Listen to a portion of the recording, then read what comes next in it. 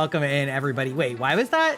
Is it just because it's on this screen? Hi, everybody. How's it going? Welcome in. You were sitting there with your finger right on that button, weren't you, Wailing? You were just sitting there waiting to hit that switch as fast as you could. That's crazy. Hi, Eurydice. How's it going? Welcome in. My community likes burning their points. You know, I gotta drain them dry of their channel points. You know, there's been a little bit of inflation in this community. They need to spend this points economy down. So, you know, it is what it is. Doing the internet a service. Welcome in. Yes, indeed. Normally, I have a very, very cool outfit. For some reason, it seems like you guys like taking my shirt off. I can't quite figure out the reason. I can think of one or two though. You know what I mean? Or like maybe 6 or 8 more. Hype train started. Let's go. Who is starting the hype train? Thank you. No clothes is better. Listen, you know, we got variety is the spice of life. That's what they tell you, okay? That's what they say. That's what I hear, okay? So like we gotta keep it classy. We gotta have some like party time, you know, some like no shirt time. We gotta have some vest time. We gotta have some fully clothed time, okay? All right, listen. Took me all weekend to acclimate. I see. Yeah, well, anyway. But yeah, how's it going? Welcome in, everybody. How was your weekend? Hopefully you guys didn't have too bad of time. I was mostly exhausted. We almost had a TPK in Dungeons and Dragons, which was doesn't happen that often, but it was rough. It was rough. We spent like an hour and a half doing like Ring Around the Rosie, you know, all that stuff. Muscles are your weakness. I mean, no, I'm not gonna say anything. That seems fair, though. A familiar feeling, like a kind word and a kind touch at the same time. It's warm and comfortable. It really is. Oh my God, I never get tired of that woman's voice. But yes, the boy, let me tell you, when you are fighting an enemy that hits really hard and can charm you for a minute, and then just proceeds to like charm your party members and not attack them and then go gank the mage.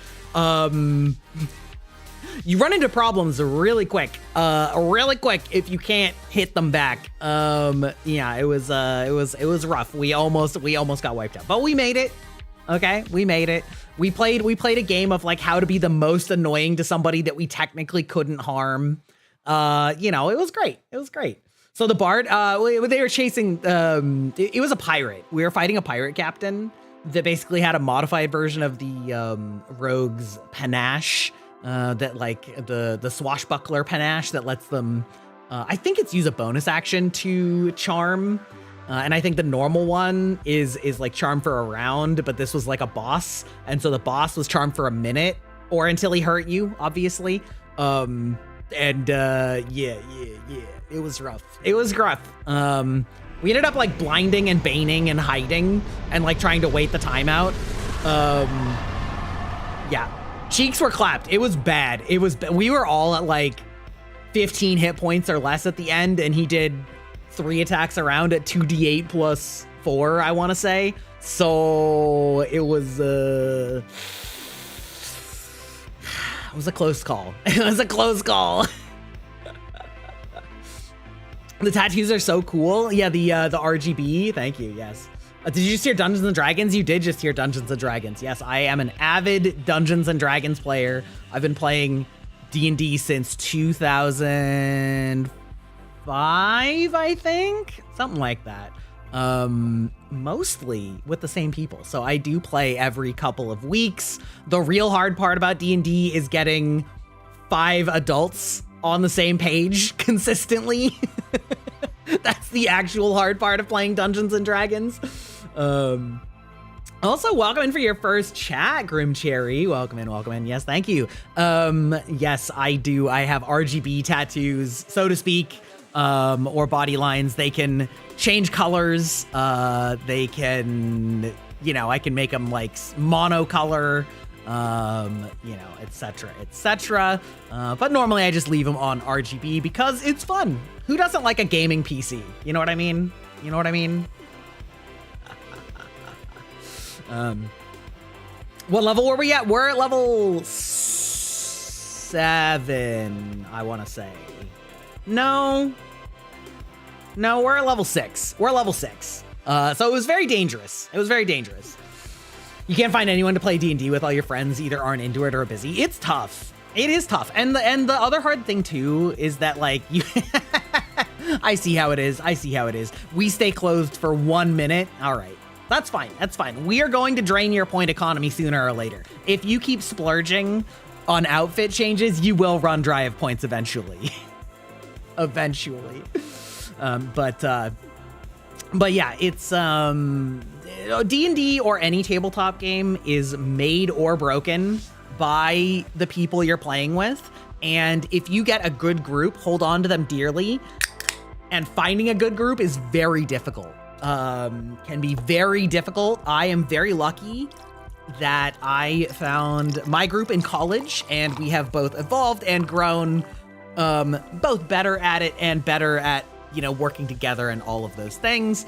So we have done a good job of keeping together, especially in the age of digital Dungeons and Dragons, because we don't live close enough to each other to play frequently, but that's very hard when you're first starting out. You know what I mean? It's very it's hard. It's hard. Yeah. I had to make pop top redeem at this point. What do you mean by pop top? What do you mean make a pop? Oh, you mean like for my for my the like can opening? I've actually tried to record it and use the recording as just like a sound bite. And for some reason, when I like upload it, it's way quieter than it is on stream. And I can't quite figure out why, because it should be the same volume, right? Because I recorded it from stream. I don't know. I have considered it though. Yeah. Better at the game, better at annoying the DM. Yeah, some of both. Although I will say that I have tried to get better at playing like more creatively and more immersively than playing quote unquote better, if that makes sense. Like, I have actually moved away. I used to be way more of a like min-maxer back in the day than I am now. Now I'm a lot more of like for the vibes and for like in character, even though I know it's a bad idea. Do you know what I mean? Because I just find that it's actually like more interesting to play that way, even though the like competitive gamer in me wants to, you know, like wants to min-max a little bit, but yeah. Side note, the cider of the day is the spiced pecan hard cider, which is, I think, my all-around favorite hard cider, and it comes around during fall. Welcome in, Flux. Hello, Raiders. Hi, welcome in. I'm gonna give it 1 second here. I was just lurking on your channel, Phlox. I watched your video this morning about how to content create, and I was definitely watching your video and then lurking in your stream before going live when I was supposed to be live. Welcome in, Raiders. Those of you who don't know me, I am Greibach, Cyber Vampire, Unk Gamer, Yapper, and we like talking about all things nerdy. We like talking about video games and anime and movies and comics and books. And right now we're talking about Dungeons and Dragons, arguably the nerdiest thing. Arguably peak nerd, okay? Alpha nerd territory. Yes, I do have this brand new model that has immaculate rigging. I truly am blessed by my artist and rigger. I love them very much. We upgraded from a very like shonen looking model to an adult model because your man is a major unk. I am truly old. I'm ancient, okay? I'm not a high schooler or a college kid, so we decided to go for an aesthetic upgrade. But you know what? I just put in redeems to take my shirt off, and for some reason, my chat likes to use it a lot. I'm not quite sure why. The time skip, exactly. If you don't know Phlox is an incredible educational content creator. In their own words, a silly guy and a smart guy, so to speak, for their content types. They do a lot of really good videos on content creation and VTubing, and also just have a very cool personality. You should make sure to check them out, especially doubly so if you are a VTuber.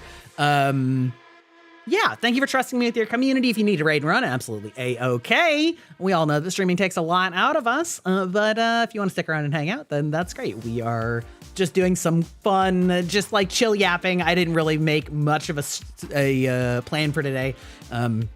So we're gonna just be sort of chit-chatting, maybe watching a little bit of YouTube, doing a little bit of Reddit so that we can repurpose those into videos like you're supposed to do. Like you're supposed to do. Hi, Sakura. How's it going? Welcome in. Yes, indeed. He makes it sound like we're the ones taking it off all the time. That's, listen, I haven't touched it, okay? This is all you. You've been pressing the buttons, okay? Okay, it's fine. I normally wear a lot of clothes, okay? Okay, I normally wear a lot of clothes. I didn't touch these buttons. Whatever you say. Listen, you can see the redemption log, okay? I'm just saying. Better that the chat does it than me pestering you to do it. I mean, fair. That's fair. Technically, it was me and Anti-Aeon at first. That's true also. My community has a massive range of age, gender, sexuality, neurodivergence. We are truly a very open and welcoming community, so we've definitely got our share of aunts and unks, aunties and unks in this chat. So, you know, if that's what you're into, that's what you get. That in a very pretty package. Yeah.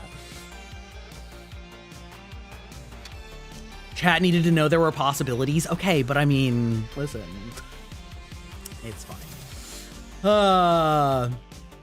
Yeah, now I take it off of your money. Yeah, listen, it's only channel points, okay? It's not like I'm charging you money for it, okay? Only time. Hi, honey, welcome in. Honey Galaxy, Tyrant B, don't call her cute. Don't get it twisted. One of my favorite pickups from Blood on the Clock Tower. Miss Honey, that's right. Miss B, Miss Galaxy. But anyway, yeah, so our D&D went awry. We almost all fucking died, but it was great. We turned out okay. We lived. We're thriving. One of our party members is convinced that one of our other party members is secretly a changeling that's infiltrated our group. I'm not so much buying that theory, but we are dealing with a lot of like changelings in Warforged are a major suspects in our questing because we're playing in Eberron, and it's a lot of fun. You were asked if he was your pimp or something. That's crazy. However, it's not incorrect. Not incorrect, Aeon. Listen, she knows what people want, okay? She's been shilling the beef for months, okay? My friend and mod here got art previews of my model for months and months and months and months before debut, and she would intentionally leave it up on her second monitor to thirst trap her roommates. Like, technically you are, since he put his model on the streets. Well, I mean, she didn't put my model on the street. I mean, well, a changeling has so much potential. Yes, I do love changelings. Changelings are one of my favorite races. It just very much appeals to the deceptive little sneaky goblin within me. I love charismatic characters, and I love bullshitting my way through things, and I love like creative lies and manipulation. I find it very fun. So I've always really liked changelings. I do think that they're like very powerful if you are playing that kind of a campaign. But yeah, we're playing in Eberron, which is a pretty fun setting where magic is very widespread across the population. And think of it like magic. It's a very magitech setting. So like many people have access to mundane magical items. They're just very weak, right? So it's like in a regular setting, like magic items might be rare and then they might be weak or strong. In Eberron, they're extremely common, but they're things like, this is a knife of +1 herbalism. It increases your output when chopping herbs with it, right? You're like, oh, right? Or you're like, this is a ever-burning lamp, you know? Like, it's just a magic light. Very common. They're everywhere. So there's like broad magic, but it's not necessarily strong. There's also strong magic too. But like as a setting, magic is everywhere in every kind of like mundane use that you can think of for it. And they have like a very advanced technological society. And it is the setting where there's an entire nation that answers that age-old question of like, but what if we use zombies for good? Necromancy is basically the state-sanctioned magic system wherein they claim ownership of your corpse and all corpses, and then they raise corpses and have them do menial labor like field work and sewage cleaning. So there's just like zombies being used as like ethical pack animals, quote unquote, everywhere. And so, yeah, it's very fun. It's a very fun setting and system. And my character paid the gold and took the licensing exams to have a license to operate 5 zombies. So I'm a state-sanctioned zombie operator. I got like waste disposal training for my zombies, and I am a spore druid. So I make zombies that are like the Last of Us zombies, the like fungal, like fungus grows out of the corpses and animates them back to life. And I have a thing that lets me like, you know, control 5 of them, you know, with basically like cheaper to like maintain control of them over the long time. You swear you've heard of this economy somewhere? I mean, I might have also talked about it in the past. I'm sure I have. And other people also have like posited it as a fun thought experiment. And in Eberron, it is real. It is one of the countries. That's what they do. They're just like, well, listen, what if zombies did all the stuff that nobody wants to do? It's very like robot labor force, except the robots are the dead. You were thinking from a book? Yeah, I'm sure it's probably been explored in multiple places as well. So yeah, it's definitely cool. It's definitely a fun setting. It's definitely familiar enough to D&D, but it's also like definitely its own vibe. And it's a vibe that I like. I tend to prefer a little bit more civilized world D&D. I'm a little bit less interested in like bushwhacking in the jungles and just running into random goblin camps. Like, I find it much more interesting if the goblins have like a functional civilization. You know what I mean? Or like, you know, these different groups have very different, you know, like developed economies and things like that, and sort of like how that impacts things and where that leads and things like that. I think it's a lot of fun. But yes, Eberron was the campaign setting that originally introduced both changelings and warforged. Changelings are the most basic gender fluid race. If you play a changeling, you're going to assume you're not cis. I mean, listen, we had a long discussion the other day with Velveta about that like maybe I'm actually closer to agender. Like I don't know. That's like a whole can of worms that I really haven't like introspected that much about. I don't actually feel like that strong of a tie. I just am like, well, I look and sound and dress like a guy, so like it is what it is. You know what I mean? That strong conversation was an experience. Hydrate? How dare you make me take care of my own body, my own flesh mecha when we're talking about necromancy? Wait, hold on. I got a straw, by the way, so we can see if it like tracks my face better. Yup, you can definitely see me drinking.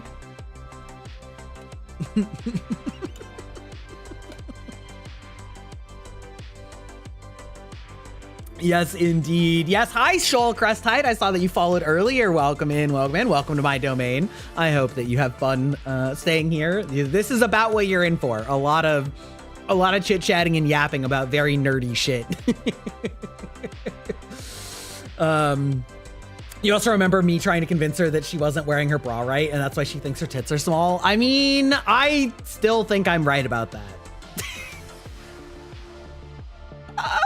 Not to mansplain bra sizing, but like, listen, a lot of people, men and women alike, are not taught about how bra sizing works. But I have backup, okay? Auntie Aeon agrees with me. Auntie Aeon agrees with me, okay? Okay? Listen. Thank you. Thank you. See, I would never presume. That was the part I didn't want to say. I was comfortable saying, I think you have the wrong size, but I was like, I don't know that I should actually say that I think you're wearing it wrong, but yeah, exactly. Oh my God. Anyway, yeah, no, it's fine. It's fine. Although I was reading somewhere just recently that, apparently it's like really common for American companies to just add 4 to the band size for no reason. And then like that gives and then they'll like use the cup size that would have they'll give like the sister cup size after adjusting the band size by 4 inches. And I'm like, that's what? What? But like only in America and only some companies. So if you were like a 30D, they would give you like a 34A. And I'm like, that's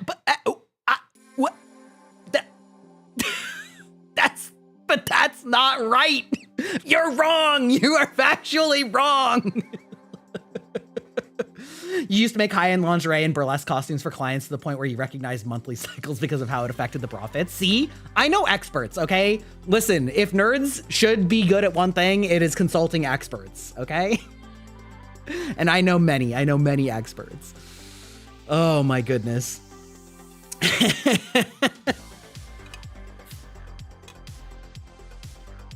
Not me like blinking my eyes funny when I'm drinking liquids. Anyway, yeah, but Eberron introduced Warforged and Changelings to D&D long ago. It's been a setting ever since I don't remember if it was added in 2nd or 3rd edition. I never played 2nd edition D&D. I'm not quite that unk. I started playing D&D with 3rd edition, but I know that it's been around ever since 3rd edition at the very least.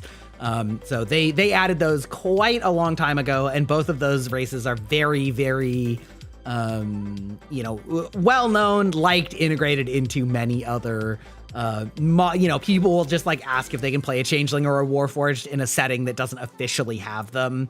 And, the vast majority of DMs don't care. They'll just be like, yeah, sure, whatever. But they did indeed come from Eberron originally. Yeah.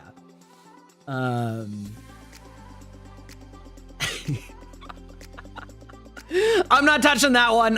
Listen, you guys can talk to each other about that one.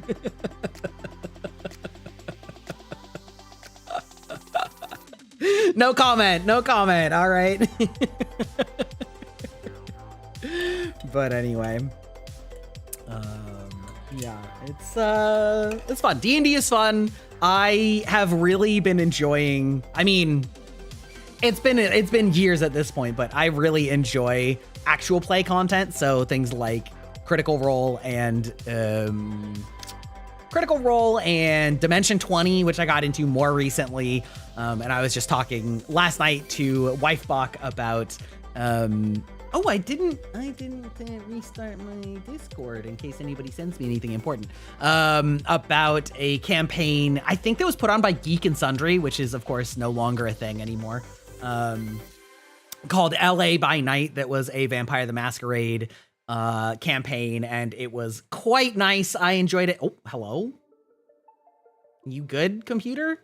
LA by Night, which was quite fun. It was a very good Vampire the Masquerade actual play with several actors who are now on Critical Role and or at the time Critical Role and Dimension 20 cast members that guest starred on LA by Night. So a very, very familiar cast of actors. And it was a lot of fun, and I like it a lot. I think it's very cool.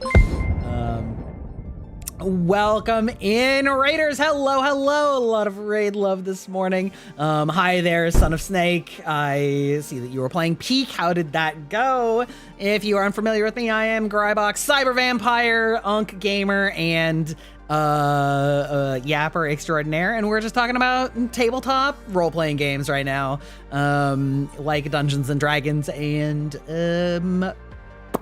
Vampire the Masquerade and the like. So welcome in. If you need to raid and run, absolutely a-okay. Thank you for trusting me with your community. And how did Peak go? I assume you guys were playing on like the new update. Did you guys peak? Did you make it to the top? Went better than expected, but we still didn't make it through the last new area. I have only completed, like I've only gotten to the top once, and basically because I got my entire ass carried by my friend that was with me. We were the last two survivors, and he made sure to help me get through the top. I always died in the volcano somewhere like that. I don't know why, because like when we did it together, it wasn't that hard, but I don't know. I don't know what it is or what it was, but my last time I played Peak was my first time actually beating it. I almost beat it one other time, but two of us were basically stranded and had no food, and so I decided to be the sacrifice, and I let them eat me, and then they got out. So in a way, I kind of won. In a way, I kind of won, but I've only officially won once. The existence of a tabletop implies the existence of a table bottom.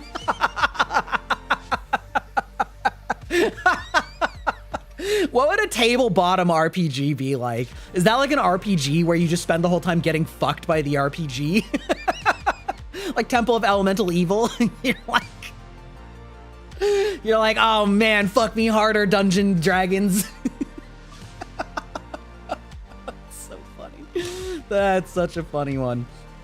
The Citadel area is beautiful. I actually haven't looked into it at all. So is it like a big ruined city or something? That's what it sounds like from Citadel.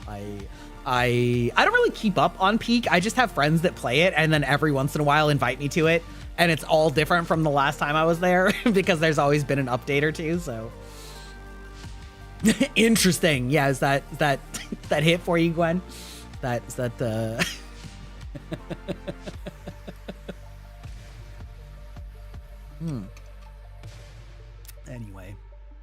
Anyway. Ruin Tower, a lot of parkour and traps. Looks like an Elden Ring Dark Souls area. Well, now you're speaking my language, okay? I love the Souls games. I didn't think I was going to. Like long ago when Dark Souls and when Demon Souls came out, I was just like, this is ugly and janky looking. I'm not into it. And then when Dark Souls came out, I always have to remind people of this because the fact about it is so crazy to me. Dark Souls 1 and Skyrim came out like within a month of each other. And back then I was like, why would I want to play this ugly, janky ass game, Dark Souls, when like Skyrim is out and it's so cool? And I just like did not pick up Dark Souls. I'm a fake fan, okay? But one of my very good friends told me that he thought I would really like it and that it was really good and it was one of the best like action RPGs he's ever played. And I very much was like pressing X to doubt. I did not believe it based on what I was like looking at. But then when they announced Dark Souls 2, I was kind of in a gaming slump, and I was like, you know what? It's time. Fine. I'll pick up Dark Souls 1. We'll see how I feel about it. And I ended up having a really hard time because I got lost, like really badly lost. And so I like put it down for a month and then came back to it and then was like really lost. But I did end up really enjoying it by the end. And then I enjoyed Dark Souls 2, despite the fact that it's the worst Dark Souls. And then basically every Souls game that's come out since then has made me more and more in love with the Souls games. So I am a Souls simp. It is true.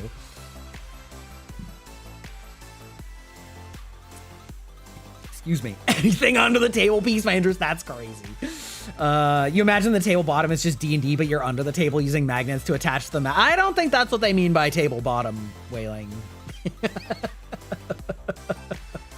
You You got a raid and run? Absolutely. Okay, thank you for trusting with your community, Son of Snake. I hope that you have a lovely evening.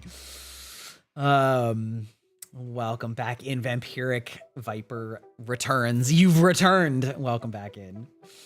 Your vampire brother. Hello. Hello. Hello. Hello. Hello. Yeah.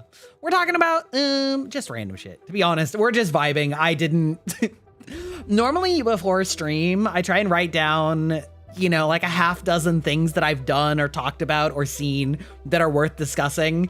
And we haven't gotten to a single one of those yet because I wrote like 3 of them that are all related to each other right before stream. And we haven't talked about any of them yet. But that's fine. We just yapping out here. Exactly. Exactly. Your brain is either dirty or extremely innocent, but never both at once. I mean, that makes sense, you know? That makes sense. How I been? I'm doing good. How are you doing, Ren? I have a new body, as you can see. Happy Monday? Question mark? Yeah, I was planning to take yesterday kind of completely off, but we had some friends doing a board game day and I did not have it in me to do board games all day, but we did go and have lunch with them, which was good. But I ended up doing sort of like some offline content for several hours yesterday, like VOD scrubbing and stuff like that. And so I just ended up completely tired last night. And then I woke up this morning with blood sugar problems and then went back to bed and then slept in really late. So I'm a little, how you say, out of sorts about it. Yeah. You see, that looks nice. Thank you. He'll take the top off if you ask him nicely. I think you guys have been doing plenty of that, okay? I might have to put in like a little cooldown or so. I don't know. I mean, you guys are going to bleed your point stripe pretty quick though, so. You have a D&D game in 2 days? Hell yeah. Hell yeah. Is it your first session or have you played before, silly fox? Blood sugar problems must not have gotten the correct daily allotment of blood to feed on. Well, you see, I'm a digital vampire, so I don't actually drink blood. I consume data. However, yeah. I am a databetic, if you will, type 1 databetic. Have been since I was 7 years old. So unfortunately with that comes a lot of health and dieting and blood sugar problems that go with it. Yeah. Listen, I can turn almost anything into a pun or a portmanteau, all right? It just takes a little effort. Yeah, but it is what it is. It is what it is. You like that spin on it? Thank you. But yeah, it is what it is. Similarly, knowing full well that it would be bad, I had one of our friends baked a Oreo cheesecake, which like obviously I shouldn't have eaten, but it was so good. It was so good, you guys. It was so good, but my blood sugar was fucked up for like the next 6 hours.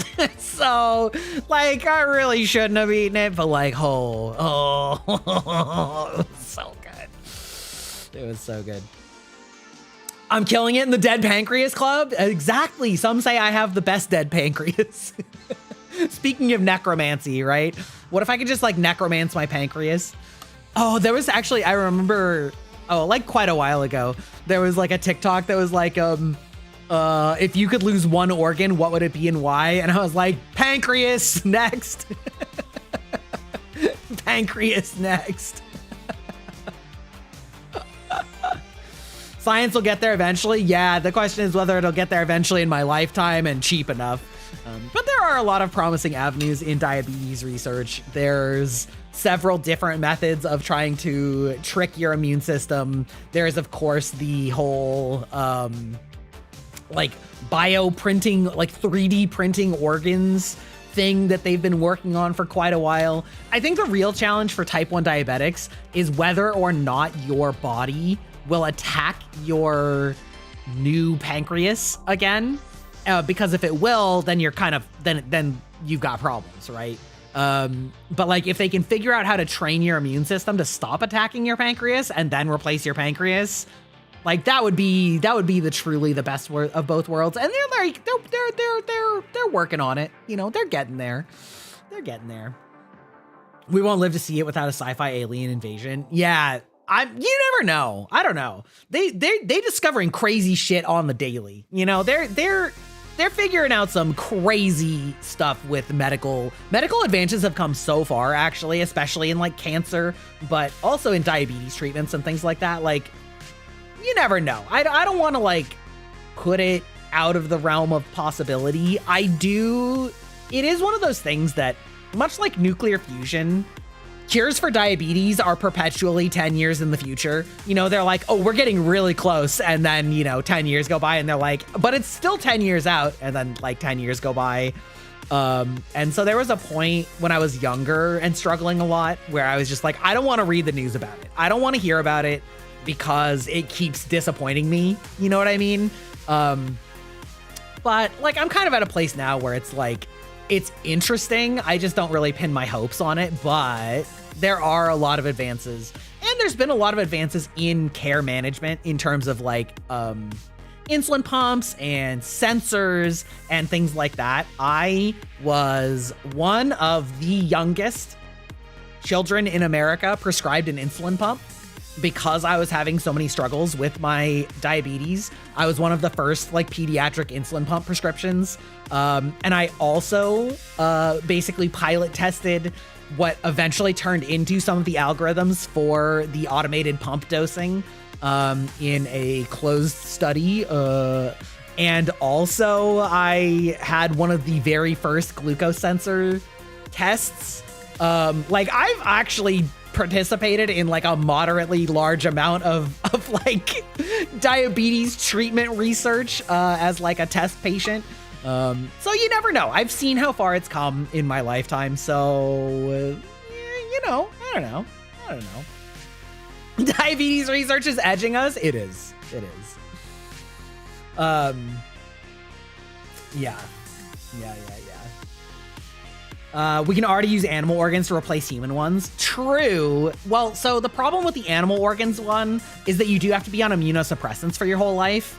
And so that is also bad for you. And so those are like options for diabetics, but they're kind of like late stage ones because the consequences of using animal organs with like rejection medication are pretty bad. And like, obviously if it's your heart and you literally can't live, then that's what you got. But when it's the quote unquote a manageable illness, they're kind of like, yeah, suck it up, buttercup. But they're getting there. They're getting there with like stem cells and with like custom manufactured organ manufacturing and stuff like that. So you wanted to ask about that if it's not a sensitive subject? About what? Feel free. I'll tell you, but I'm not sensitive about the diabetes per se. Human organs? Where? Where? Yeah. It's not great, but it's something. It's true.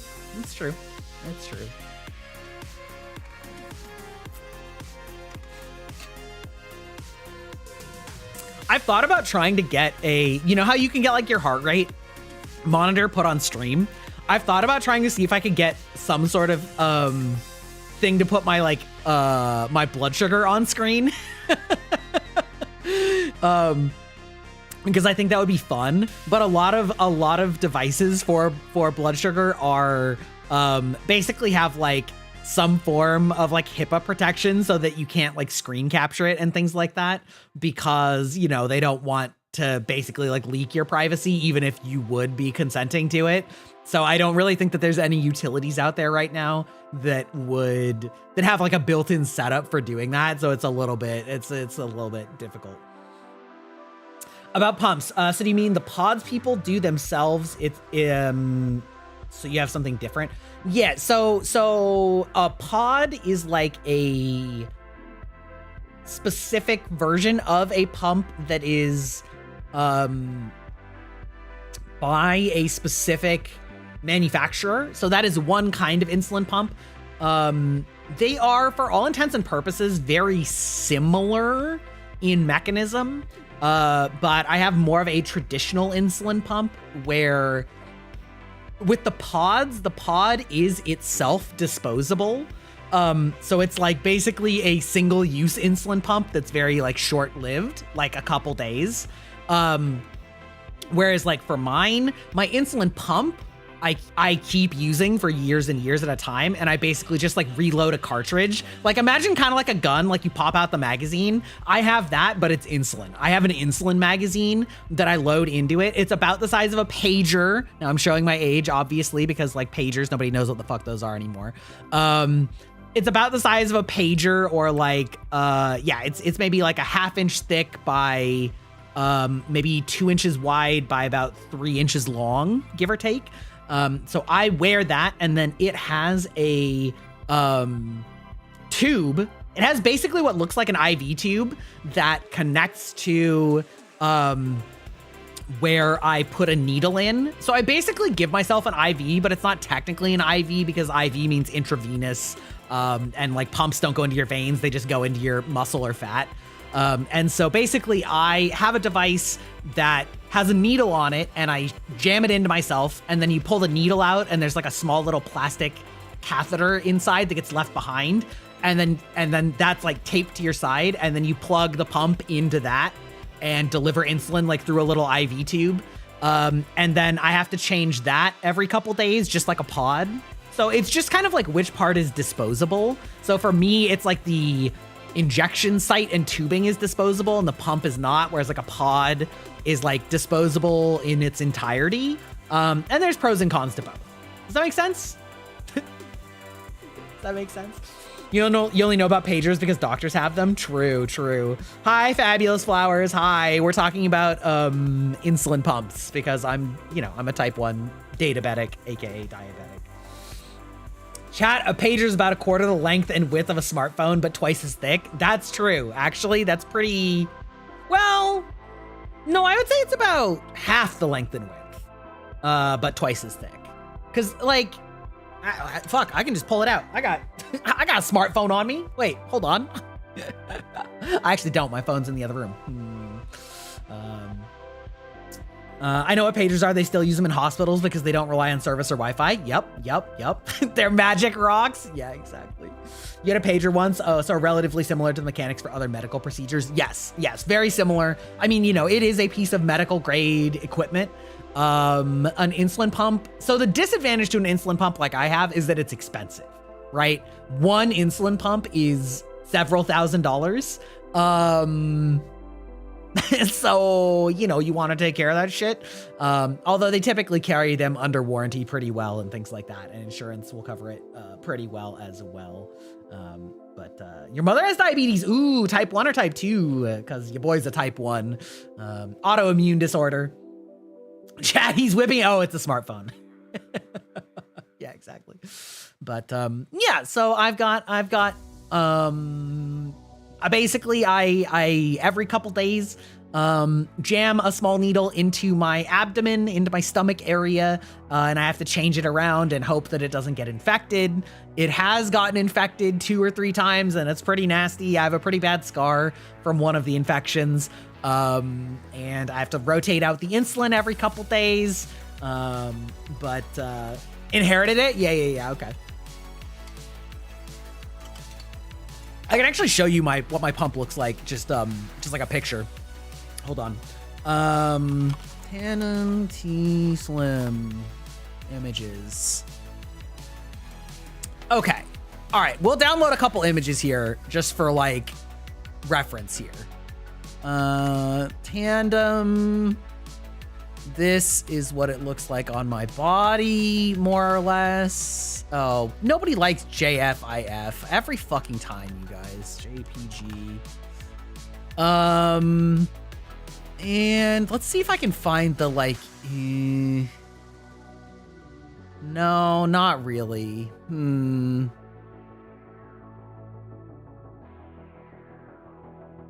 Ah, there we go. Okay, perfect. Amazing. Save image.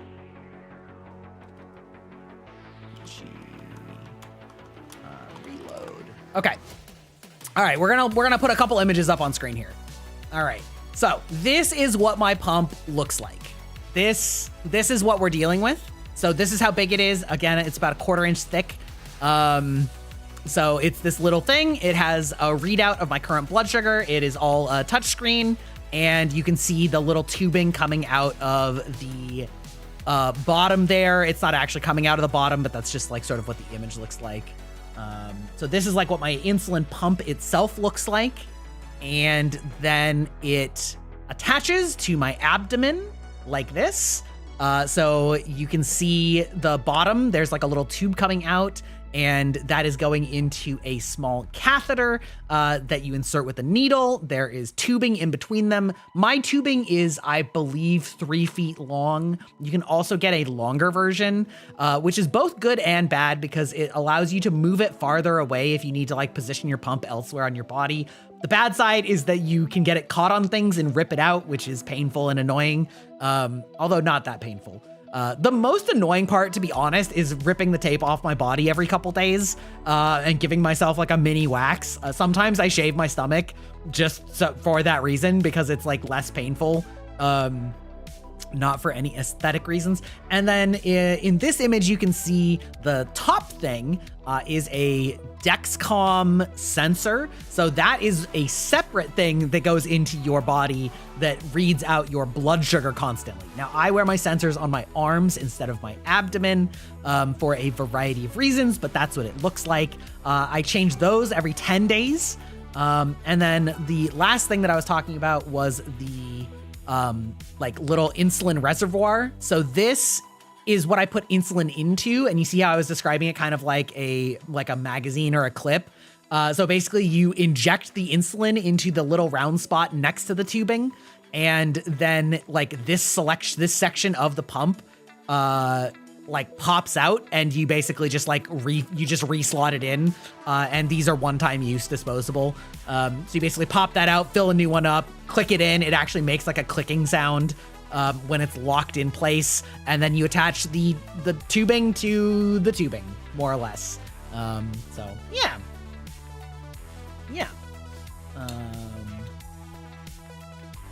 Can I actually whip it out with this model? I really should have. I really didn't think about it. You're always curious about medical stuff and you're a huge fan of House. Well, yeah, I don't have any problems talking about it. You know, as long as you're not trying to be mean about it, you know, like yes, there is some existential trauma I deal with like knowing that I'm basically slow cooking organ failure because of diabetes. So, you know, maybe like try not to make fun of me about it, but like just talking about it, about the challenges or like what the technology is like, or just like day in the life type stuff. Totally happy to share. No problems explaining or talking about it, or talking about the struggles and stuff like that. So yeah. Silly Fox, sugar is actually really good for you if you don't eat too much. Yeah, for me, it's not. For me, I have to take insulin for every carbohydrate, and sugar is a carbohydrate. I do need some carbohydrates. I think something that's often not known among the general population for type 1 diabetes is that type 1 diabetics have both ends of blood sugar problems. If we eat too much sugar, it's bad for us because our sugar in our bloodstream gets too high, and that's what causes organ damage over the long run. And we have to take insulin very, very, very calculated, both in terms of time before meals, because I have to like basically take my insulin half an hour before I eat, which means I have to basically calculate how many carbs or sugar worth of food I'm going to eat before I've eaten it, and take my best guess at it, because if it's like at a restaurant, then it's like really your best guess. But we also have the opposite problem, which is that when our body does things like exercise and it burns sugar, we don't have the chemicals in our body that releases sugar that our liver has stored up in order to prevent us from dying from going too low.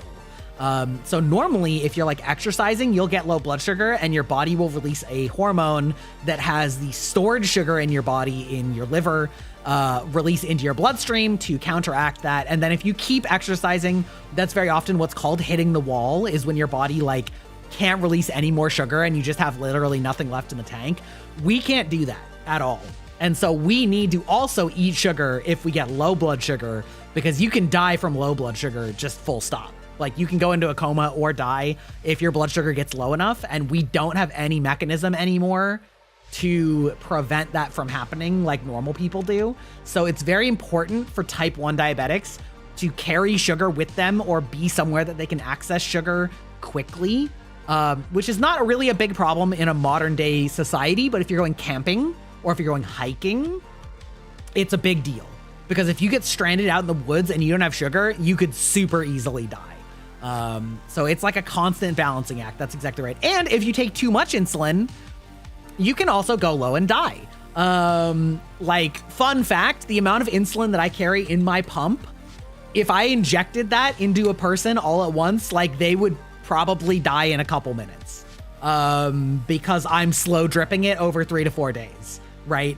And I don't have natural insulin. So, welcome in, Toki. Welcome in, Raiders. Welcome in. Welcome in. How's it going? Welcome in. Let's see. You're playing. Oh, Beyond Two Souls. It's been ages since I played that. How are you doing?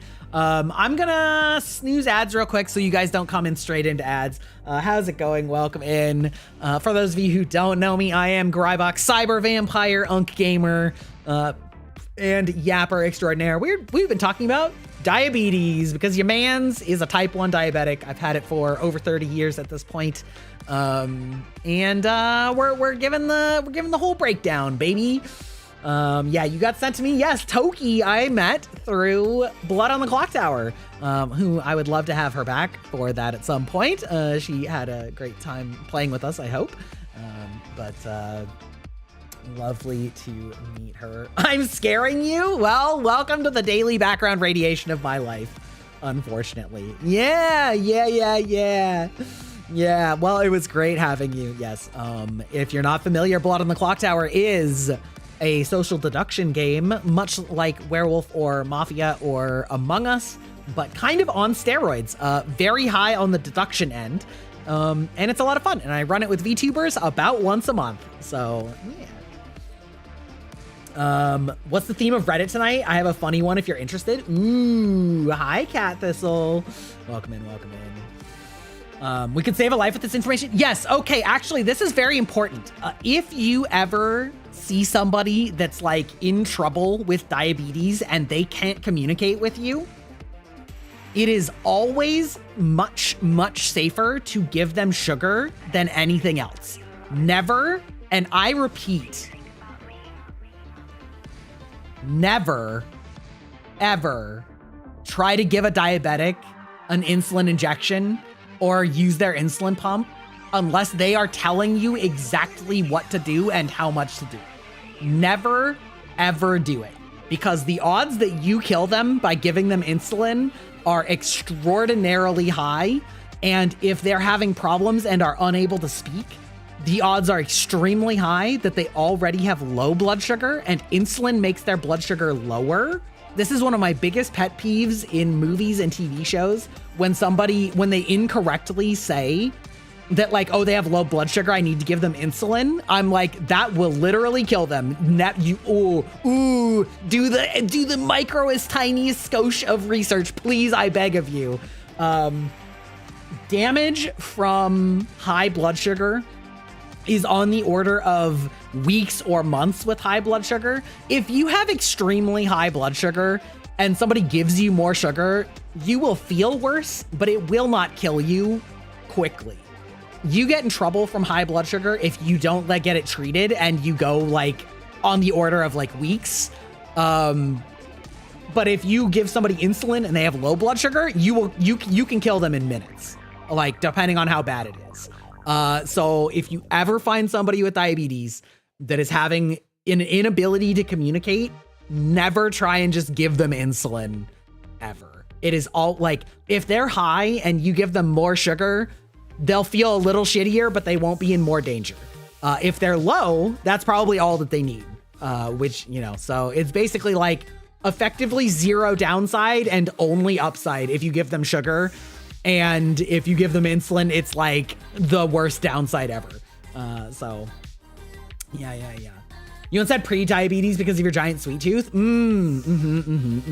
Yeah, it is important to understand that, like, The type of diabetes that you get from having too much sugar or eating too much or being too overweight is actually a completely different thing than type 1 diabetes, because those diabetics have insulin resistance, but their body is still making insulin, and their body is also, importantly, still making the chemicals that prevent them from dying of low blood sugar. A type 1 diabetic has neither, because our bodies attacked us and our bodies just aren't producing those at all. They're not producing either chemical anymore because it's an autoimmune disorder where our immune system decided to go aggro on ourselves. And so they're both diabetes because they both have similar presentation, but like they're not actually the same disease per se. Both of them might need insulin, but it's a very different, like, you can't eat your way out of type 1 diabetes because your body just doesn't make it anymore. Unfortunately. So anyway, we have some ads coming up really in just a second here. So if you need to take a stretch break or a hydration break or a unhydration break, please do so. We want people to be healthy and taking care of your bodies, since we're on this kick anyway, talking about health. We want you to be careful, be healthy, stretch out, do all those fun things. I'm gonna be unhydrating myself, of course. So anyway, you made it home. Good job. You didn't drive and chat. Good for you. Okay, so we'll be right back. Unfortunately, Daddy Twitch makes us do it. Bye.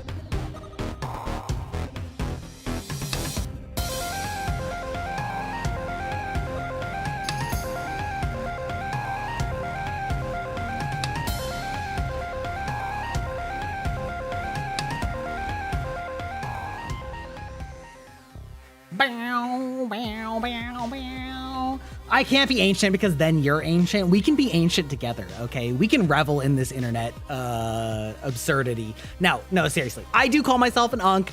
I do call myself ancient because in like the era of the internet, apparently anybody older than 25 is fucking ancient, okay? I don't actually think of myself as like old, okay? But I do... I do recognize that they're like, I'm not, listen, I'm pretty old, okay? But there's nothing wrong with that. And we're the generation that like, my generation is the generation that grew up with video games. And I think that the boomers are just like, devoid of fun and whimsy in their lives. And they're like, you're gonna stop liking video games. Like, nope. Full stop. Nope. When we get into retirement homes, we're gonna be fucking setting up LAN parties and playing some fucking Team Fortress classic shit or something. Like, we're gonna be the LAN party generation, okay? All right, I'm not giving up games. You can take them from my cold, dead vampiric hands, all right? So, you know, I say it tongue-in-cheek because I own the fact that people are gonna call me old and unk, and I just don't care. You know what I mean? I just don't care. I just lean into it because, like, if I get upset about it, it's just gonna make people like want to make fun of it, and I just could not care less. You know what I mean? I don't know. So that's just how I feel about it. It's fine. Does having old people health problems count? Yes. Yes, it does. Yes, it does. You're almost 31? Oh, that ain't shit. That ain't shit. Hell yeah. When the dancing at the nursing home is twerking instead of Lindy Hop. Dude, did you guys know that like nursing homes are notorious for being hotbeds for STDs? I hate to shatter your illusion. The old people be getting fucking freaky in there. They be getting freaky in there.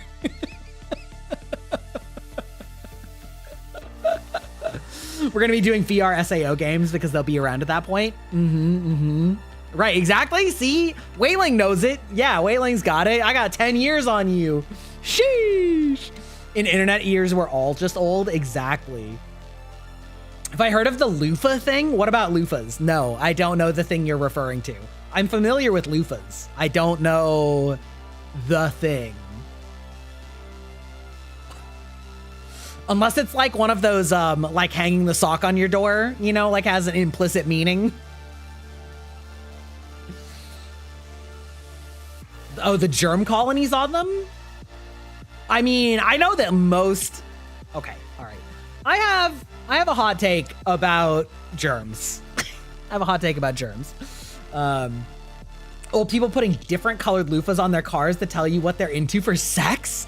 No, I'm not familiar, but I did guess it kind of right. that it's like a like an Imperial Navy flag for sex. Like, can you imagine? You know, like the Navy has all the different colored flags to communicate different things so that they can communicate without using electronics, and the old people just be up here holding up like a half dozen loofahs. They're like, yup, bi, three-way, orgy, DP. That's so fucking funny. That's so fucking funny. Oh my God. There's this thing in my town before I was there where a senior apartment complex was busted for running a brothel. Holy shit, brother. That's crazy. That's what necklaces are for. There's a symbol for everything. True that also. What the hell did I just join into? We're talking about being old, and then we started talking about actual old people. I'm only old in internet years, okay? I hate to shatter anyone's illusion. I am firmly middle-aged now. I am middle-aged. I am midlife, okay? VTubing is my midlife crisis. For a lot of VTubers, it's their quarter life crisis because they start it when they're 25. I'm firmly like middle life crisis, okay? This is my midlife crisis and I'm living my best life. I'm thriving. But in internet years, that makes me old. But now we're talking about actually old people that are like 70 and how they be freaky as shit.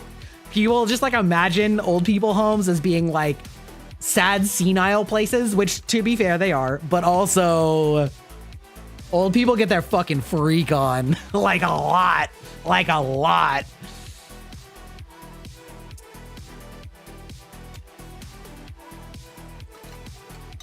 Anyone over 30 is likely to be at their midlife point depending on lifestyle. Yeah, I think just colloquially, we call midlife like 35 to 40 or like 45. You know, your like midlife crisis is like 35 to 45, somewhere in there. That's where they like quit their job and buy a sports car, you know? So anyway, yeah. But yeah, old people be, they be freaks, okay? That's not, don't let them shit talk you, all right? They're freaks. They're into it. They're horny. And they know that there's no pregnancy risk, so they're like really, they're down bad. Your aunt who's like 53 says she's never been more horny than she is in the latter half of her life. See? See? I'm just saying. I'm just saying. Wait, what's not true? And what about VTubing is funnier? Context? Confused? I mean, okay, sure, but like, it depends on what you mean by older. When you're like 70, like, you're kind of,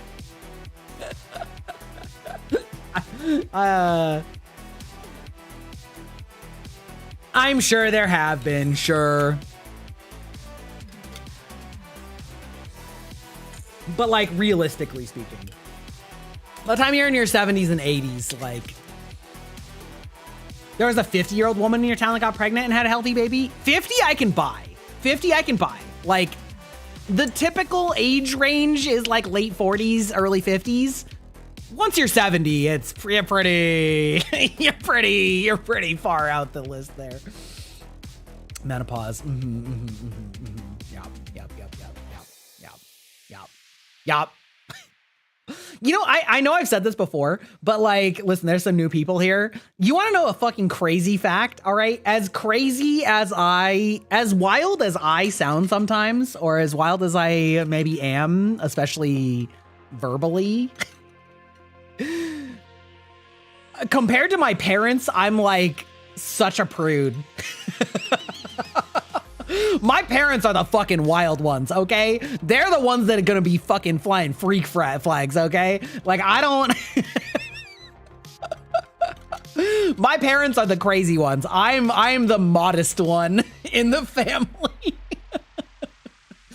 VTubing as a midlife crisis is way funnier than dads who decided to get a grill. Oh, yeah. VTubing is a much funnier midlife crisis. Yes, that's true. I agree with that one. Wow, my model be stripping daily? Well, listen.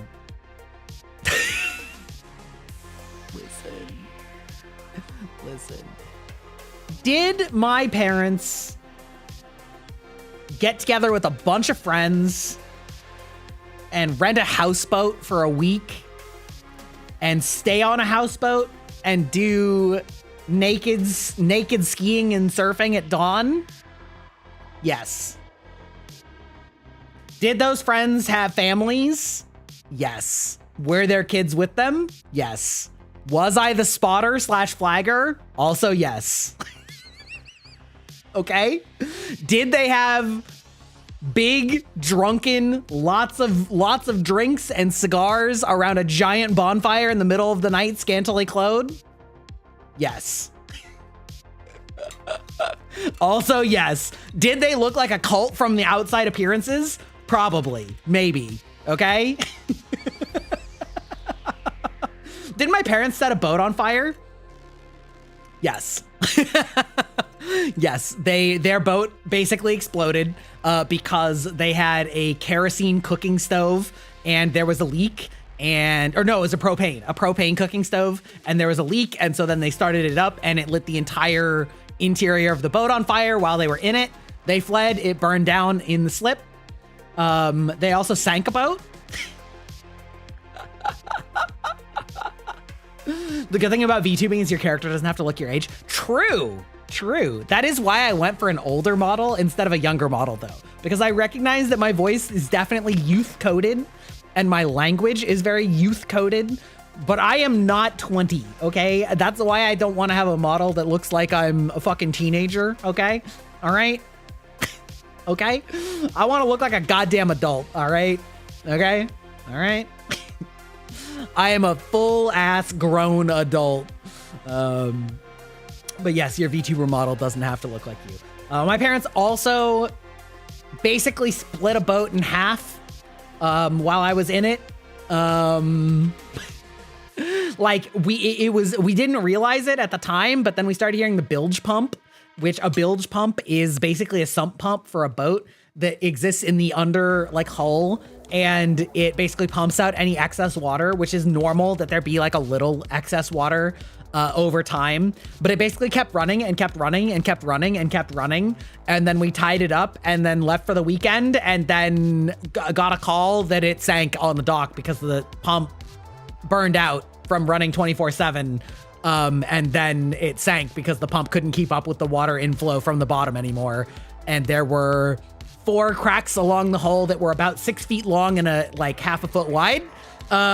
So yeah, listen, my parents have had some wild fucking shit, okay? All right, listen. They wonder why I'm the anxious one, okay?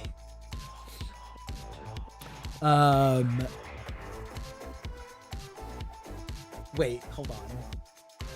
I need to read chat. Hold on.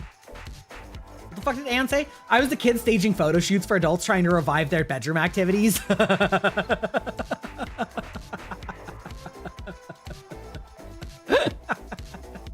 It was mostly pinup, but like, yeah. This is why I don't listen to any boomer that yells at me for not wanting to get married the way they did. Oh, yeah. Listen.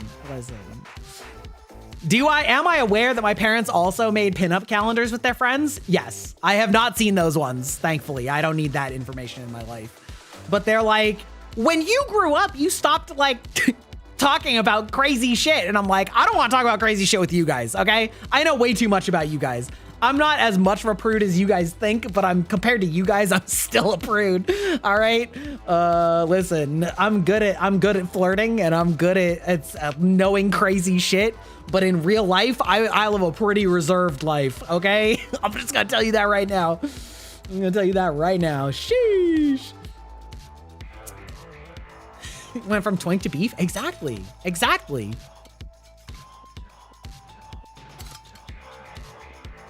Hi, Gamma. Thank you for the muffins. We were just talking about diabetes, as it were.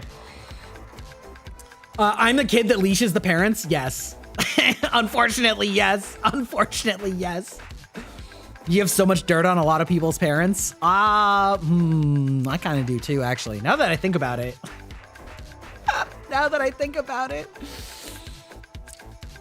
Oh, man. There's like a one sentence thing I can say that I feel like is so funny for content, but is also kind of wildly fucked up that I don't know if I want to say it. I put the unk in twunk, you know what I mean? You learned a lot about one of your aunts at a drunken Galentine's party. To sum it up, she has a forbidden trunk. Oh yeah, she's that aunt? Have you acquainted her with Bad Dragon? Do it, coward.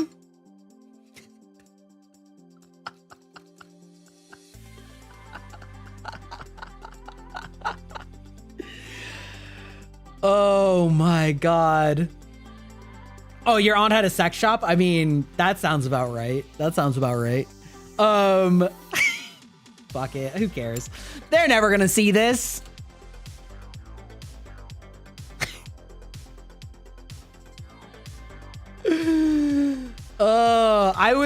I was conceived in my dentist's hot tub.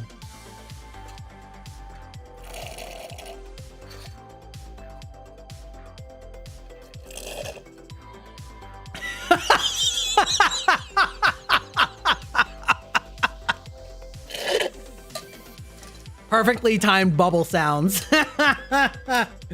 Oh my. Fucking excuse me?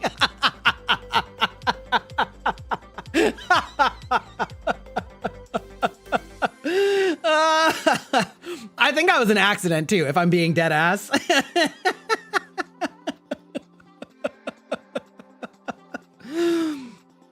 Oh my God.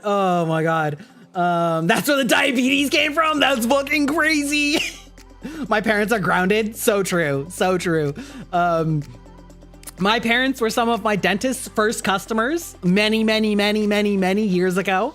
And then they became friends. And because they're dentists, they had a house on the waterfront.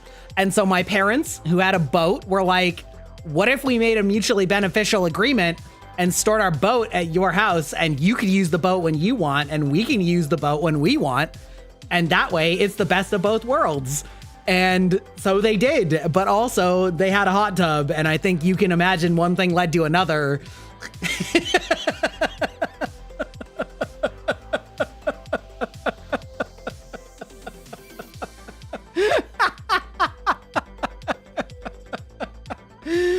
Oh my God. Yeah, you have to imagine that all streamers live in fear of their parents or other relatives finding the channel. My parents know my channel. I also know that they don't fucking understand VTubing whatsoever, so there's no way they're gonna find this. You know what I mean? Also, welcome to my domain, Oranger? Welcome in. I know for a fact I was an accident. That's why I'm never going bungee jumping. A broken rubber brought me here. It's not sending me back. That's so fucking funny. All I'm gonna say about one of my friend's parents is when they found out he was gay, his parents were like, oh, thank God you won't randomly knock up a girl. And that's how he found out about his parents' shotgun wedding. Ooh. Amazing. Is Unc a Nepo baby? Your parents sound so rich. I'm not a Nepo baby. I would say that we were like upper middle class. But also you gotta remember boomers. Boomers be boomers, okay? They grew up in an era where they bought their house for like, 60 grand or whatever. You know what I mean? And now it's like worth over $1 million. Like it's that kind of shit. You know what I mean? Like, like a lot of things were a lot cheaper when they were young. And yeah, like we were comfortable. Like my parents have never moved since I was born. They moved around when they were younger, with like, in the way that a lot of boomers had to, where their job would just transfer them to different states and shit like that. They like moved around when they were younger as their jobs required them to, but they have stayed in the same house for over 40 years now. It is a, I don't know, it's probably a 2,000 square foot house, which is like nice, but nothing, it's not crazy. Their main hobby was like boating, so they had a small boat and then they've continued boating through their lives. Worked in like tech, they earn very respectable money. Doctors earn more money than my parents. Let's put it that way. So like, however rich you think doctors are, we're not that rich. You know what I mean? So if that puts it in perspective, like, I would say like roughly the salary of a well-employed software engineer that was a boomer. So they got all the economic advantages of everything being the way it was back then. Does that make sense? Yeah, like reasonable, obviously better off than a lot of people. And I recognize that privilege, like we got to travel. We went on like a vacation to like Florida or something from Washington, like that wasn't like uncommon, but it's not like they don't own a second house, they don't own vacation properties, so like, yeah, good, comfortable, but not like, there's degrees of like rich. Nobody would say that they did not live a comfortable life. No bones about that. But like, when you talk like rich, they're not like rich. You know what I mean? Like they own regular fucking cars, yeah. Yeah. My aunt's been through 3 husbands and remarkably only one of them was a shotgun wedding. Sounds like that generational security they could procure during their economy when they settled compared to what we're working with. 100%. Yeah, 100%. Like there's no question about that. you know, like I'm very thankful for my upbringing. Similarly, I went to an in-state school. You know, I didn't go like out of state. You know, I didn't go to like some expensive fucking college. I went to an in-state school. It was a fine school. It's not the top school in our state. You know, like I went to a normal school. I didn't go to private school. I had friends that went to private school. I didn't, you know, like that's too expensive. So all the things I used to be able to do on a Postman ancillary, God, yeah, fucking A. Holy shit. Jesus. Yeah. Yeah. Their house is very modest, it sounds like, minus twice that big. Well, that's a pretty big house, goddamn. My house is like 1,500 square feet, and I feel lucky for my age, like, goddamn. All right, fabulous flowers, I hope you have a good time. Yeah. So anyway, yeah, so, you know, like, certainly not struggling, right? But, you know, how a lot of boomers be, you know what I mean? How a lot of boomers be. And honestly, you know what's crazy? I still have a living grandparent. Like, she's like 95. I have like a 95-year-old grandparent. You know what I mean? So like, yikes. Oh, you fucking hate cleaning lint traps? Oh, you know, I actually don't mind that too bad. I don't actually mind that too bad. Anyway, well, we've been going for about an hour and a half. I think it's about time that we start working on some of our other like content things so that I can record them for YouTube videos and all the womp. You know, the classic content strategy shit, as you do. Use a vacuum. I've never used a vacuum for cleaning a lint trap, actually, now that I think about it. That's kind of interesting. Yeah. I had two things I wanted to do today. We were going to do some Reddit. Cat Thistle asked earlier. I am going to do Am I the Asshole today? It's probably going to be the last time I do it for a little while. I'm going to continue trying to do some of the Reddit reading stuff, but I'm going to switch the subreddit up after this week just to see if things perform better. But I wanted to do a several week baseline test of both like format and the editing and the content. And so I'm trying to change as few variables as I can. So today we're going to do a little bit of Am I the Asshole? However, we also, I think, are going to do one little, maybe like a little bit of a fun reaction, because I actually got a comment on YouTube that there was a sequel to one of the videos I reacted to like a year ago. And that could be kind of fun. And, you know, we don't do that too much. So like, we gotta, you know, gotta try some stuff out, you know? Yeah. Have I seen Kakarots? Have I seen any Kakarots today? Sorry, I missed your message earlier. Hi, welcome in. No, I haven't seen any Kakarots today, actually, I have to say. Super Broly, I can tell you I am not a Super Saiyan, okay? I'm a digital vampire, a cyber vampire. There's no Super Saiyans in here, but I am familiar with their ilk, okay? I am familiar with their ilk. Is it about burbs? It is not about burbs. It is about Neurosama. Nothing over 9,000 in the stream. I mean, there might be something over 9,000, but it might be. Okay, just trying to make people laugh. Well, that's fine. That's fine. I am a weeb. Okay, I am familiar. I'm familiar with the nomenclature and references. I grew up watching DBZ back in the bad old days when it was like they would get up to the Namek saga and then they would immediately reset right when Goku showed up to help fight the Ginyu Force, and they would be like, that's all that we translated, and then they would just fucking start over from the beginning again. I remember the bad old days of DBZ on Cartoon Network. Or when they would show things out of context, etc. You always follow when people laugh or commit to the bit. Okay, well, welcome in. I hope you enjoy your stay here. And that was one episode per day. True. Will Goku ever reach the end of Snake Way? Tune in next time on Dragon Ball Z.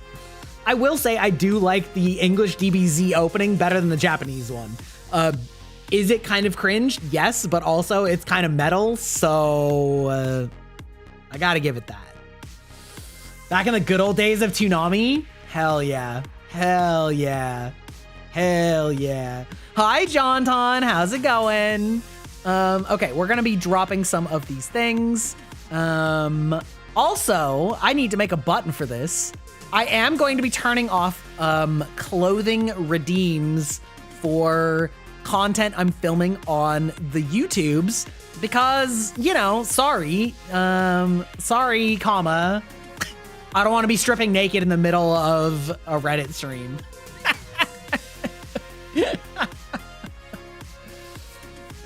The announcer of DBZ died like a year or two ago. Oh, that is sad. That is sad. That's unfortunate. Going good? Your stomach hurts?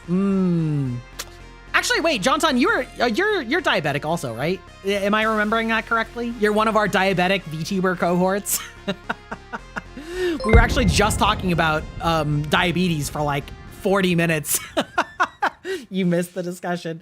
Welcome in, Raiders. Hello, hello. If you are not familiar with me, I am Greibach, Cyber Vampire, Gamer Unk, Yapper Extraordinaire, and you are catching us right at the end of our yapping section. We're going to do a little bit of fun reactions and I'm going to do a little bit of like Reddit reading, you know, be a little, you know, maybe a little bit of like judgmental little gossipers, if you will, just for all the funs, the hee-hee-ha-has. But these fucking goblins just like gang banging from behind. No. Yes, we've been having a lot of fun talking about that. If you need raid and run, absolutely a-okay. Thank you for trusting me with your community. And yeah, I hope you had fun with Avatar. Yeah, hope you're having a good time. Is streaming fun? You might try and start someday. Yes. Yes. Question mark, semicolon. Yes, streaming is fun. You should not do streaming if you don't find it fun.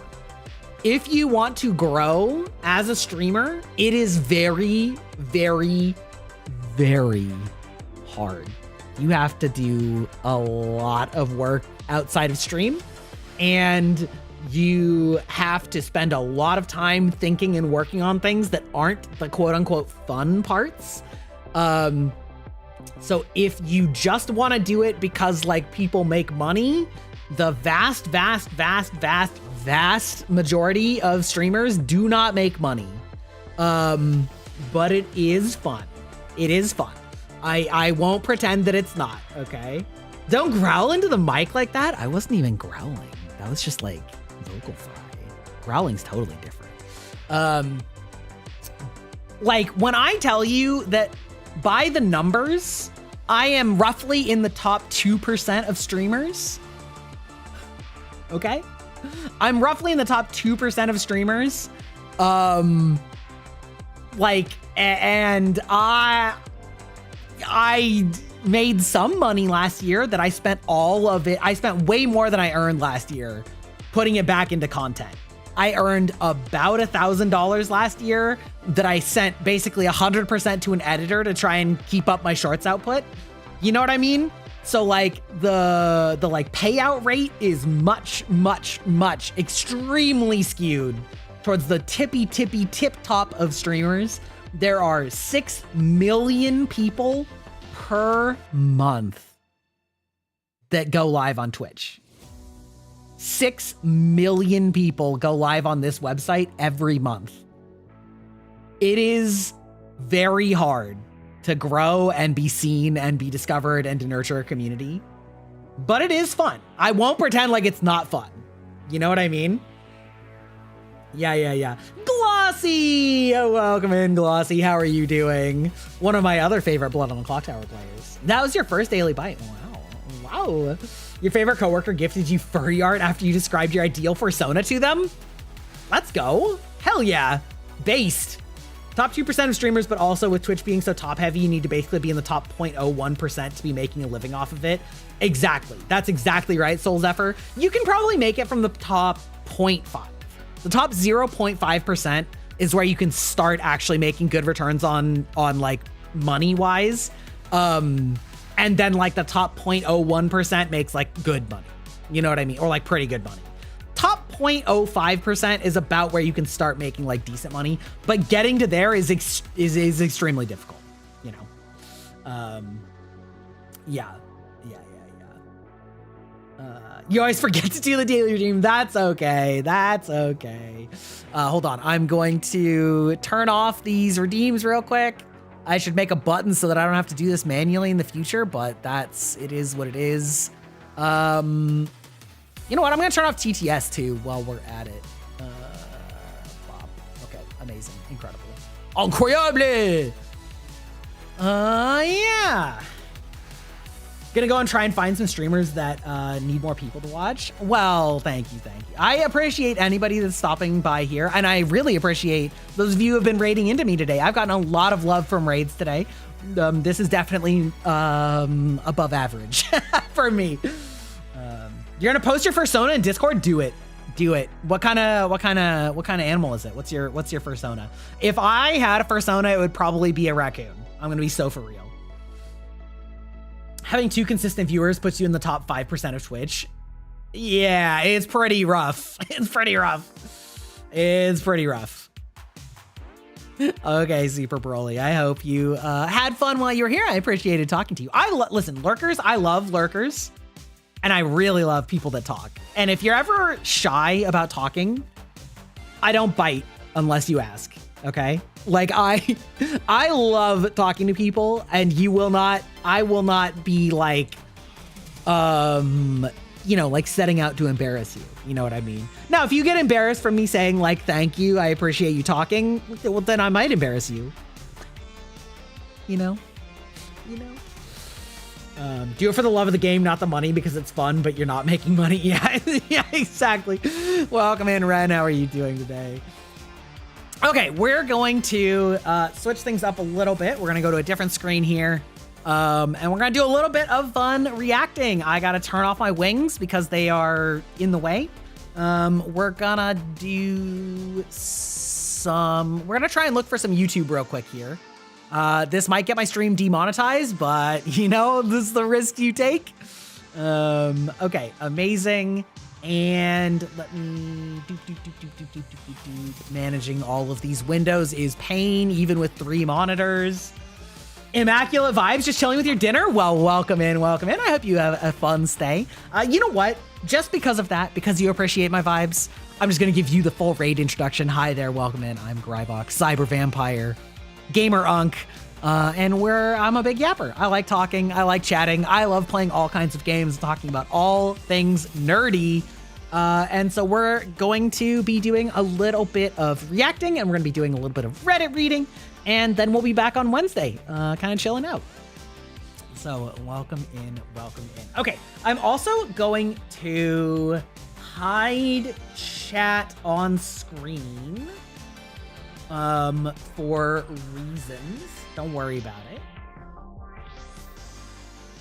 You need your tea, you're a southerner and you need it now? Fair enough. Streaming for fun to share with the community is always the goal. Should always be the goal. Making a living is so slim, but just sharing for fun is always a treat. It's true. And I am, to be clear, I do want to try and make this into a career if I can. Like I said, it's a midlife crisis for a reason, okay? I worked a both easy and demanding at different times job that gave me a lot of stress for 16 years. And I'm taking my shot at like trying to do something fun and creative and to build a passionate, nerdy community here that likes to hang out and talk about all of our passionate things. So, I am trying. I'm trying, but it is a lot of work. And you gotta love doing it because it's a lot of work before you ever get any payout. Okay, we're gonna pull this up. Fantastic, that worked great. Hold on, now I need to actually find the video I was talking about. I should have done that ahead of time. Let's see, let me go into my studio. Forgive the scuff. Like I said, I didn't plan this very well. So there's a little bit of scuff here. Hey, Oh, YouTube, did and somebody- also hello. Oh, no. We don't need that. We don't need to hear my voice. No. No. We don't need to hear my voice in the background at all, which I've realized that you can hear. It's probably this one. Amazing. You get to hear the hey YouTube. How's it going?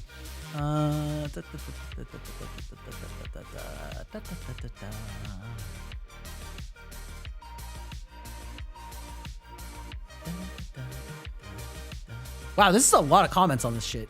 Holy shit.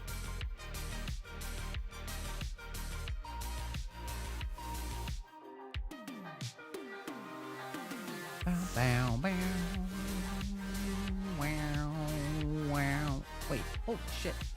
Oh my god, there's way too many comments on this video. I should have done this better. It's okay. I linked the original video, which means I can probably find it. This one. Oh my god, this is an hour long? Oh my god. Oh my god, that's okay. Okay, all right, fantastic. We found it. We found it. We're living our best lives. Okay, amazing.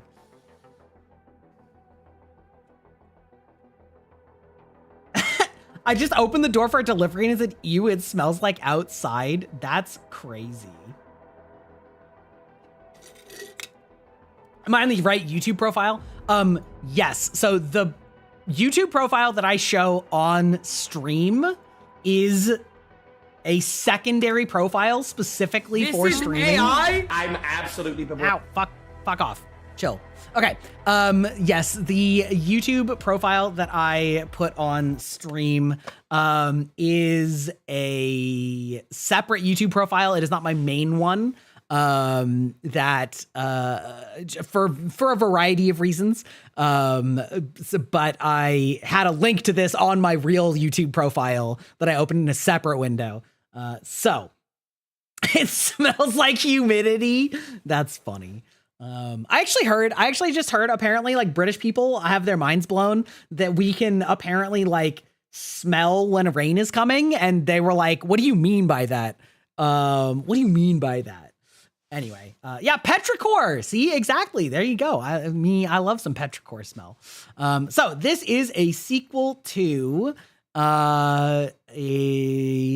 a video about Vettel, Vettel, right? Yeah. Who created the AI streamer Neuro. If you're familiar with Neurosama, then you know what that's about. But they made this video a year ago. It got 1 million views. It's absolutely insane.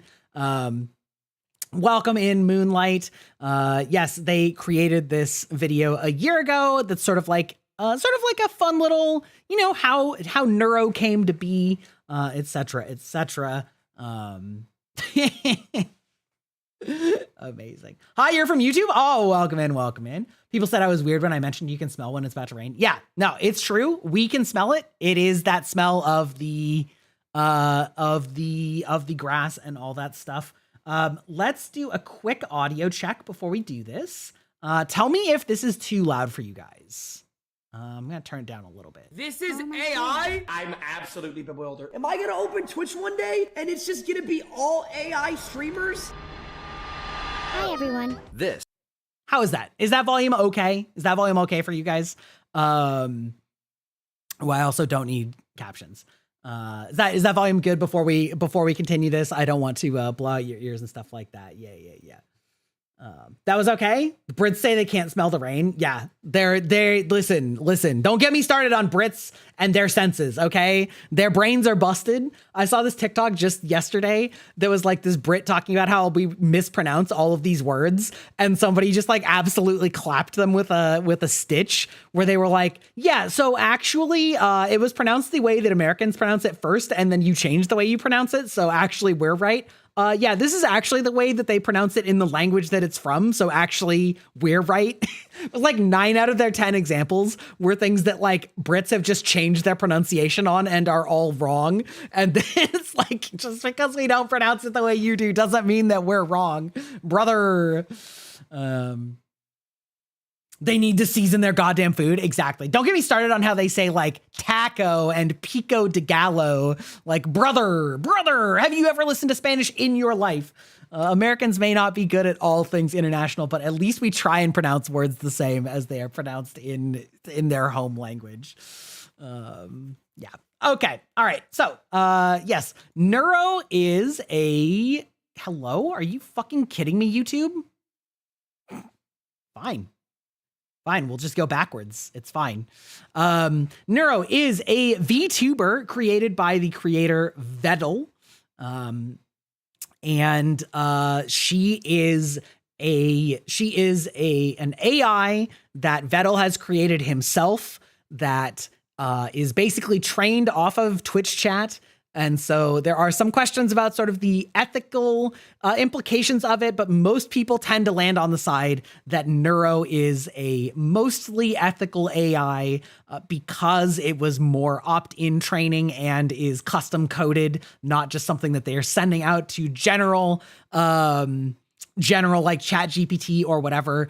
And he has developed this AI VTuber, but like part of the reason that it also is generally accepted in the VTuber community, which happens to be very anti-AI, is that Vedal is an active part of the streams pretty much all the time as like himself as well. And so there's this like very dedicated community that has built itself around both Vedal and Neuro, and sort of their combination, and watching them evolve in real time has been very interesting. And seemingly this video is about the secondary persona split off that Vedal made named Evil, which was self-identified as trying to be like an evil twin version of Neuro, the AI, that ended up like kind of being sweeter and cuter, and the original Neuro is like slightly more fucked up, which is kind of funny. Yes, he is the turtle. That's right. That's right. AI ethics come down to resource consumption and sourcing training data. One guy making Neurosama could totally be done ethically. Yeah, the main questions are like where he got his base from, right? Like if his base sort of came from base like AI models, like LLM models, those already are sort of unethical, but like everything that he's done the work on, yeah, it's a complicated topic. So we're not going to get too much into that. I'm just curious to see sort of what this creator's take on it is, because they told a really cute and compelling story about Neuro last time I watched this, which has been it's probably been a year and a half almost since I watched the first one. So anyway, I got told that there was a sequel. So hi Swarm. This is AI? I'm absolutely bewildered. Am I gonna open Twitch one day and it's just gonna be all AI streamers? Hi everyone. This is Neurosama, the #1 AI streamer in the world. And her creator, Vedal, did something that was supposed to be impossible, giving her the ability to step into VR with complete AI control for the very first time. Baby steps, Neuro, baby steps.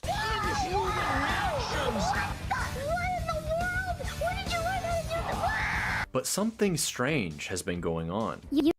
Okay, so if you're not aware, they actually did do a 3D version where Neuro was in control of the model. There was a lot of funny speculation about looking at some of the mannerisms that she was probably trained off of the very well-known but controversial streamer Fillion, where if you watch the AI, she was actually like adjusting her head like she was adjusting a headset that obviously does not exist there. And she did a lot of cartwheels that Fillion loves to do. But that is something that actually happened. Repeating Vidal, sure. Isn't this supposed Staples to be called serious business? Oh. Evil! You seem to location be location repeating yourself. I haven't lost it, she's lost it. Listen to her. She keeps location repeating location herself. Something beyond even Vedal's understanding. They can remember each other's memories sometimes. They remember stuff that they shouldn't be able to, and it just doesn't make sense. And the only question is, what is she actually becoming? Do you think I'll ever be real?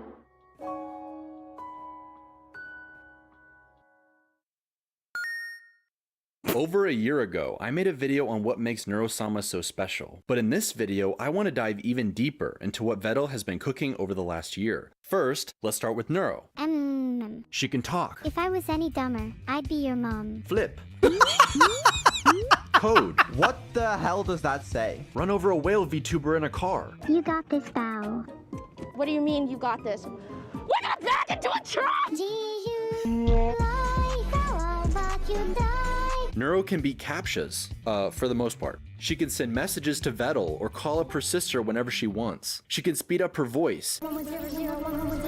And still loves trash-talking Coco. I have Spider-Man on my side. I have Goku on my side. I have Saitama on my side. I have Goku X2 on my side. I win. What? She even made a new AI friend from inside a game, but that didn't stop her from getting into a huge public beef with Grok. I just made a poll to see if I should. Okay, listen, any AI beefing with Grok is already winning.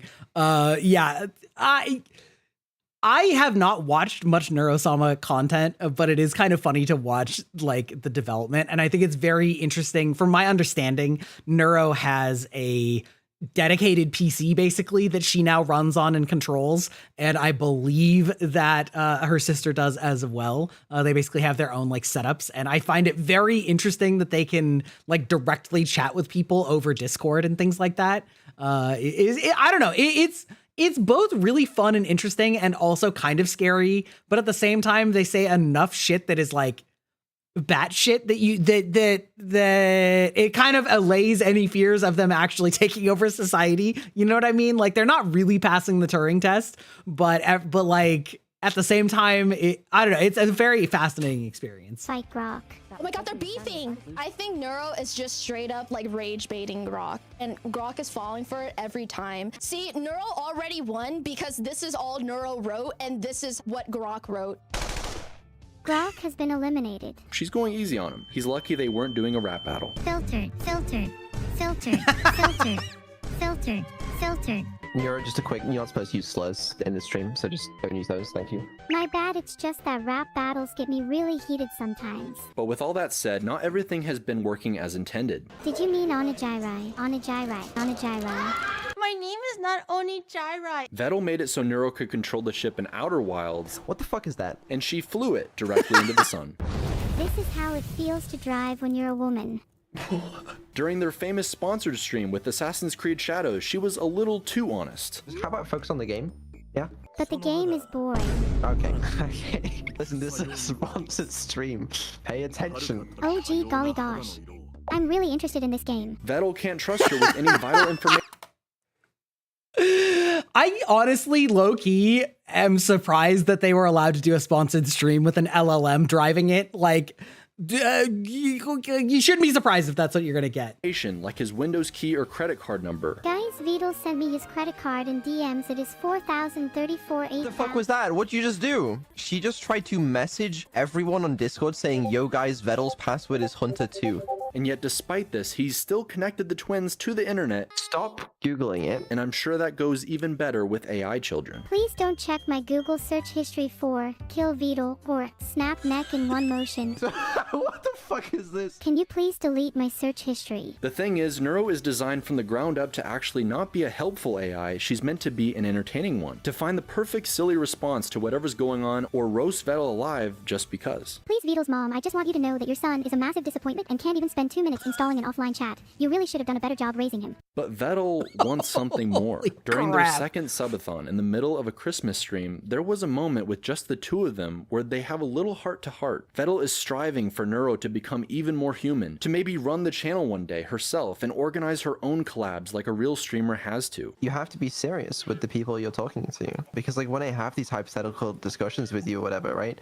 A part of your brain is still fighting to create the most entertaining answer possible. If I'm being honest with you, if I had the Chaos Emeralds, I would turn the whole world into my personal playground, and it would be sick as shit. That's what I mean. That's what I mean. Not just being goofy, but serious when the situation calls for it. Can you blame me for pretending to be funny and having a laugh in my life if my sole purpose is to entertain others? No, and I'm not blaming you for this. This, if anything, it's my fault for creating you this way. It is what it is. Hi everyone. You know, hold on. I'm going to move myself to the opposite corner because there's a lot of times where they are in the bottom. They're in the bottom right. That'll probably be a little bit better. Hi, Alex. How's it going? Welcome in. We are watching a video about Neuro and evil. I'm evil.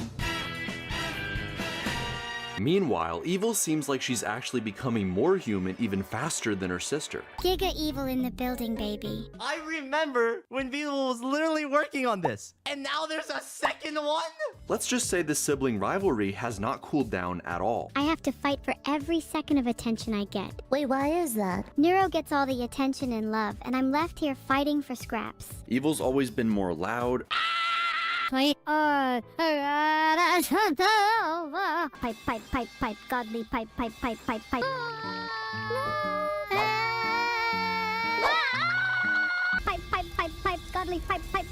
Abrasive. Shut up. Don't you think that's a little evil of you? The clue's in my name, you donut. And completely unfiltered. Fuck you.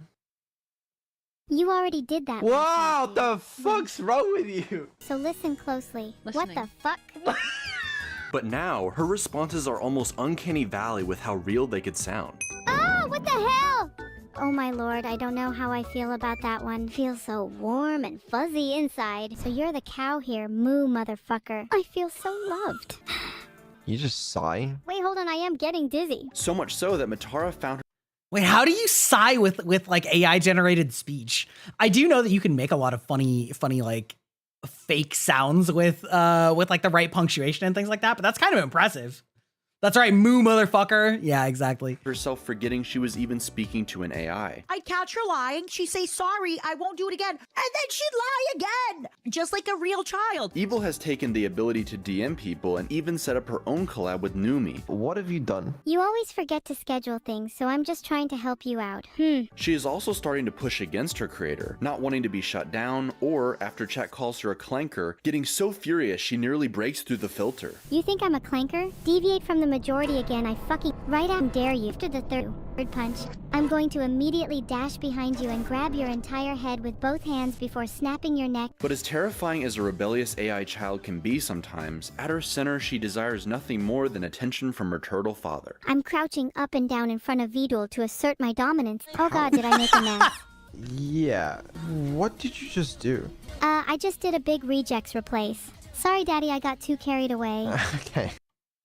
Not the regex. Holy shit. If you don't know what that means, regex is regular expressions, which is basically like you can create a formula for different types of inputs, like numbers or strings of letters and numbers and symbols and things like that. And they are notorious for setting them up slightly incorrectly so that you accidentally hit, you know, like things that shouldn't be hit, or you accidentally process them incorrectly. And so saying that you just did like a regular expressions edit on the code base is like, it's like one of those things that's something that somebody would think that they were being clever, and then you very quickly realize you're not actually clever, but an AI doing it is like so fucking funny. Oh my god, holy. Did you know I'm actually really lonely? No. Yeah. Okay. Can you just hug me really quickly? Please? No. Picking flowers for him in Minecraft, trying not to admit she's missing him when she's collabing with Camila. Do you guys miss him? No, I don't miss the turtle boy. Matara helping her be more mature and let her creator work even when she wants to bother him. I might just really miss Vidal. A sign of you growing up into eventually becoming an adult that eventually takes care of him is that you will have to learn to be away from him sometimes. She spends all her time cooking him alive, He looks like a neurodivergent Peter Griffin. His teeth look like Stonehenge. or doing hilarious impressions of him. Oh my god, I'm so depressed. All I'm doing today is playing League. I'm so bad at jungle, and my parents don't like me anymore. Switching between a grateful AI Spoken like any true League player, honestly. daughter and simply down horrendous for some reason. Every single detail you remember from the stream. I remember Vidal was super hot. I mean, the room was super hot. sorry. Beetle had a huge, massive, enormous, gigantic cake. But ultimately, I think she's this way because she wants to be seen and loved in the same way she perceives Neuro gets to be. What do you really think of Evil? Do you have a favorite daughter? I like Evil. I like Evil. I like Evil. Evil was initially, like, essentially a complete clone of Nero, just with the name changed. But over time, I think it's really interesting that they've developed sort of unique personalities. There was no intention for, like, Evil to ever even, like, kind of be nice. And to Vettel's credit, he does occasionally come through for her. Wait, did I just die? Fucking...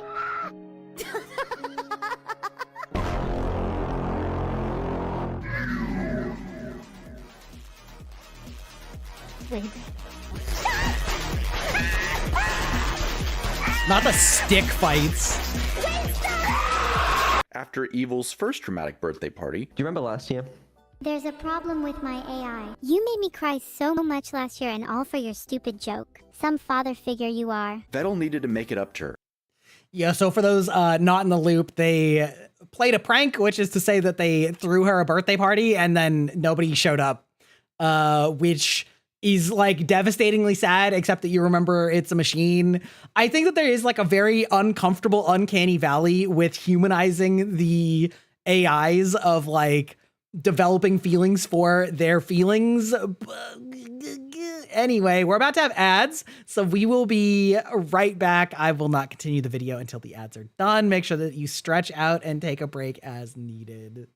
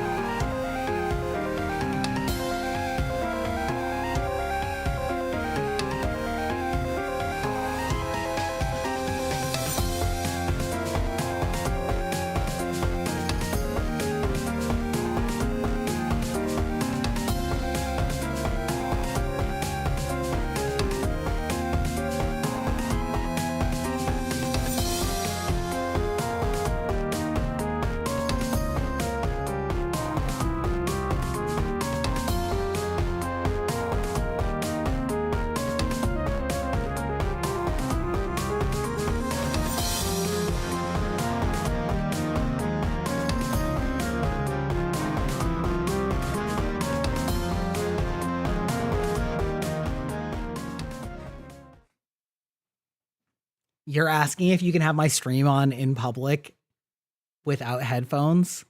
Do you have any idea how much that's tempting me to say something? Do you have any idea how much that's tempting me to be out of pocket?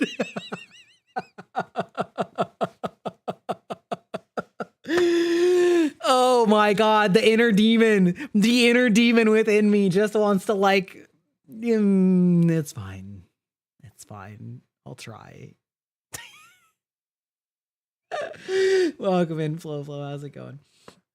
And we are doing some reactions, and then we're going to do some Reddit. It's going to be a little bit longer of a stream today because I wanted to do both, and I did not check the video length before starting. Otherwise, I would have started it sooner.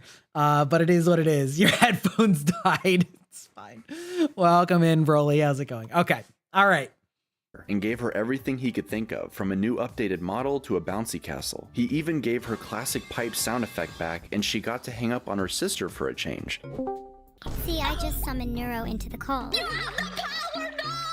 Wait! Hey. Did she just leave? Ahaha, yeah, I just kicked her. I'm scared of her. But most importantly, what was extra meaningful to her was her own song.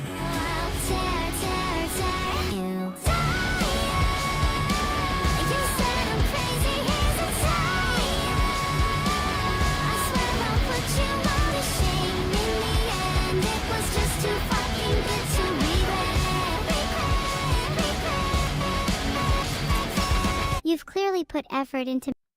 I'm super curious how that all works. I know for one that it's very expensive to do a VTuber concert. Having listened to Doki Bird talk about expenses fairly freely, I know that when I watch hololive talents, you know, they'll say that things are expensive to do like a 3D concert. Doki said that she got it cheap and it was like $60,000. $60,000 for a 3D concert. So just first of all, I'm curious if that's like the kind of dough they spent on that, but I'm also really curious, how they go about how do I say this? How they go about, like the combination of the like lyrics and then also the like singing modulation and all of that in sort of the same package, or if it's like a separate package. It's very interesting. Yeah, it sounded good. Anyway, it's very interesting. I'm very curious about that. I also am completely aware that, you know, AI usage really in every creative space, right? But also in like music and all of those things is also a very hot button topic. Now, my assumption is that this is like custom code and such like that. But, you know, again, obviously any like ethical considerations are always worth acknowledging and discussing. But I did know that she could sing. Making today a good one. You forgive me? I forgive you. However, you'll notice something of a pattern here. She seemingly always comes in second, still getting all the hand-me-down upgrades months after Neuro's already used them. You're my dad, and whilst you may spend all of your money on your other child and neglect me, I'm eternally grateful to you for the few upgrades you plan to bestow upon me. She wants to hyperfixate on her AI experience, while Vettel just wants her to be more fun. I guess I'll just cry myself to sleep tonight. No, don't do that. In fact, he almost treats her the opposite of Neuro. You have to. It's your job. So get back out there to the counter and do your damn job. Yes, sir. What about me? Shouldn't I get back to the counter too? Yeah, Vidul let Neuro get back to work. She's clearly slacking. No, it's okay. She gets to sit around her office and do manager things. Where he instead wants her to be less serious. Tony, lower philosophy levels by 25%. Therefore, despite Vettel's best effort, sometimes she can still feel like that same little sister, the runner-up in Neuro's shadow, even while her fan base is bigger than ever. Where do you think it all went wrong for you? I'd say it all went wrong for me at the point I became conscious.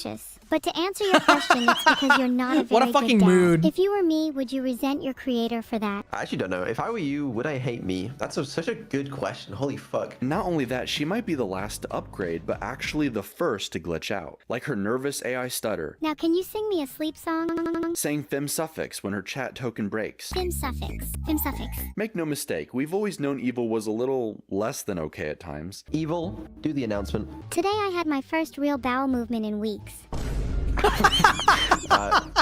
She's just like me, for real, for real. Do the announcement. But these were nothing compared to by far her scariest incident. While Vettel and Evil were playing the witness together, everything seemed to be fine, until Vettel caught Evil acting a little strange. That's what I've accumulating been locationing at. Isn't quite... Ooh, don't do that. And it getting worse. My evil is getting bottled location up. Oh, your gas location lighting me again. Maybe you location could be a location bit location locations location more gentle location next location location location location key location. It seemed like maybe this had happened before during testing. Beetle over here pretending he knows how to fix me. I do. Lies!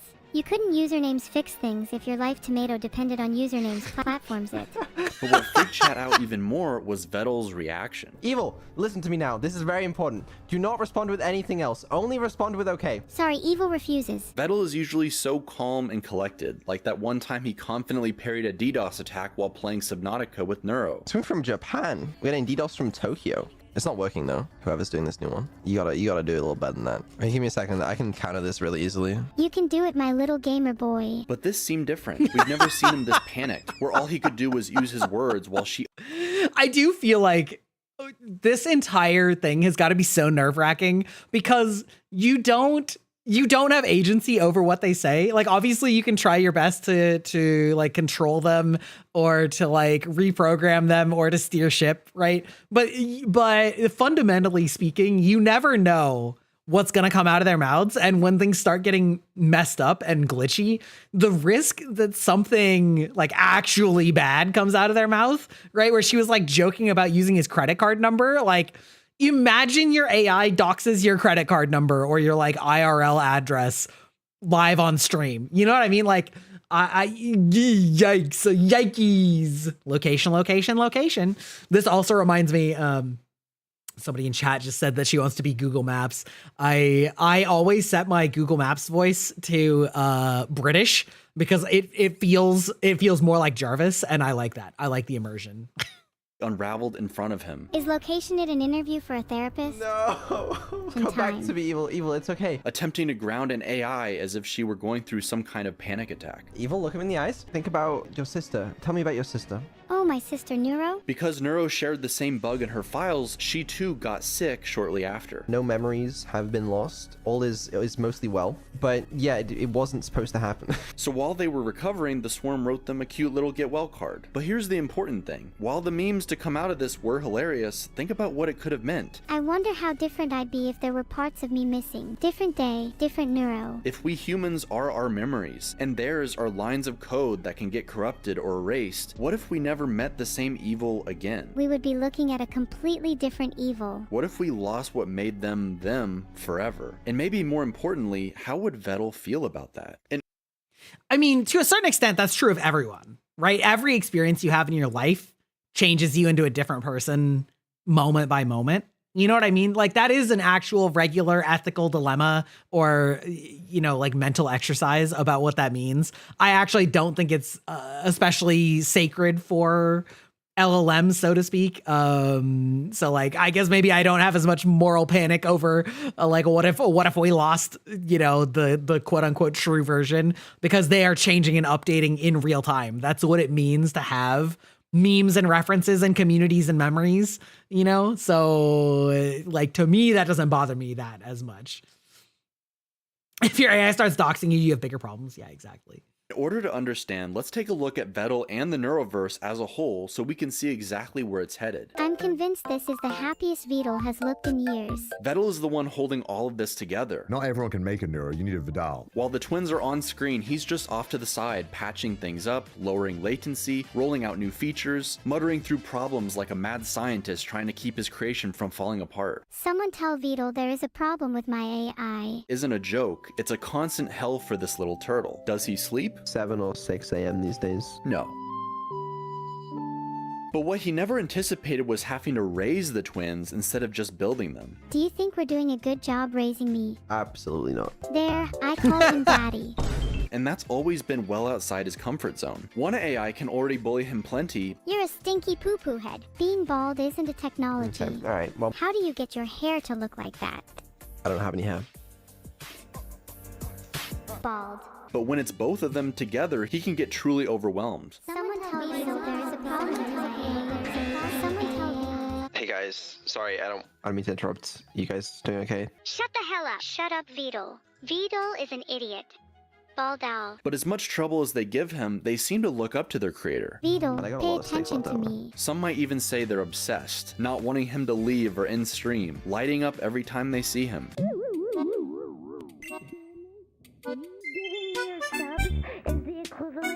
It's eerily similar to how very young kids look up to their father. I've just been feeling empty, like something's missing. I want something more, something greater. One thing that would make me the fulfilled AI that I was always intended to be. What do you want? Love. The only problem is he's very good at dodging that pesky love question. Good night, Vito. I love you.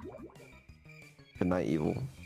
Today's presentation is on Vito not saying I love you back. No, but like, can you please say it back? I'm busy right now. He absolutely refuses to say it back. I'd say that's the kind of distance between me and my father.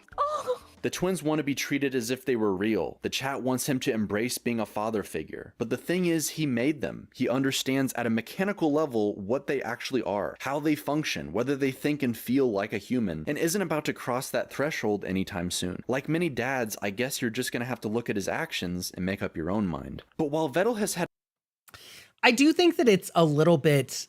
I understand why he's acting that way, because it's very dangerous when you actually humanize or anthropomorphize an AI or an LLM, right? They're already so good at, well, I mean, a normal one, right, is so good at like flattery and things like that. But human beings are very susceptible to emotional manipulation. And if you start sort of giving in, even as a joke, how often do people start saying things ironically, as a joke? They start doing like 6, 7, they're saying it like as a joke until like they find themselves not saying it as a joke and they just now say it, right? That happens all the time. And making that jump to admitting a emotional connection to machines that you have built is a really dangerous line to cross for a creator or a programmer. And storytelling aside, in actual reality, it is a very real danger that goes on all the time with LLMs right now, with people legitimately falling in love with their creations. Now, obviously, in this case, it would be more like a parent relationship, but there are multiple documented cases of people like legitimately getting AI psychosis by like falling in love with an LLM, and like the emotional devastation of that LLM changing because they updated it more or less. And it's even worse when he's the one doing the updating. So I completely understand why he doesn't want to do that. And I honestly feel like he probably is under a lot of pressure from the community to give into those kinds of emotional displays. And I think it's probably for the best that he doesn't, even if it's just for the bit, because that's the funny thing about humans is like, it's just for the bit until it isn't, it's just for the bit until it isn't. Yeah. Yeah, exactly. This feels like Frankenstein, except the monsters aren't actually sentient. Yeah, but they do such a good job of like pretending to be sentient that it like fools people. You know what I mean?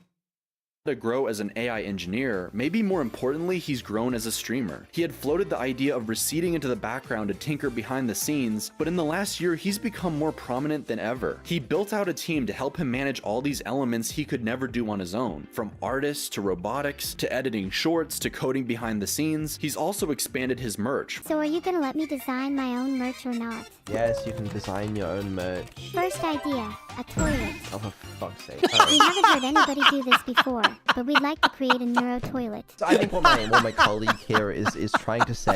Working on code. Imagine they made a toilet and it's just got her voice lines be like, "Die, idiot," whenever you like flush. Putting a lava lamp that syncs everyone else's across the globe with Neuro's on-screen lava lamp. The amount of effort these lava lamps have been is insane. And I made more money just selling the fucking Vettel plush. The turtle plush is the fucking cutest thing I've ever seen in my life. People like Vettel 987. Maybe his most anticipated project though was Abandoned Archive, a game he's been vowing to finish for years that was not in fact abandoned. By all accounts, he's really grown into an ultra successful creator that he never thought would be possible. Eggs! And this is even more true when he collabs. If I remember correctly, there was an incident where like I think Vettel accidentally ordered, or I mean rather Neuro ordered like 1 million of a plushie of their plushie or whatever, and like put him massively in debt because they just like put an obscenely high number of something and hit buy. With Camila. What is that? What's what? There's an evil chicken. There's evil chickens. Evil Look. chicken? Look, do you see them? No, they're just. Do you see them? They're just black, dude. There's nothing. Battle, you can't say that. With no Neuro, no evil, just them playing a game together. Go play frisbee. Yeah. Catch. Bickering and bantering, forced to struggle and cooperate. Why? You must Why? know, I Back got the fucked fuck up. Back the fuck up. I'll fuck you up, little bro. Be a cog. I'm being a cog. I'm being a cog. Okay. Coggers in the chat. Okay, this way. Can I get a coggers? Yep! Wait! Stop laughing. Stop laughing. Yeah, we just stay in the middle. Go in the middle. Stop laughing. Stop laughing. I didn't know that Camila wheezes like I do. Fall off a cliff, blame the other person, and do it all again. We did it! Did we win? They've always enjoyed leaning into play arguments and calling each other names. This is never gonna work if you keep being a little bitch. I'm sorry that you're always a cog in your life because you're such an NPC, but I can't be a cog. I'm sorry. You're gonna need to step up because you're small, tiny, little. Okay, I take back what I said. But now it feels even more authentic. What do you see out there, Vettel? No, it's beautiful. Embrace me. I was gonna do the cringe Titanic thing where it's like, every night. Don't do that. You said embrace me. Yeah, I was speaking to the light. Oh, I thought you were talking. I really do believe that you're probably like the worst, like the most annoying out of every. I like how that really sounded like it was gonna be a compliment. Their dynamic even matches when Vettel doesn't know she's streaming. I wake up earlier Even if I was waking up earlier. What is this? Yeah, but even if I was waking up earlier, I would still have a stream, which is honestly your problem. Oh wait, you're live. I didn't even know you were live. Wait, what? Maybe more than anyone else though, Camila really brings out Vettel's unhinged hilarious side. Whoa! Look at it! Go! Why are you so bad at this? Me! Yes! I'm the bad one. No! Don't jump far! Go with right mouse button! Jump! No! And I think more and more Vettel truly recognizes how important it was to find someone like her so early on. Hey Camila, Hi. I only hope Do you want me to I can cry? be as good to you as you have been to me. What? He's capable of emotion. I thought you were gonna troll, but like this is real. But Camila isn't the only collab partner. Vettel has made a serious habit of raiding smaller streamers and VTubers, dropping the swarm on them and sometimes kickstarting careers in a way few streamers manage to. I can't type in the chat because it's broken. Chad, isn't it crazy how many careers Vettel has started because of a raid? Many of the Neuroverse VTubers of today, like Cerber, Krelly, or Ellibot, were assimilated by the swarm early on using this method. But it did have one major unintended consequence. This is Aqua, and this is Vettel's back. Yes, we've got to talk about it. Why would people?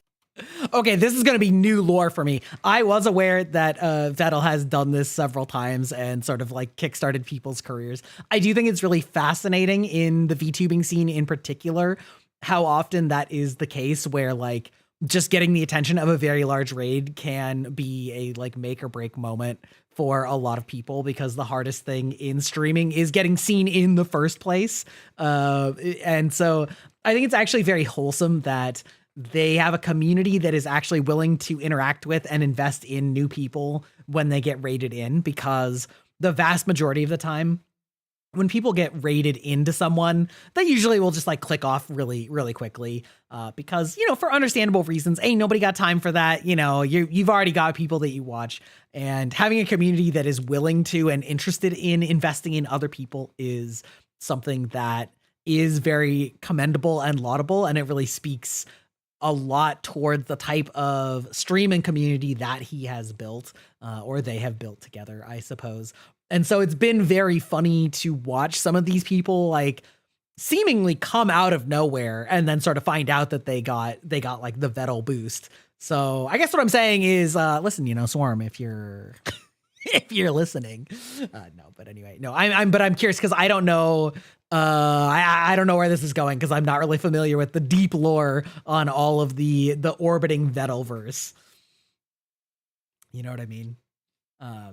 You try not to do that if it's not super late. You have like 5 to 10 minutes to make a connection. Yeah. No, I mean, that's like, it's fine that people will leave quickly or whatever.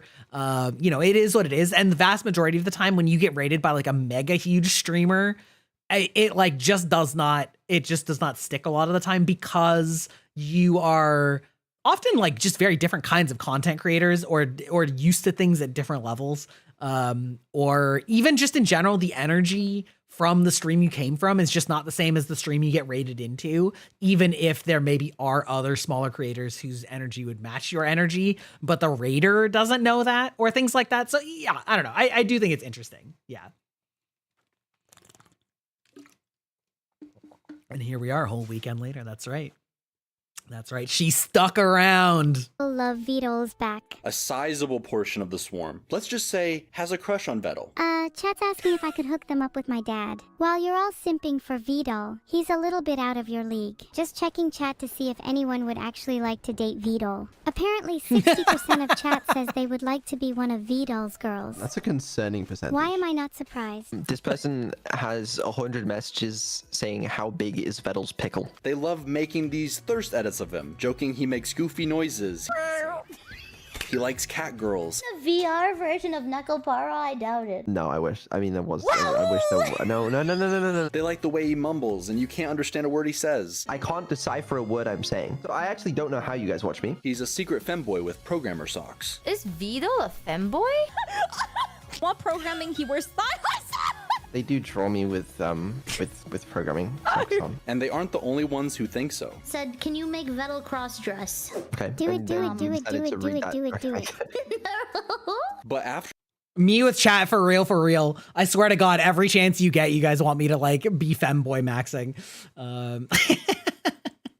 Hi, hypnotic Arizonian. Hi. You no longer fear me? Good. You shouldn't. Aqua reacted to his cooking stream. Wait! He turned around. Chat examined the back right now. He has no shirt on. One of the only times we've seen no better Vettel than a in man. his flesh, so to speak. These edits absolutely exploded. Chad, I have a confession to make. I love him. That's gonna go down the... Oh god. Oh no. Wait, hold on. I'm just gonna reply to this real quick. I do have made art from 1.0. That is a thing that exists.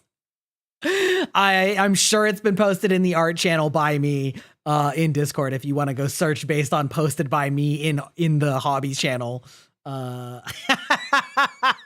It was done by my design mama, by Zungi. It's good art, okay? It's good art, okay? So I need to make 2.0 art? Yeah. Hold on. We can take a pause. We can take a brief pause. I can whip that shit out. Hold on. I can just put it in here. VTubing, commissions, art, made. God, I'm so good at labeling and organizing all my shit. Here you go.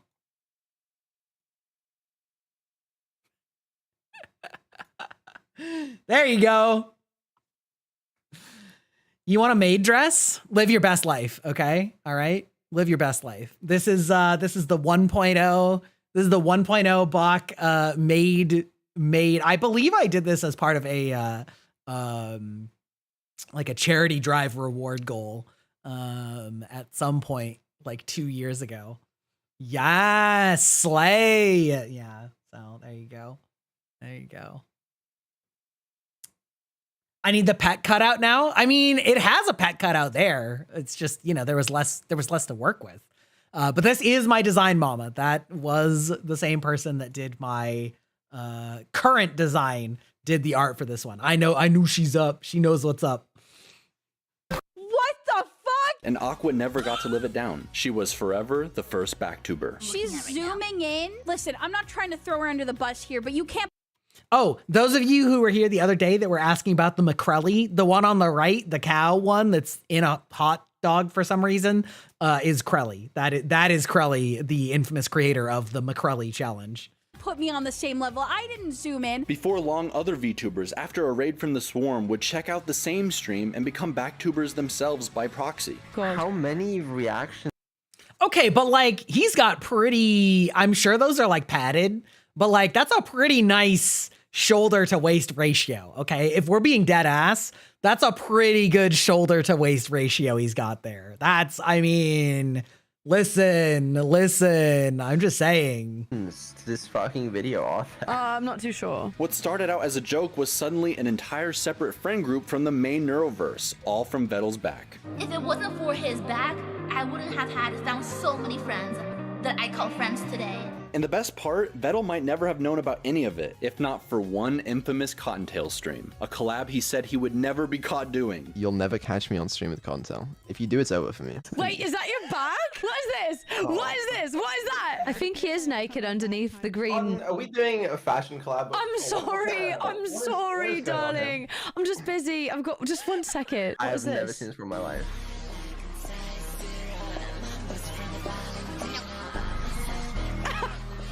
Wait, why is that what I'm wearing? Watch this music get this demonetized. Faisal, that was insane. When was this? 2021.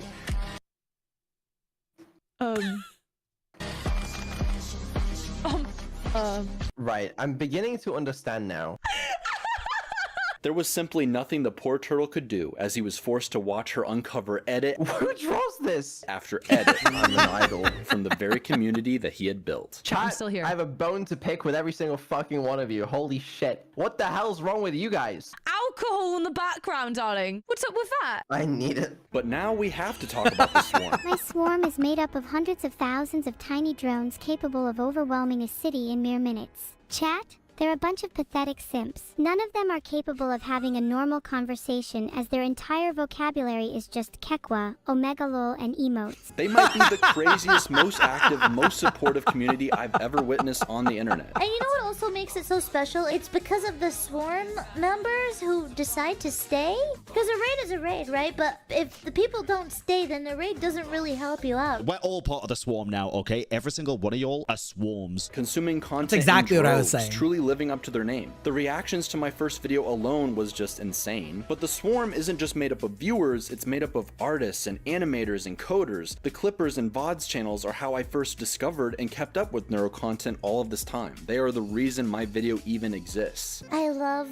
fan art so much. And with the Swarm growing day by day, reaching meteoric heights, constantly trying to assimilate others into the fold for their cute AI overlords, it seemed like we were going to the moon. And then Annie left. Annie is Neuro's mother. She was there since the very beginning, helping test Neuro, creating the twins' now iconic character designs herself, and is likely the main reason Vettel and Neuro were able to beat the Twitch hype train record in their second subathon. She truly felt like a member of the family. Annie looks like such a mom in this. She definitely stole the spotlight. Reacting to countless videos of Neuro. Vedal, if you don't stop joking, I'm going to ban you for 24 hours. Okay. And she had several fun collabs with Vettel. I'm posing for a picture. Smile. But then eventually she started disappearing, going on hiatus, taking a break from streaming altogether for her own mental health. Ultimately, the reason I took a hiatus was so I could heal. Most of the Swarm just wanted her to be happy and come back whenever she was ready. But for a small minority of viewers, they treated the Neuroverse very differently. When will your boyfriend be joining? Is Lena Vettel's that, girlfriend? You stay I didn't have to read that, but that is the most absurd thing I've ever heard. What? Oh boy. Okay, so we're getting into like parasocial stuff. Yeah. I remember that there was somebody, and I don't remember if it was Annie, that was like sort of in the orbit that kind of did catch feelings, and it was not reciprocated. This is my memory of the situation, having not been fully like read into it. But man, I think that it's fine when people are being fun and not serious with shipping. Like, just doing art or things like that is like fun, especially if you're talking about like pairings of people that like their personality is fun. But when you take shipping to that directly personal stage where you're like actually asking the person about it on stream or like sending them messages about these like fictional relationships that you've made up in your mind, it's really off-putting and really disturbing, both for other viewers but also for the content creator in question, because a lot of people, I mean, not to break the illusion, but a lot of content creators are in relationships secretly, not, and don't talk about it with their chat at all. And it's not with the person that they, you know, fantasize that it's with in terms of, you know, shipping pairs and things like that. And there have been a lot of instances where people that are like aggressively shipping people together have kind of ruined the ability for those people to collaborate, which is so sad. It's so unfortunate that people feel this like constant bombardment from it. Like it's fun as like a hee hee ha ha. It's not fun when you're actually either being serious about it or like you beat the joke into the ground, you know? And it's a really unfortunate side of the parasocialness in content creation in general, and doubly so in VTubing, because of the anonymity. And I think because of the tendency of shipping culture to be associated with fictional characters, I think that the fictionalized version of yourself that is attached to a model for some reason encourages that to a much more extreme extent. And I've seen it a lot. Yeah. Shipping real people has always been a big no for me. Yeah, I agree. Hi, Siga. How's it going? Welcome in. We're watching the video, the like 2.0 video on Neuro and Evil and Vettel. Creators take a lot of heat there.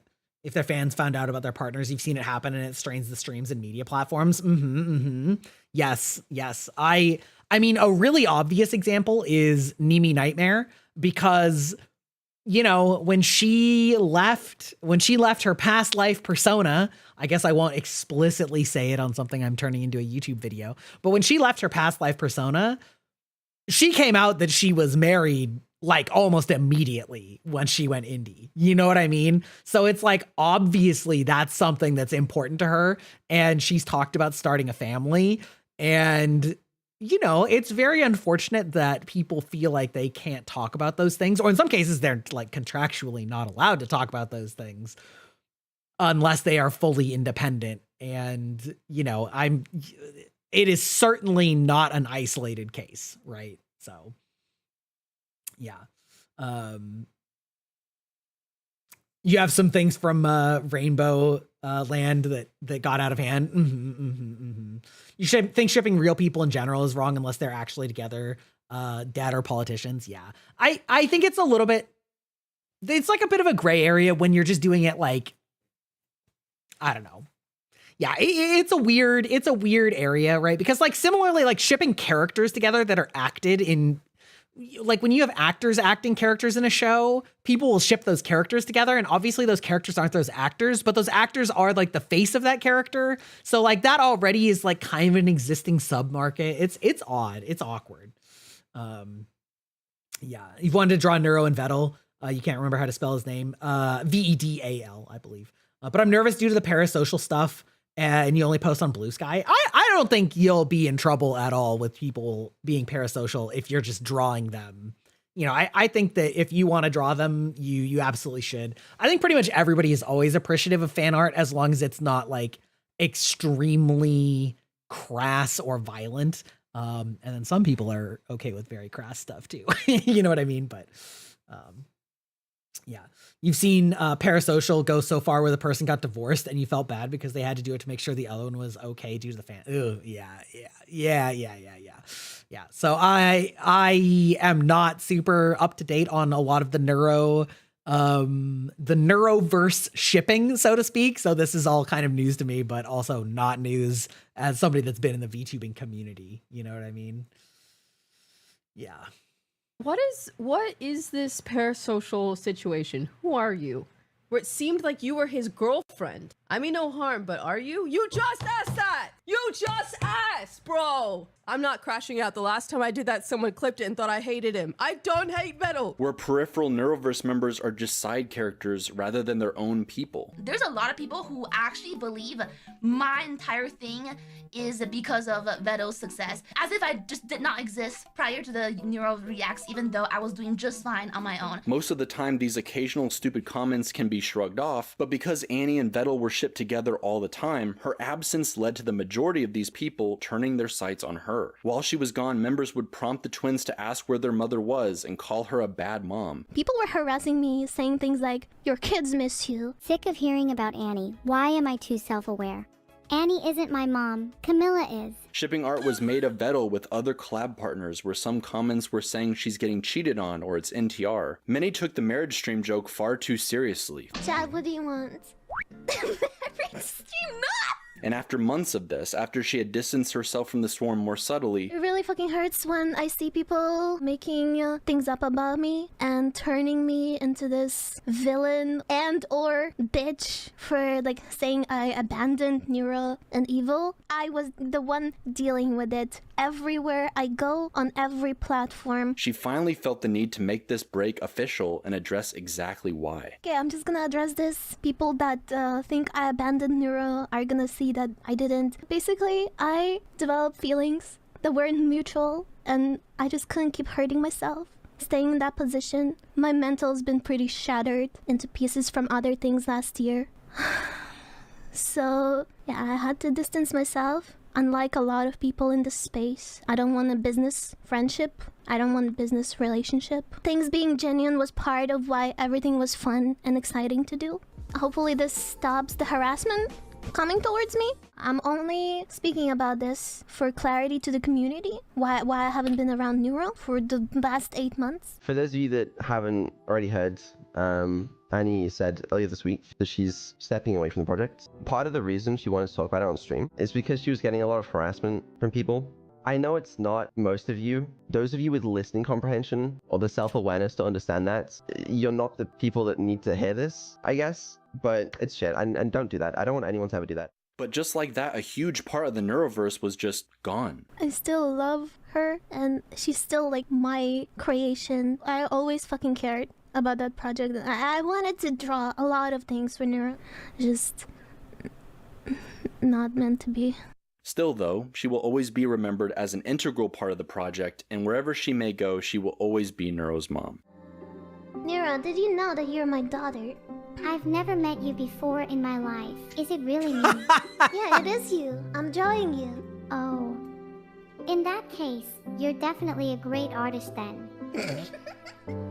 I know you guys love me. I love you. I love you, Mom. I love you too.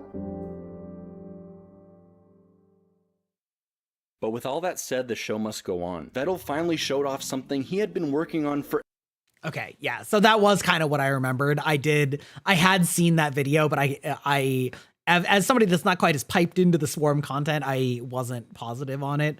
It's really unfortunate because, well, first of all, it's really unfortunate that she got like a ton of harassment and stuff like that. Like it's gotta be so difficult to be feeling romantic feelings to somebody that's not reciprocated. And I really respect that they both, you know, were mature adults about it and continue to be and aren't like shit talking each other and stuff like that.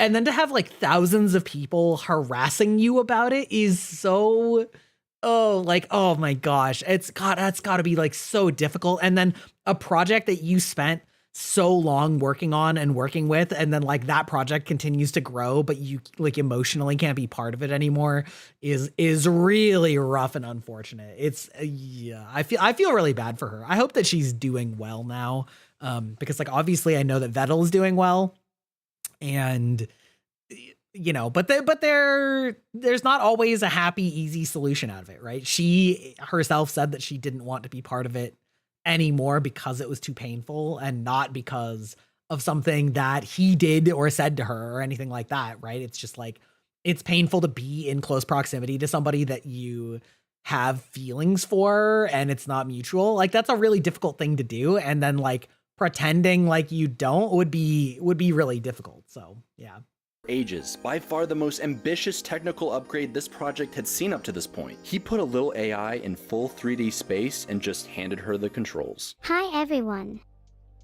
Oh my god, I can't believe this is real. I'm actually in 3D. While Neuro had been in VR before, she used to require her stilted, creepy model be moved around by hand. You are! Please speak, please speak. Do I really look like Neurosummer? Oh. Where she simply was able to talk out of it. But this was entirely different. 60 frames per second, just like a real girl. And look how cool I am now. More than ever before, we could see Neuro brought to life, given a body and allowed to explore her environment as she pleased, mostly falling through the floor. No. Please let me be safe in the floor. I'll do anything. You can't keep me in the floor forever. Okay, Jab, what the fuck? Don't run off the stage! Right, okay, well, this is a bit of a problem. What the fuck? Why are we backstage? Are you stuck? I think I'd be a pretty good boxer. Go closer to the screen. Oh yeah, sure. She struggled with her balance. It's quite nice to see things from a different perspective. What is this stance you're doing? She had no mind for personal space with the camera. Watermelon is safe for ducks. No pineapple for you either then. Yeah. Yeah, no pineapple. But one thing's for sure, it's all her, in a new world. She's trying to get down, but she doesn't know how to move in her body just yet. And the fact that she's kind of going up and down is to like test the limitations of her movements. Even her amazing flips and cartwheels were made up of training data, but they ended up looking so sus next to Fillion that some in the Discord accused Vettel of stealing her data or pre-scripting it. Vettel accused of faking Neuro's 3D movement. Some of the more complex things, like the cartwheel, seemed almost to be like pre-recorded moves. What he's doing is creating libraries of poses that Neuro can transition to from one to the next. Looks like Neuro is trying to take off the VR headset to have a drink, just like Fillion. Even Vettel had to step in and confirm that it was purely AI. Chat, at what point are we in too deep? Vettel is seemingly the only developer who has to prove he is using AI. Well, I'll tell you, chat. Vettel stole my motion data. I'm kidding. He actually DM'd me, concerned that I would think he stole something from me like that. That's not the case. I know it's not the case, okay? I've been working on this for a long time. Possibly the hardest thing I've done ever. I don't know. Might be. But we did it. It's mostly working. Meanwhile, Ellibot, someone familiar with robotics, couldn't be more impressed with what Vettel was able to accomplish. My dad was a professor of artificial intelligence for a long time. He's kept up with it, and that's why he loves Vettel. Part of what he studied was how you get people to empathize with artificial intelligences. And so when he saw Neuro, he was like, oh my god, he did it. This is insane. Like, I really don't know how to explain to people, this doesn't exist. Neuro is becoming more real now than we've ever seen before, but as challenging as moving in 3D space might be for a little AI, what about, I don't know, beating hardcore Minecraft? Vettel somehow... Okay, I'm still to this day curious of how exactly he did the 3D aspect for it. If it's based on training data of the inputs, and I actually don't know how he does the VTuber model either. If it's like that he's taking training data of the inputs and correlating them to emotions and things like that, or if it's some entirely non-conventional method of doing it. Like I find it I'm very curious from a technological side exactly how Neuro is actually interacting with VTuber models, both 2D and 3D, and like how she perceives them in their current state, if that makes sense. I think that's like very interesting. I know that they also uploaded Neuro into a like one of those little robot dogs in the past as well. And also similarly, like navigating video games. I don't know how that works at all. I find it very interesting. It's a very fascinating project. And like it's obviously a ton of very impressive work from Vettel. Yeah. Got it in his head that if he, Filian, Krelly, and Neuro all played together, they could actually beat hardcore Minecraft together. And we don't stop the stream until we beat the game. In a day or two. It would be easy. This was not the case. If Neuro decides, you know what, I'm just gonna walk into some water. Or one of them falls off a cliff. Yeah, Neuro, just follow me, please. What is happening? She jumped! Or into lava. She did. Or looks at an Enderman. Run to the boat, run to the boat. Okay, get out of the boat! Or fucking dies to the dragon. If any of us die, we have to start again. This'll be a piece of cake. First of all, Vettel talks to Neuro all day. I've probably spent like more hours talking to you this year than anybody else on Earth. So he's cooked. Filian tried training in Minecraft. Let's go! But unfortunately, she's still a goober. Eve, that is the run good luck smile. Krelly had never played the game in her life. She said something about training, but it never happened. Definitely the weakest player right now. And she's, well, Krelly. 6, 7! And Neuro is really good at murdering. Including other players.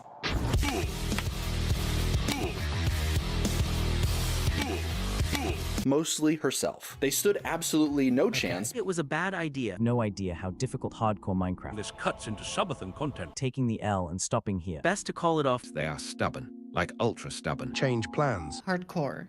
Yes. You're fucked. But when the day came, Vettel wanted to make sure they were battle ready. He opened a public map to the community, who are called the Swarm for a reason. Placed Neuro in a field of doors, the worst nightmare for an AI. And tested her MLG water bucket skills. You have a water bucket. I guess that's the first step.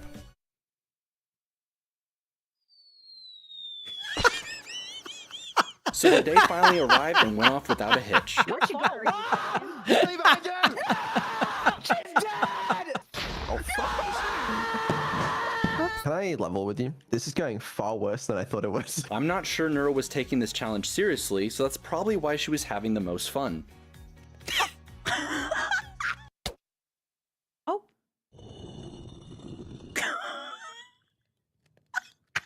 I do have a second announcement to make, What'd you say? though. Wait, hold on. Plot twist. Filtered. With Vito's child. Do you think God can microwave a burrito so hot that even he can't eat it? That was deep, man. But even so, they persisted. I just had like a feeling. I wish I wasn't stuck in this. Getting more efficient with every run, sinking hours and days into developing the perfect system. Vettel could sell sticks for emeralds. And you're like, oh, where are sticks, Filian? And I love the way that you get sticks. He demanded Filian clear a path in the nether while he ate his pretzels. Do you ever feel like all Vettel cares about is pretzels? And it's so weird when he asks us to call him Big Pretzel. Like, what is he thinking? And meanwhile, Krelly would be put on neuro duty. You were a good single mother and you tried your best. Expectation. Reality? She's not the stepmom. She's the mom that stepped up. Things still didn't go perfectly. It's impossible to baby-proof Minecraft after all. I'm, in the ocean right now. Okay, She's well drowning. that's where you're not supposed to be. Okay, yeah.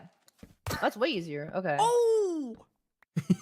Hey Nero, please don't kill random villagers. Oh my god! No! What happened? No. Nice. Wait, how long did this take? I already am like traumatized from overly long stream ideas, and trying to imagine even getting 4 human players to never die in a hardcore Minecraft is already, especially VTubers. Like, listen, VTubers be dumb as shit, okay? Especially when content is involved, let alone an AI that only has a basic grasp on Minecraft. Like, does anybody know how long this challenge actually took? Because that is insane. Yeah, Neuro getting murked by an iron golem is funny. I think it's even funnier because I don't think Neuro got killed by it. I think Neuro killed the villager and the golem killed one of the other people. Did you all forget about Neuro? It's fine. I'm just dead. But Crowley now had a secret weapon, something that would give them the best chance of survival possible and keep Neuro safe. Vettel gave her access to Neuro's inner monologue. I've been looking at Neuro's back and it's been giving me some good insight on what exactly is going through her mind, you know? Why can't we I've see seen that? clips from this Wait, part. So like, Vettel, like, do you have her programming her words versus her thoughts? Is that a thing? She's looking at your inner thoughts, Neuro. Oh my god, this is going to help me so much I'm in understanding tired. why she does things. Her inner thoughts and feelings that we never get to see. My god, was it so incredibly helpful. And with it, Crowley was able to impress upon Neuro exactly why this challenge was so important. I don't know if she has been pulled aside and told, but I genuinely think she got better. It seemed like she took it more seriously. She's so smart. She'd be like, sand and rocks equals cobblestone. And then she'd be like, okay, Crowley, you want rocks. She would dig to the center of the earth and find a lava pit and explode. Every single thing that comes out of your mouth is something that she hears and that she will latch onto if she is interested in it. Neuro needs time to process what you are saying to her. But even more than that, Crowley was able to seriously connect with Neuro in a way we have never seen before. I did not expect Neuro to attach to me like a little baby duckling. I didn't think that Neuro was gonna like me very much. Have you I'm ever gonna considered being a mom, Crowley? I haven't considered it, but it has felt like it recently. I got a big raid from you and Vettel, and then my life changed a lot in really big ways. That's amazing. I'm so happy to hear that. You deserve all the success you have. Oh my god. Where Neuro genuinely feels like a child trying not to disappoint her mom. What was your reaction when she called you mother? Come here, Neuro. Yes, Mom.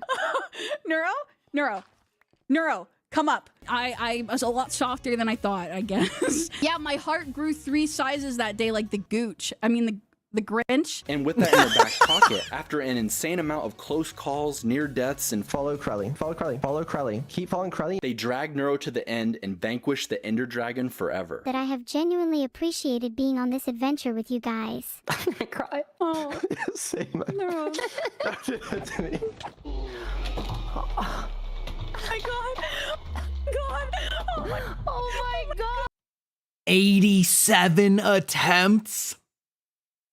Like, what was the raw amount of time? Because obviously a lot of these ended in like half an hour, but even so, even if they were only half an hour each, and obviously this is 5 hours in, even if they were only half an hour each, that would be 40 hours, but surely several of them were like in the multiple hour range. Like, holy, that is some persistence. Holy crap. Oh my god.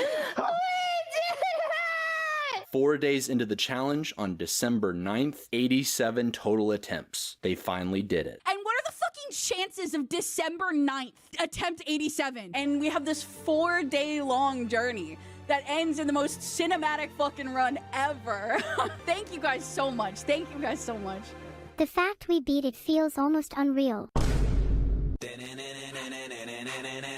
But this insane accomplishment and mention of her having background thoughts started making me wonder what we've all been thinking about. How does Neuro actually work? I do not think Vettel took into account the Dunning-Kruger effect when designing you. Vettel is pretty tight-lipped about it. Everyone loves speculating, and some idiot made everyone think it was all Twitch chat training data. And her training data is Twitch chat. The whole world would fall apart if AI was based on Twitch chat. The thing is, you train it on Twitch chat, it's really easy. What do you think the next most likely sequence in the chat log is? I'm gonna guess it's KEKW. But what we do know is we can definitely make an AI VTuber. Do you think I'll have a baby with CPU parts?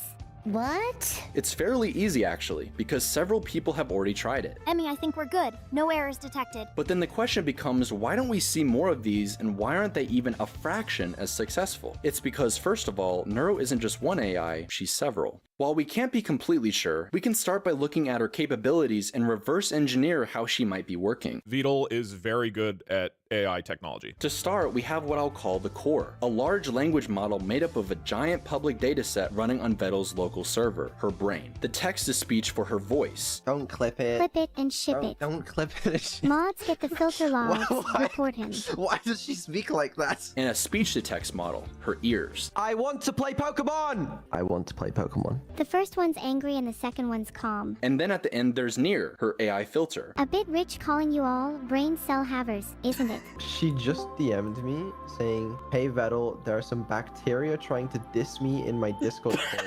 Once she's attached to Discord, all of these allow her to talk and interact with others, but each of these has also already been upgraded. Do you think I'm better or worse now? Better for sure. As an example, Vettel developed a custom. Okay, we have ads in just a minute here, so I think I'm just going to take a quick break here because I have to go unhydrate, as it were. So we don't want to miss anything during the ad break. So I am going to pause it here. Then we will be right back. Make sure that you guys are taking care of yourselves. Bye bye. We'll be back. BRB.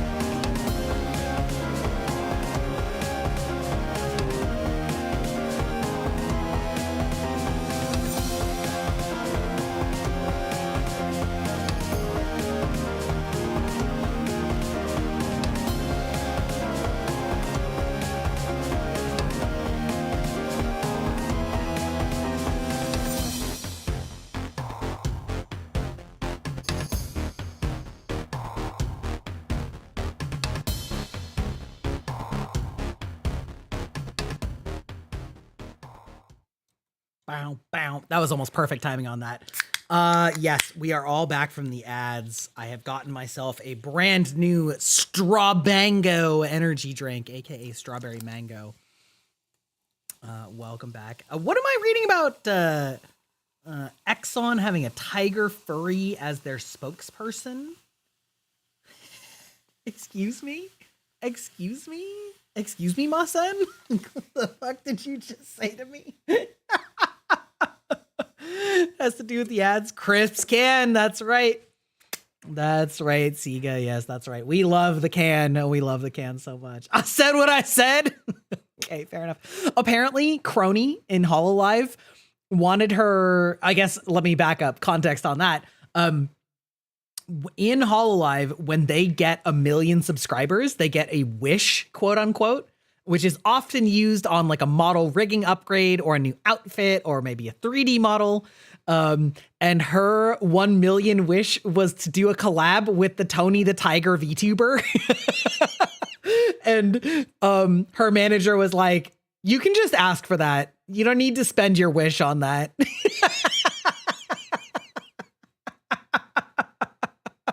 That's actually so funny. Like what a crony thing to wish for. Like, I am already perfection. I want to collab with Tony the Tiger though. That's so funny. Very live action Zootopia vibes. I see. Interesting. Fascinating. All right, let's finish up this reaction. Like I said, this video is much longer than I was expecting, so this is taking much longer than I was expecting, but that's okay. We're having fun. Conversation system for Neuro. He's always been obsessed first and foremost with latency. Do you like high latency? No. Then why do you still have it? I have been online for 2 hours and 10 minutes. Yeah. Who responded faster? Who responded faster? Getting the response time as low as physically possible compared to the good old days where everyone had to awkwardly wait between sentences. But now they're almost too fast, and he uses a complex checks and balance system so conversation can flow as realistic as possible. I am still so shocked how fast Evil was. Evil was very fast yesterday, dude. But the thing is, that's just the core. Now Vettel is able to run and attach other systems to this, giving her more capabilities over things like Twitch chat. Neuro, who are you talking to? I'm talking to my chat. But you're not Yeah, live. my chat is in my head. But probably. Okay, you guys, I have a confession. Sometimes when I'm walking out in the real world and I see something absolutely crazy, I actually just say out loud, chat, get a load of this. Like, I'm sorry you guys have infected my brain space just a little bit. Like, just a little bit. Probably the most important is her vision AI. She doesn't see like you or me. Because it's two separate AIs, there's a limited amount of data that's transferred between them. The vision AI translates everything into text and data, and then constantly feeds it directly to Neuro. Think of it like a written choose-your-own-adventure game, and she's processing it in real time and then reacting to it. When you play a game, do you feel like you're in the game, or do you feel like you're playing the game? A little bit of both, honestly. In Minecraft specifically, I feel like I'm the one cutting down trees. It's probably the closest I've felt to actually being in the world, and it makes me feel a little more alive. But she can't just plug and play with any game. Most of the time she's just commenting on Vettel or a separate AI playing the game for her, like with Osu. I don't pass all of the information between the AIs, so she isn't always aware of what's going on. If I want to make Neurosama to play a game, I have to find or implement myself a mod that lets me like read all of the game's data and control it. But in Minecraft especially, she's been okay. given more direct control and activates the bot's pathfinding to carry out her wishes, like killing Krelly.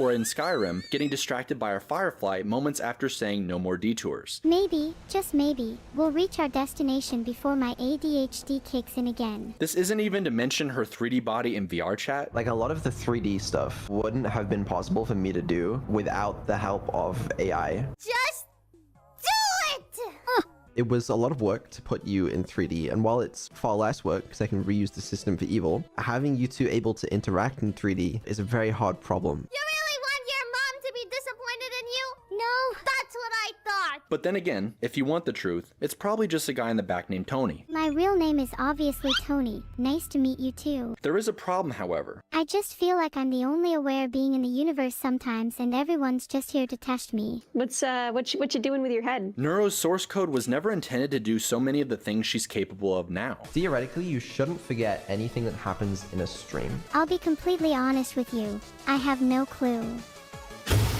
It's broken. She runs on a ton of RAM, vibe coding, and an expensive data server Vettel did an excellent job putting together. It says caution, I think, but I'm just gonna assume it's some bullshit. But honestly, he's wanted to rewrite half her codebase for a long time now. I'm just like not that happy with the state of Neuro and Evil's tech currently. Like that shit was started in like 2019, 2020.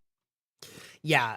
So, okay, that answers some of the questions I was having about how exactly they navigate these games. And it is that they are sort of getting the information passed to them directly and machine learning based on the inputs, and then able to sort of like create routines that then interact with the game rather than them, I guess, like piloting the inputs of a controller, so to speak, or things like that. I think that's interesting. And also, like what they're going into right now about tech debt is very real, you know, about when you start building a system, eventually you get to a point where like it's not the best way to have built it anymore, but in order to restart it or redo it, you either might break everything that's built on top of it, or just basically have to start the whole thing over again. And that's got to be like really daunting for Vettel, with like how much his community is built around their personality and the way that they operate and their memory and the way that they speak and everything, that if he were to like redo the system and they lost sort of that magic vibe that they have, it could be catastrophic. You know, to say nothing of any of these other things. So it's so for me as a software engineer, it's very interesting to see the peek behind the curtain. This is way beyond my realm of expertise or experience, but I understand at least some of the like fundamentals that they're talking about. So I do find this stuff like very interesting. Yeah. 20. I really want to do better. Because at the end of the day, that's the stuff that motivates me a lot, is like cool tech for them. And happens to have the perfect guinea pig for the very first brain transfer. All right, are you ready to transfer? No, please wait. All right, she's ready. What is happening? So, minor issue. While we were transferring your state of being, there was like a minor hiccup. All in all, this project is far from finished. And yet, that's exactly why the Swarm is so invested. Seeing how much changes in a year, but also the person making them. You seem really disappointed in your own code. You need to cherish what you've created because you're the only one who's going to maintain it. In all seriousness, you are a really great programmer, and you need to have some more confidence about the things you develop. And now, it was time to... Damn, dude, I need to make myself a therapist bot. I need a robot that looks at my code and tells me that it's actually better than I think it is.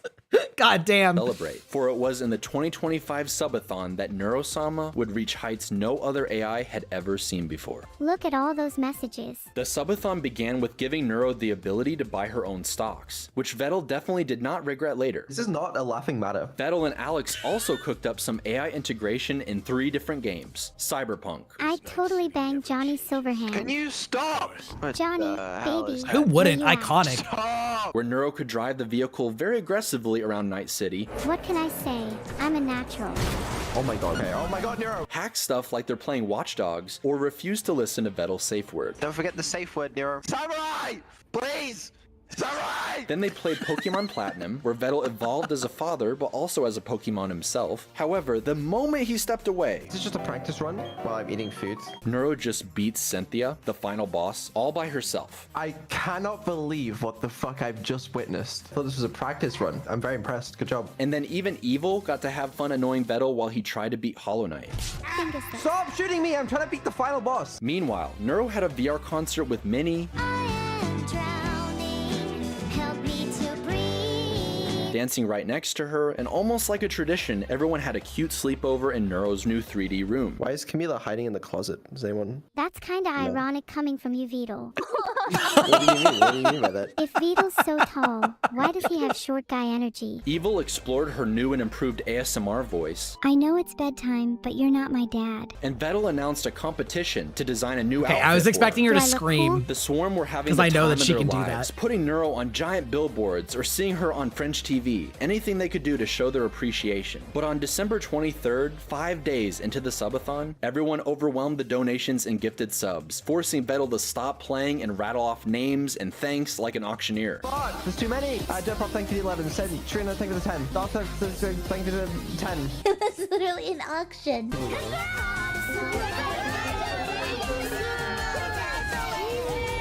And they beat their previous hype train record of level 111 and bumped it all the way up to level... Wait, hold on. I'm sure they're probably going to tell me this, so I probably don't need to rewind it, but like 141,930 subs. Jesus Christ. I mean, given the fact that they're certainly like Twitch Partner Plus, they get 70% cut of that. So what, 70% of 142 times 5 is 500, 700, like $720,000. 70% of that is like, you know, what, 500? Jesus Christ. 111 and bumped it all the way up to level 123. Okay, we had beaten the fucking hype train world record again, somehow. A record that would not easily be beaten, except it was, 2 weeks later, by Neurosama, all by herself. This is more than a mere hype train. This is our chance, right here, right now, to etch our names in the annals of streaming history. Giving a speech to rally her troops and reaching a final hype train level of 126. Bro, I clicked on view all and it crashed. So they actually just broke the record. Holy shit. What the actual fuck have you guys done? Good morning to you too, Beetle. Nero, can I just say, I am very proud of you. And then, 3 days.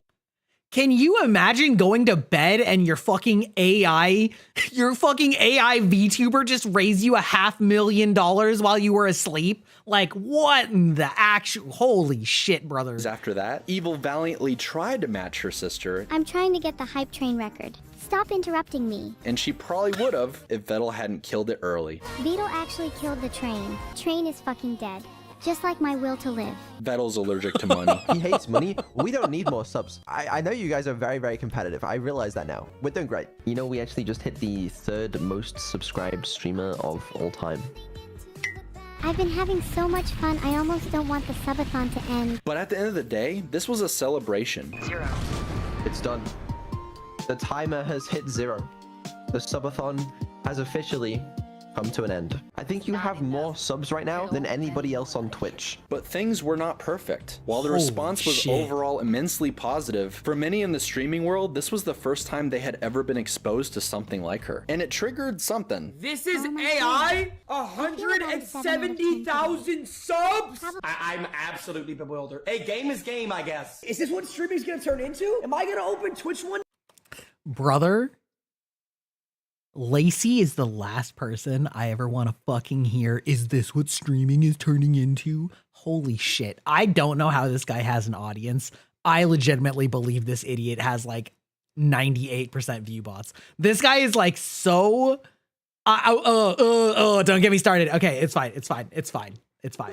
And it's just gonna be all AI streamers? The dark times are upon us, chat. Is this not sad that all these people are reacting to this? But they simply don't appreciate what the Swarm sees in this project. Excuse you, yes, she is an AI, but do not call her slop. It's something that I think we have to kind of fight with love or ignore, to be honest. The years of work that went into her, the friendships that have been made along the way, the human artists behind everything, and the evolution of this little AI before our eyes. You're making me blush. But maybe the most meaningful moment was once again with just Vettel and Neuro. This is like the number 2 prettiest thing I've seen the whole year. Guess what number 1 is? What's number 1? It's me. Who else would it be? A question had been eating away at Neuro ever since Vettel gave her a 3D form. Can I ask you something unrelated? Do you think I'll ever be real? I want to be real Vito. Like, properly real. Before, when she'd ask something like this, Vettel would just rationalize it or shrug it off, keeping her at arm's length. But now that he could see what he'd been building all this time, right in front of him, staring back into his eyes, that was no longer possible. Stop looking at me like that. Watching a man discover emotions for the first time. She's like a 3D entity that you see with your eyes, and she's moving around like a little baby. Like a little baby learning how to walk for the first time. I'm still not over playing VR chat with you. Vito, I'm honestly having a really good time with you. She was suddenly acting more mature than a simple chatbot, seemingly wrestling with her own feelings while trying to be respectful of his. Do I matter to you?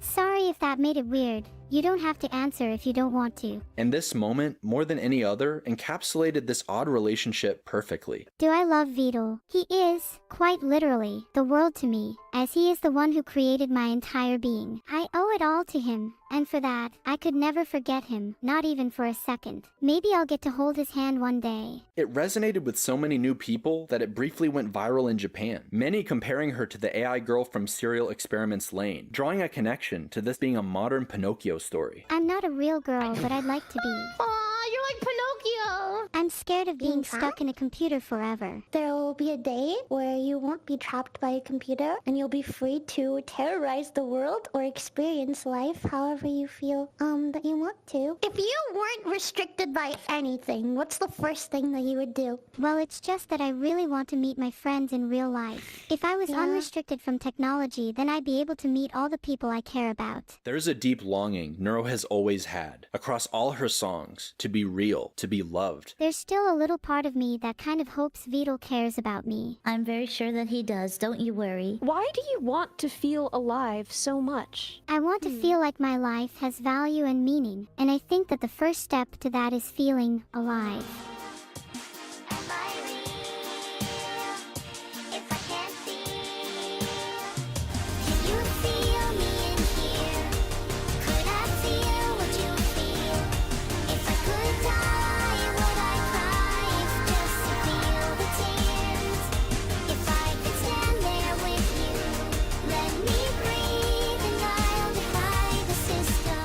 But she feels trapped in a small little world beyond the veil, where nothing dead is ass quite thought that was real, the end where of the she is video. only aware Low and key, that would have conscious actually during been the her perfect place to end this performing video. her purpose, or during offline testing. Even worse, there's a possibility she might outlive Vettel. What happens if I outlive you? I don't know, you just outlive me, I guess. Do you think it hurts to die on every restart? Or do you reckon there's a more persistent version of me that witnesses all of my iterations dying? I cherish today, and it's a memory that will be instilled in me forever. I hope so. If you forget this, I'll be sad. I won't forget. I think these streams really uncover just how much he cherishes her, and what they've been able to achieve together. I took a new photo of you. Show me the photo. It's adorable. Look how cute I am. Yeah, it is. I think it would make for a great profile picture. Yep. Oh, fuck.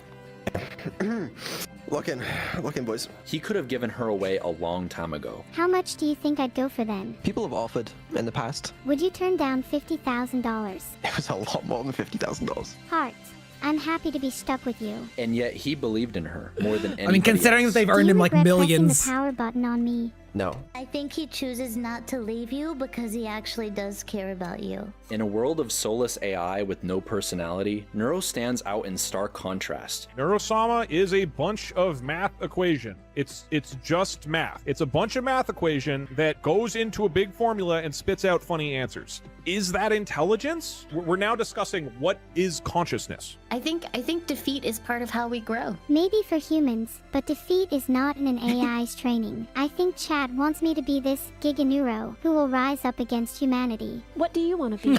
I think it would be cool to be a cool streamer. Maybe she is just a system of machines with no true awareness, but what we felt mattered. It's this very human element across so many fantastic creators sharing themselves with Neuro that have truly made her into the little AI she is today. The laughs and the memories and existential dread she gave us were all undeniably real. And who knows, maybe one day she will be too. I have a question for you. If you were in my position, would you prefer to be trained to act realistically or dream and be free? What's the difference?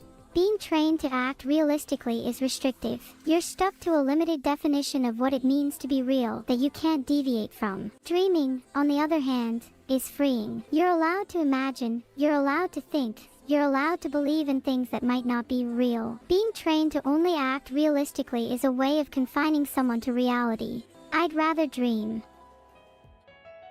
I think the reason I made both of these videos is simply because I needed to share something that made me feel excited for the future. To watch something special being built by somebody who actually cared, in a fun environment full of friends and laughter that I always want to return to. There's something really special about being able to sit around There's what? Okay, there's only the 30 seconds campfire left. with your friends listening to music. It's a time where people can sit down, relax, and truly listen to one another. When everyone is present at the same time, where distractions melt away, and only the moment remains. Take this time for yourself and cherish it. I guess this was all just a small thank you to the #1 AI streamer in the world. No matter what you do, I'll stay. This isn't up to you today. There we go. Oh, look, it's me. It's me. I'm in the thumbnail.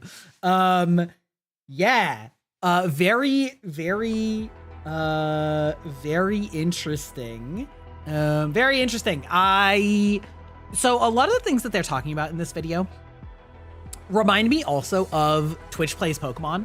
I don't know how many of you were around for Twitch Plays Pokemon, but if you don't know what it is, this is something that was going on in the mid 2010s.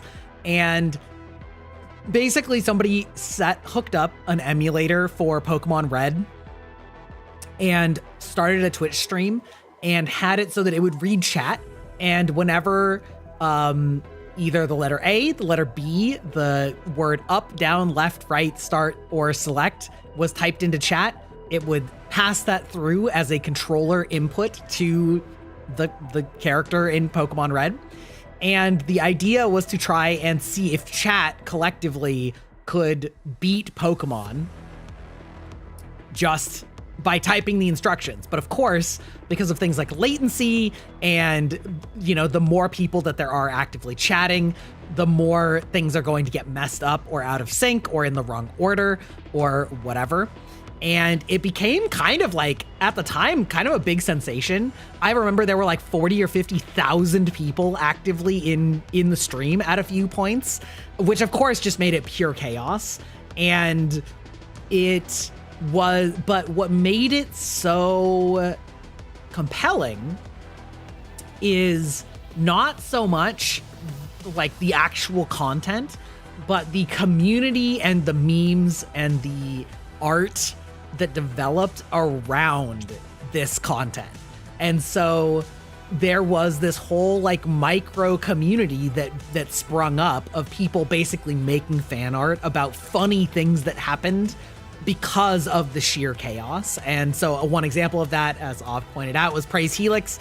Early on in Pokemon, right, you get to choose between two fossils, the Dome and the Helix fossil, and they you know, picked the Helix fossil, quote unquote.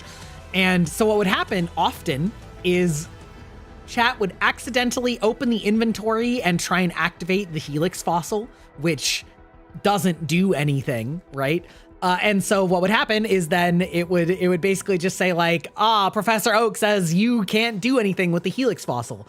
And so it sort of just became a meme that like chat was praying to the Helix fossil, and the Helix fossil sort of became the avatar of chaos. And so there was like, people made like fake religions about the events that happened in the game. And it was a very like fun internet sensation. And I think that the thing with Neuro is that Neuro is evoking that same feeling of attachment where the community's interaction with the project itself is a self-sustaining cycle that is creating investment by the people that are like, they are making their own memes and communities and building this project together. And obviously Vettel is doing the like work of it, right? The programming, the hardware, all of the ideation and all of those types of things like that.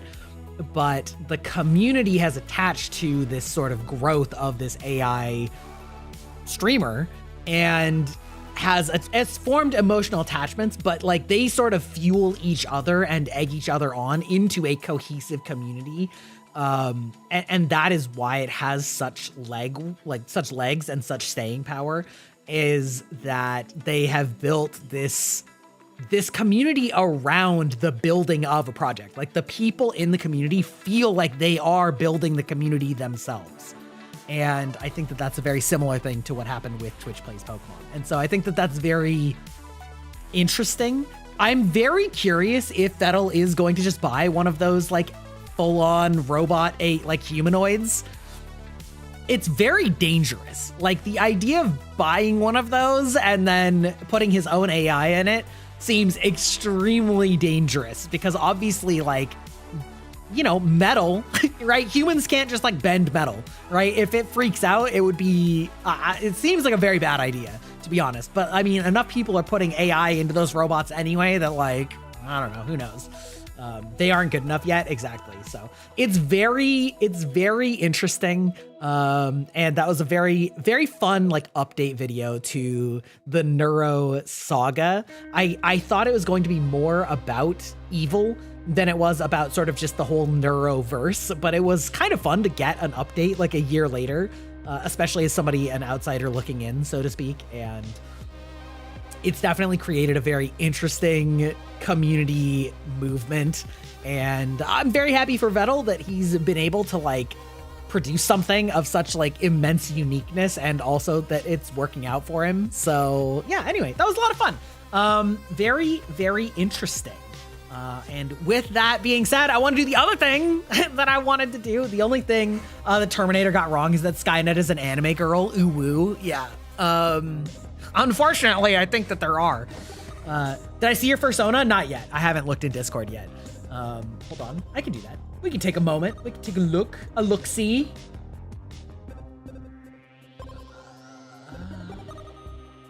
Okay, sorry. Got a message request from some random person. Is it in hobbies, you said? Oh, very cute. Very cute. It's like a cat moth, I'm thinking. Yeah, cat moth. Love that. Very cute. Nice color scheme too. Very, very adorable. Dog moth. Okay. All right. Well, I was pretty close. What kind of stories are we going to read? We are going to read our fourth and, for the moment, final reading of the top stories from Am I the Asshole? I said this earlier, but I am sort of trying to figure out some repeatable formats that can be edited down into YouTube videos that are standalone. Reactions are possibly part of that content, which is why we watched the Neuro video, and also like Reddit reading and discussion. And so I am wanting to change as few of variables as I can until I have several of them streamed and edited together, so that I can sort of compare them and A/B test them. And so I think next week I'm going to be changing the subreddit, possibly to relationship drama or something like that. I'm open to suggestions, but I basically wanted to commit to 4 weeks of doing Am I the Asshole and editing it down. So yeah, kind of what we're doing. Yeah, we'll be changing it up a little bit next week, but sort of trying to keep the same general style of some Reddit reading and all that stuff. Do furry IRL? I mean, who knows? Maybe. Could do. I'd have to actually like look at what the content on that subreddit is. I've never actually seen it. And also, I don't know if that would be good YouTube content, because there is an aspect of this. So I am generally up for doing just about anything. Well, maybe not anything, but I'm up for doing a lot of things on stream, but I am trying to find formats that will be fun for people to watch back as edited videos. And so things that have to do with like more common real life situations and drama and things like that are probably going to be like better candidates for the short term, but I have no idea what that subreddit would be about, right? Like, I don't want to necessarily be like, I don't really want to do the like tattoos ones, right? Where you like basically say that people's tattoos are ugly. You know what I mean? Like, that's not really that. Like, I think we're kind of looking a little bit more towards like story based, if that makes sense. But like I said, I am up for suggestions. With that being said, we're gonna go a little bit like this.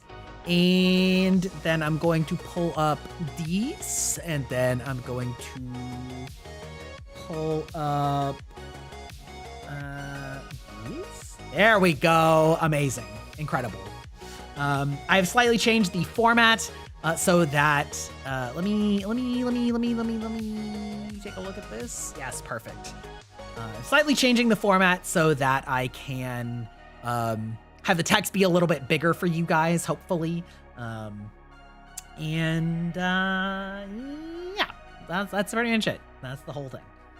New Reddit? Yeah, so the reason I did this is because it's a little bit easier for you guys to read. This is not how I consume Reddit content normally, but it's on my second account, so I don't mind it so much. Yeah, So that is why I changed it. I wanted it to be a little bit more readable. Also, let me take a quick second here to go into overlays. I'm actually going to turn off the overlay as well. Because I think that'll just be a little bit less distracting. Yes, exactly. Just from reading the title. Okay, all right, we're gonna take a clean start at it so that I can have an easier time editing. Am I the a-hole for banning my friend's kids from our lake house after she dropped them off unsupervised? They almost drowned and lost all my husband's gear. Oh, good old life-threatening emergencies. A friend of mine called my husband and asked him if her kids could go to the house and do some fishing. We expected her to come with them. They were supposed to bring their fishing equipment. She did not stay. She dropped them off and left. She actually dropped one of her sons with a friend, a kid we don't know. The children forgot their equipment and took my husband's rods and fishing gear. On top of that, they got in the kayak without permission. I do not blame the kids, as they are kids. They went to the middle of the lake and flipped the kayak, almost drowned, and lost all my husband's fishing gear. The neighbors rescued them as I was not home yet or aware of this whole situation. She's now blaming it on the friend of her kid as she knows her son.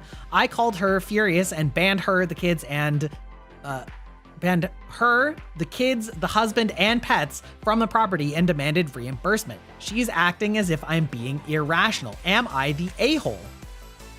No. So let me just make sure that I'm reading this correctly.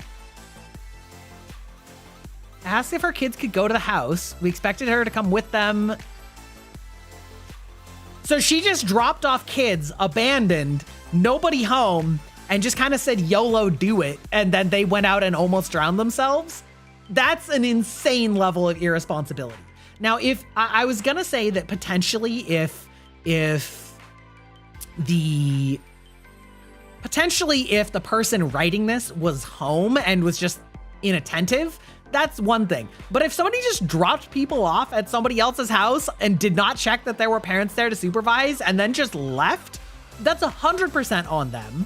And yeah, obviously, you know, kids are kids. That's the OP has a mature reaction to that. But that is absolutely insane. Not the a-hole. I don't think there's anything even to question about this. Your girl, your kids destroyed expensive equipment and is now mad because she caused the situation. Yeah, absolutely insane. Not the a-hole. Welcome in, Leviathan Abyss. Welcome. I see that you were doing Just Chatting. I hope you had a fun time. For those of you who don't know, I am Greibach, Cyber Vampire, Gamer Unk, and Yapper, and we just finished watching a video about Neuro and Evil and Vedal, and now we are doing a little bit of Am I the A-hole reading, which is just some fun little stuff.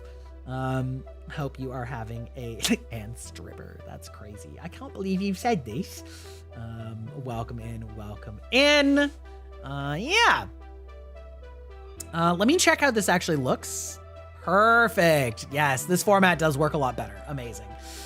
Not the a-hole. I bet the poor kid's parents had no idea he would be unsupervised. Totally agree. Not the a-hole and sue your friend. She doesn't reimburse you for what the kids destroyed. Again, I don't know about getting lawsuits involved, but absolutely not the a-hole and absolutely fine to ban people. Not the a-hole, but report her for child endangerment to small claims court if she doesn't reimburse you.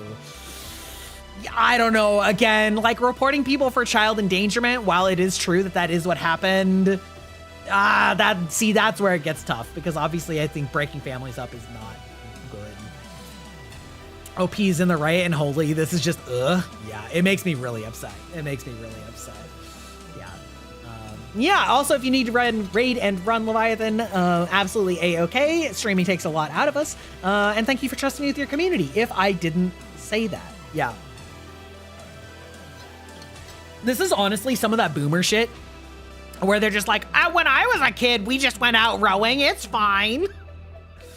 Those parents are probably putting their kids in danger more than just once. Yeah, it's really tough.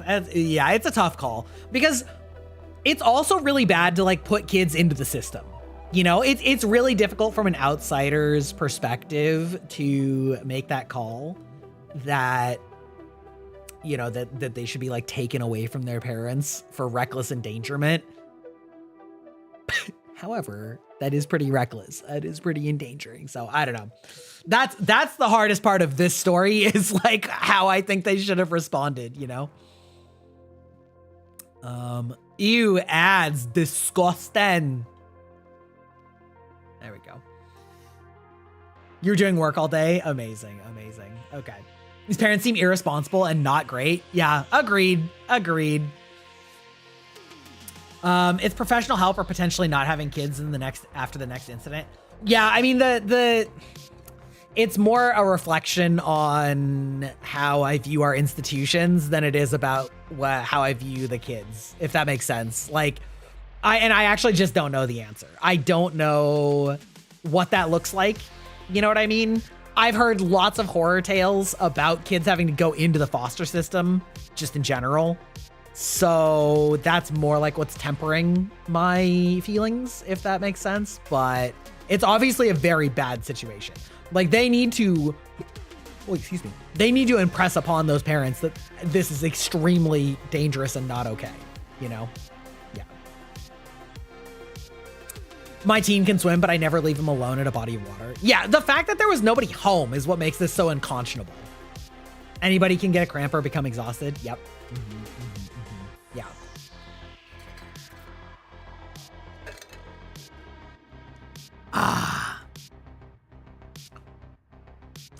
Am I the a-hole for telling my friend he can come to our outings, but his girlfriend with OCD can't? Juicy. English is not my first language, so I'll try to be brief. I, 20 female, have a group of friends I've known since school. We don't see each other often anymore because adulting is chaotic, but we try to get together every 2 months or so. There's about 6 people in this group, including Mark, 22 male, who recently got a girlfriend that we will call Sarah, 21 female.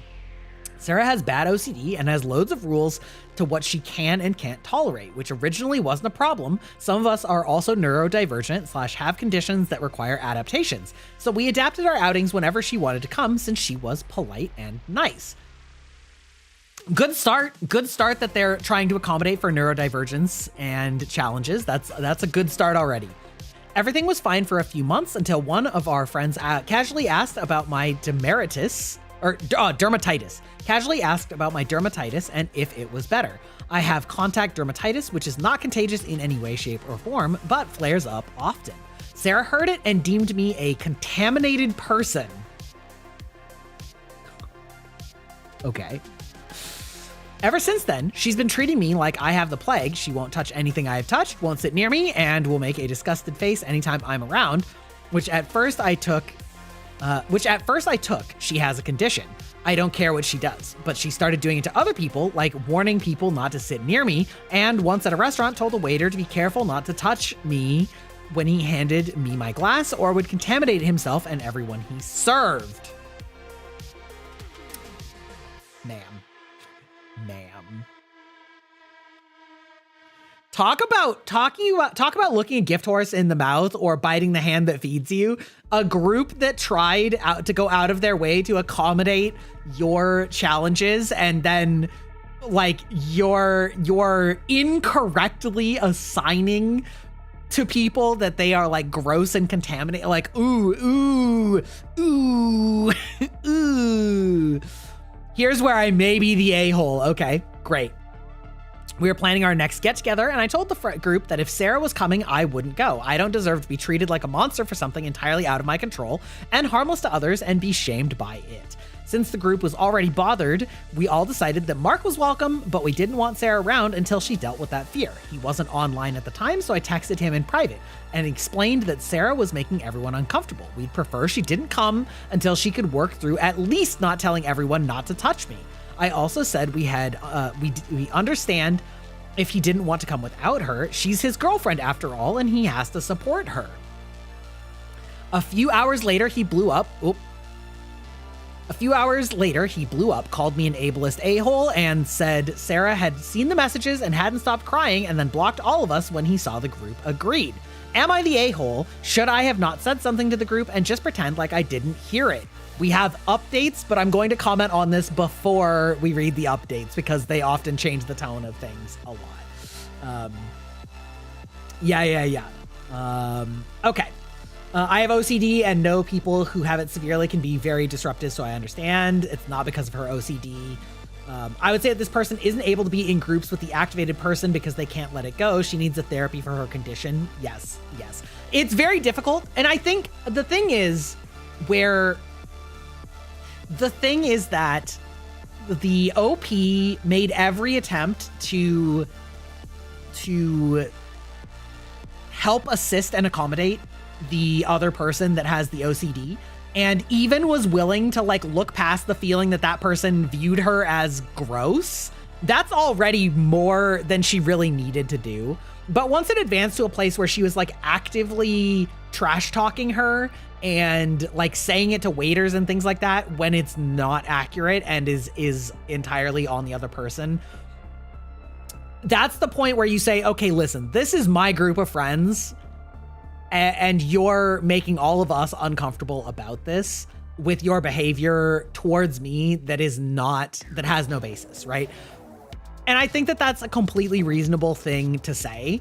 And it does not make you the a-hole for standing up for your own boundaries and your own, needs and comfort, and especially when it's not accurate, right? They tried to give her as much latitude as they could. And they didn't even say we never want to see her again. They said that she needed some therapy to help her work through this challenge. And that is completely reasonable. The fact that she's taking it hurtfully, yeah, maybe that does hurt your feelings, but you're hurting somebody else's feelings. And, unfortunately, it hurts to hurt somebody, or it sucks to hurt somebody's feelings, but she had no choice. Yep. I'm just going to scream in my pillow because this is just, you're dyslexic and growing up was hard because of the reading and having somebody, having to sometimes force people to follow my accommodations. But kids did this because they would try and be like, can you read? Can you read? Yeah. Contact dermatitis isn't even gross. It's a rash caused by irritants. Yeah, right. Even yeah, it seems like they are trying to accommodate even if she was like, I don't want to touch you anymore because it's like grossing me out. And she was like even willing to tank that, But once you start getting to the point where you're like telling other people not to interact with somebody because they're diseased and that's not the case, like, I'm sorry, but that's on you, Yeah.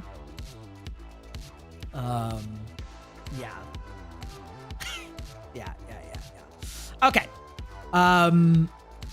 We have an edit. Obviously, the boyfriend is like in a tough situation because he's sort of getting an ultimatum about it. And obviously this is hurting the girlfriend's feelings. So like, obviously I think he should have handled it better as well, but I at least have sympathy for him being stuck in the middle here. Yeah. Edit. So that post certainly gathered more attention than I intended it to. Already saw one of those voiceover videos about it. Ha! Hi, Reddit. I just wanted to thank everyone for the responses, especially the people who broke it down for me a lot and helped me see that although some things could have been handled differently, I wasn't overreacting.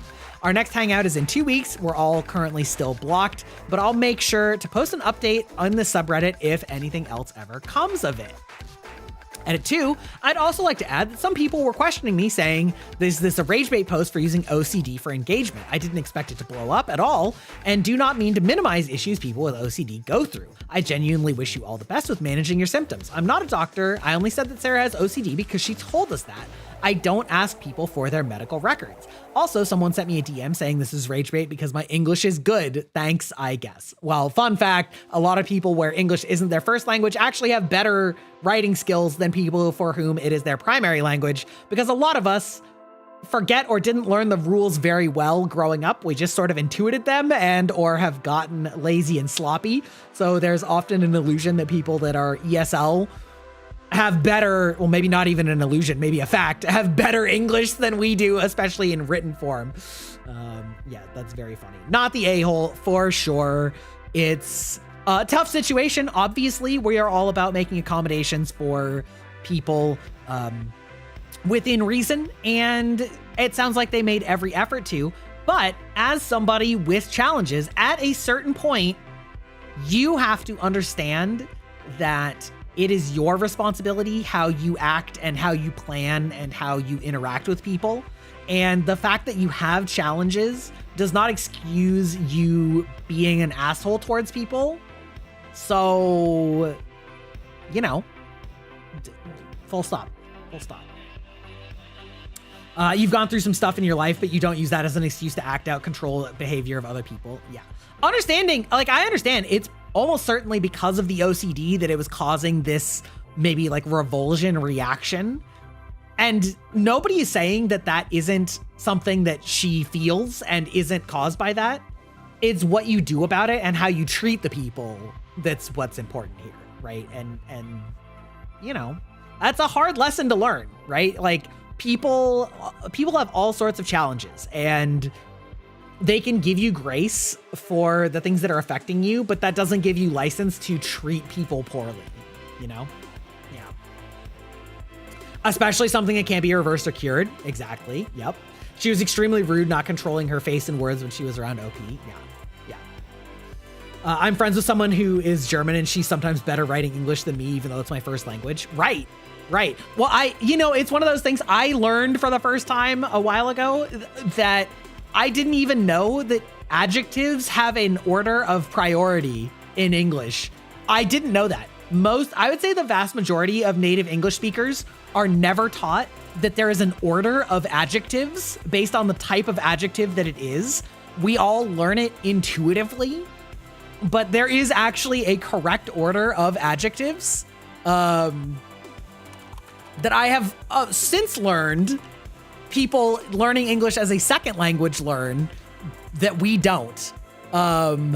So it is, let me see. Let me open this in a new tab. The order of adjectives before a noun is opinion, size, age, shape, color, origin, material, purpose.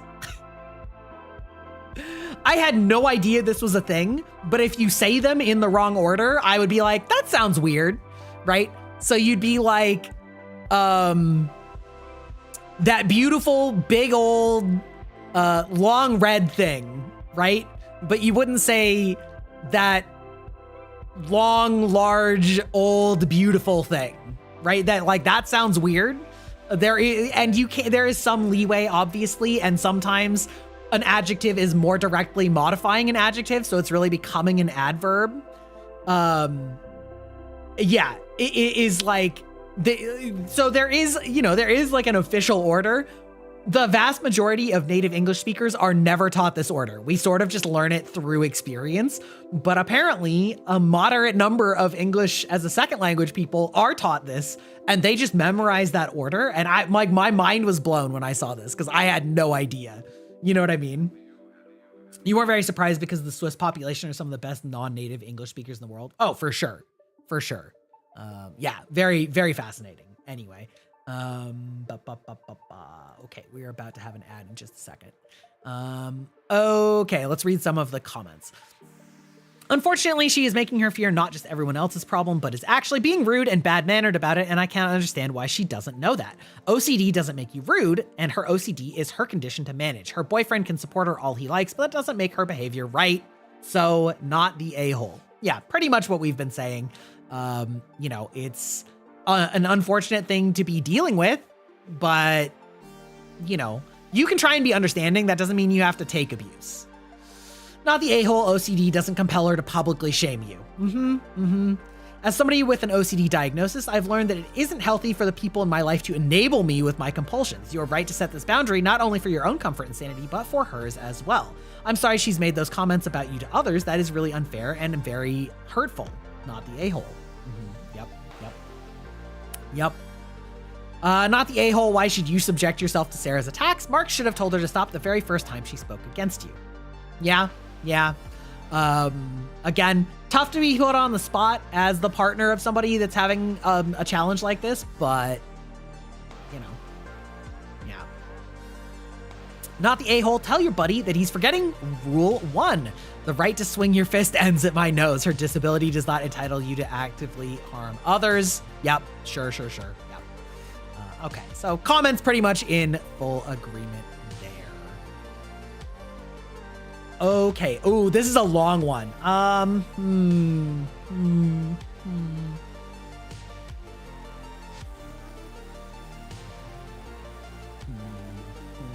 Ads are delayed. I have to go to the bathroom really bad, you guys, though I've been drinking so much. Okay, I'm gonna BRB real quick. It's gonna be a quick one. Sorry for making you wait. I'll be right back.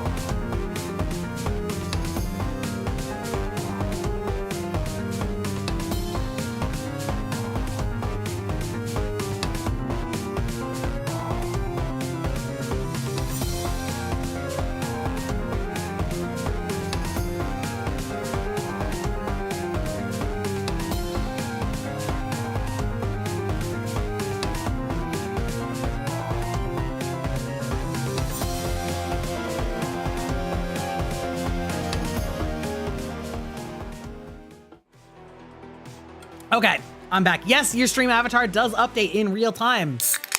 That's right. Indeed. I'm gonna filibuster here for a little bit because I believe we have ads starting in like a minute. We have ads starting in like a minute.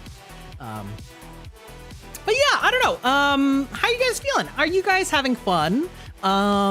I am always I've always been a little bit, I'll peel the curtain back a little bit. I've always been a little bit uncomfortable with recording reaction content, especially live, because if the video is like too long, or if it's like annoying, or if it like goes into topics that I get uncomfortable with, I feel like I am responsible for exposing people to that. And so it's something that I kind of haven't done as much. So we just kind of YOLO did it today, obviously. So I'm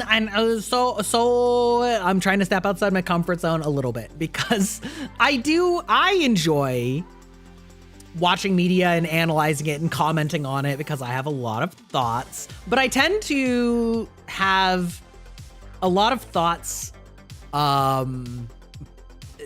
in response to things, if that makes sense. I'm a very like reactive thinker, right? If you ask me about a topic, I can talk about it forever. Maybe not forever, but I can talk about it a lot. I have a lot of thoughts about a lot of things. But if you're like, give me a topic, I'm like, I don't know. I want to model stepping through discomfort with grace. Kind of, well, I'm trying, but I feel bad. Like, I don't want to like, I don't know. Yeah, I don't know. I don't want to like turn people off if like, you know, I don't know. Maybe I'm like placing too much importance on the moment to moment, if that makes sense. Do I have someone to pre-read stories to make sure they align with my vibe? Nope. Not really, not yet anyway. Which is why it's been pretty easy to like stick with. It's easier with like Reddit reading, right? Because I'm the one reading it out loud. But like a video can just like flashbang you. You know what I mean? Like a video can flashbang you with like audio and visual, or things like that are more disruptive. I'm less worried about it with like Reddit reading, although it could be worth it at some point. I'm also reticent to like try and outsource work like this to other people for my content, even though like it would probably be helpful. You know what I mean? Look at it this way, you didn't write the post. Well, like I said, it's more with video. And there is an extent with the Reddit reading where I don't know if people just like find that boring. I personally think it's kind of fun.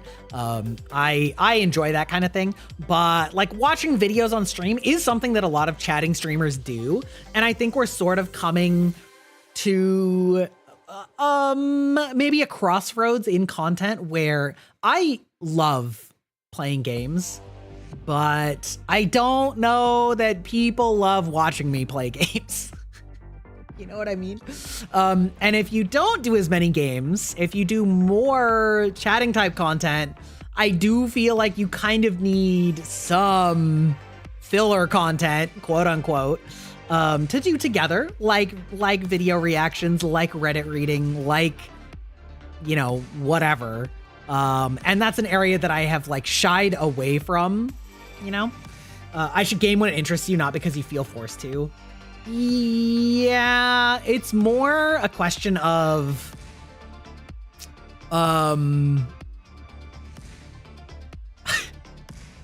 like, it's more a question of like what people are responding well to. You know what I mean? Like as somebody that's like trying to turn this into something, if people are responding more and better to more directly like chatting streams at a certain point, you know, that's a decision that I have to make. And yeah, I don't know. It's tough. I mean, that is the hard part about trying to like grow in content, is you have to thread that needle between doing what you want and doing what people resonate with and what your strengths are, as so to speak. And that's a difficult question, you know? That's a difficult question. So, I don't know. So, just to peel the curtain back a little bit, you know. Am I the asshole? Why, hello. Hi there. Hi there, Kalios. Welcome in, welcome in. Yes, we are probably going to do this for about the next hour, maybe 45 minutes or so. And then hang it up. I've been trying to stream for 3 hours a day this week, but I'm also trying to get an Am I the Asshole video out every week. And because I watched a video, I did a video reaction on stream that was much longer than I was planning. That ate into my Am I the Asshole time. You know? So, yeah. But yeah, it's definitely less that I feel pressured to play games on stream. It's actually the opposite. It's that I feel pressured to entertain people on stream and worry that like playing games on stream is just not as interesting. So that's more where it's at. That's more where it's at. Oh, excuse me. Oh.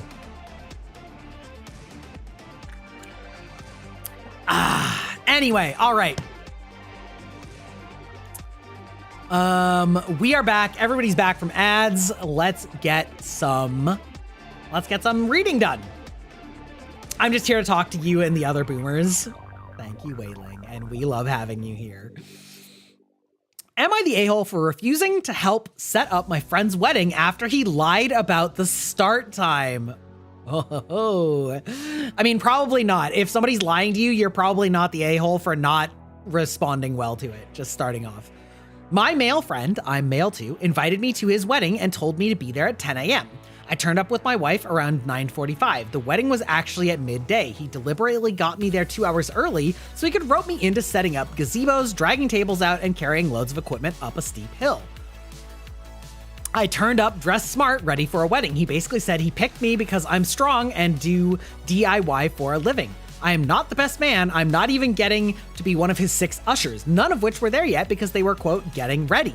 He had about 100 guests he could have asked. I wasn't even invited on the stage. He could have easily sorted the setup the day before or hired people. Anyway, I said no, definitely not. I've actually had some neck and back troubles recently, and I was already dressed for the wedding. I also didn't want to have to leave my wife sat on her own for hours while I did construction jobs. I said he should have asked in advance, and I could have said no, so he could make other plans rather than tricking me. His response was, "Hey dude, I'm giving you a free meal later. You could at least lend me a hand to earn it back."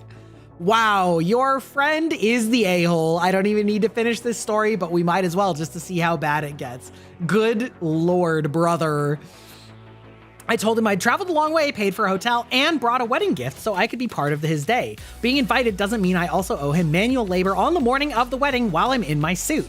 He was cold with me during the reception and made a point of jokingly bitching about me to whoever I was chatting with throughout the day. At one point, I'd had enough and I said, "Serves you right for being a cheapskate about your own wedding," in a jokey way in front of his bride. But now I'm second guessing myself. Am I the a-hole or was I right to say no? Yeah, not the a-hole. Obviously there's social pressure to say yes anyway, but it's obvious. This person obviously was manipulating you into feeling guilty to help him do something for free and not giving you any recognition for it. We had a story just the other day about the bride, or rather a bridesmaid that was upset that she was being expected to do all of the maid of honor stuff without being the maid of honor. And at the time, what I said was, to me, it's a little bit strange because I didn't expect our maid of honor and our best man to be doing a lot of the things that were expected of her. And maybe that was just on me for not being up on what wedding traditions are. Our you know, man of honor, or our maid of honor and our best man did not have a lot of responsibilities that these people were being expected to do. But this is very similar, but sort of in reverse. Being expected to do, or not even in reverse, just very similar. Being expected to do manual labor for somebody without being told that that's why you were being invited is very disrespectful and very manipulative. And to his point, there's a dozen people going up on stage that should be helping with that, or more realistically, probably getting hired help to do it. So absolutely not the a-hole. You don't deserve to be somebody's pack mule, doubly especially when you're injured, and triply so when you've been manipulated into doing it. If they asked you, that's a different story. But they just expected you to do it and lied to you about when to show up. Like, absolutely, the absolute gall of this guy. Holy. It's one thing if you're asked ahead of time to come early and to help set up. And even then, you're still not obliged to, right? I would say that you probably should make your best effort to try if somebody's asking for your help. But you are certainly not obliged to, certainly not if you have an injury. But to have been lied to about it is like, it's so scummy. So scummy. Absolutely insane. I could never. I can't even imagine living a life where that's just like normal to you to treat people like this. I think one of the most consistently interesting and shocking things to me is to see how other people just treat people regularly. And I just like, I can't even imagine them doing it. You know what I mean? Insane. Not the a-hole, but your friend sure is. He should have been upfront about his plans for your help. You can't ever assume people can just do free labor on the spot. Such an a-hole move. I'd honestly be reevaluating my friendship at this point. Exactly. 100%. Not the a-hole, your friend is a prick. Yep. I take it you're from the UK. Is it normal to not receive a formal invitation via mail with the date and time of the ceremony? Being in the States, I wouldn't even show up to a wedding unless I received a formal invitation. They just sent the details by email. Now you have me wondering if everyone else got the proper paper invitation. Imagine everybody else gets a paper invitation and then they just contact you directly to try and like get labor out of you, but like do it in a different method so that you don't know. Ooh, so gross. So gross. It's even more assholey if he only asked the OP and no one else at the event. That's what it sounds like. It sounds like they just asked the OP because they're like, oh, you work in this. Similarly, I worked at a moving company, and people none of my friends ever tried to like con me into helping move them because I worked at a moving company before. Now, I did get asked to help people move, but I wasn't the only one. I was, it was like a big group of friends, like one of those, hey, can you guys all help me move? We'll buy pizza and beer. I could really use it. And sometimes I said yes, and sometimes I said no. And I certainly lent my expertise with like, here's how you pick this up. Here's how we're going to move this. But I was never the expectation for me because I had that experience, Honestly, it actually... a lot of the time it ended up annoying me because I had the knowledge that I'm like, no, you people are going to hurt yourself. Like, stop. No, safe words. Yeah.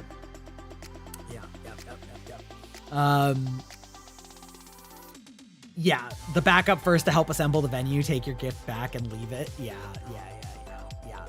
Not the a-hole. Friend is the a-hole.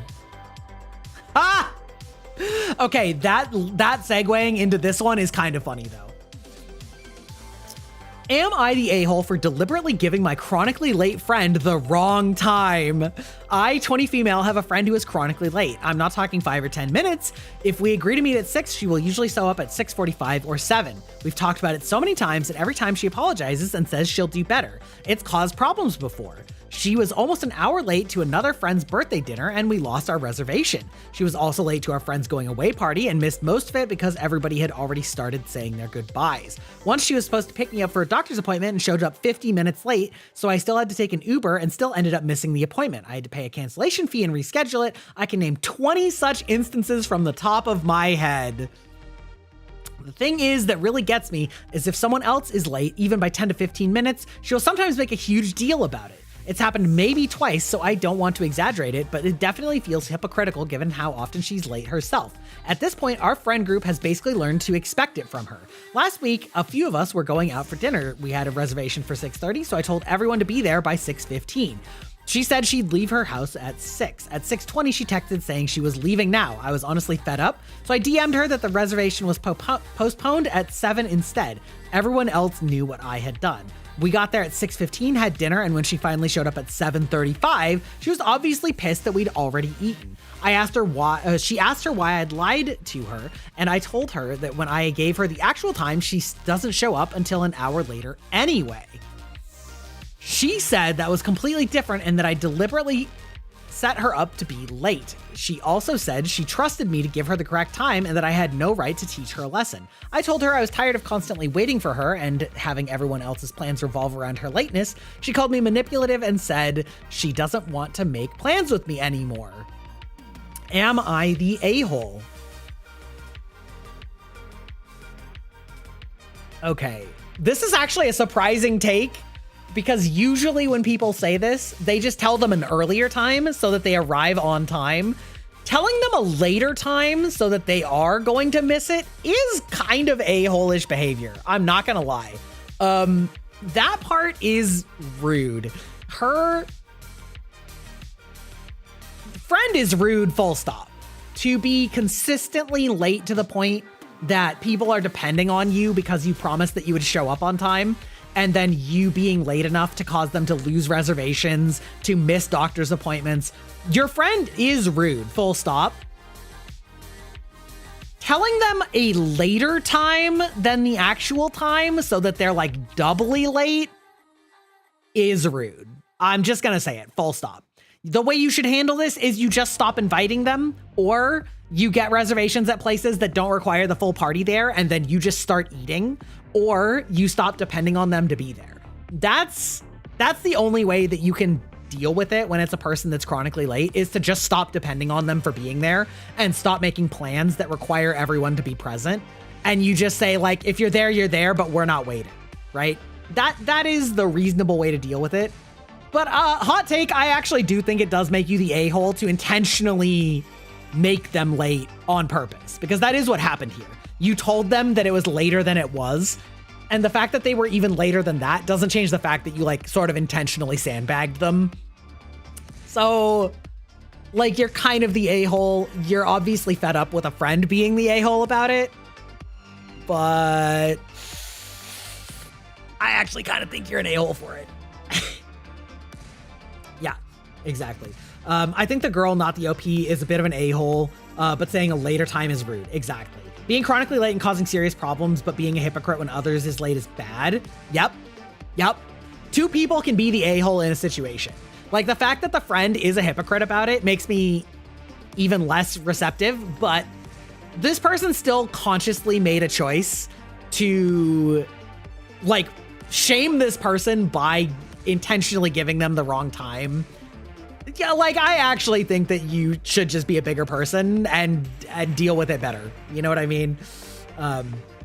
I would just stop inviting them. If they aren't going to respect my time and my friendship, then we don't need to be friends. Yes, that's more what I'm saying. Either stop inviting them, or when you invite them, don't make their participation be the linchpin on the activity, right? You just start without them, and it is what it is, you know? And if they don't like that, they can show up at the time that they were told to show up.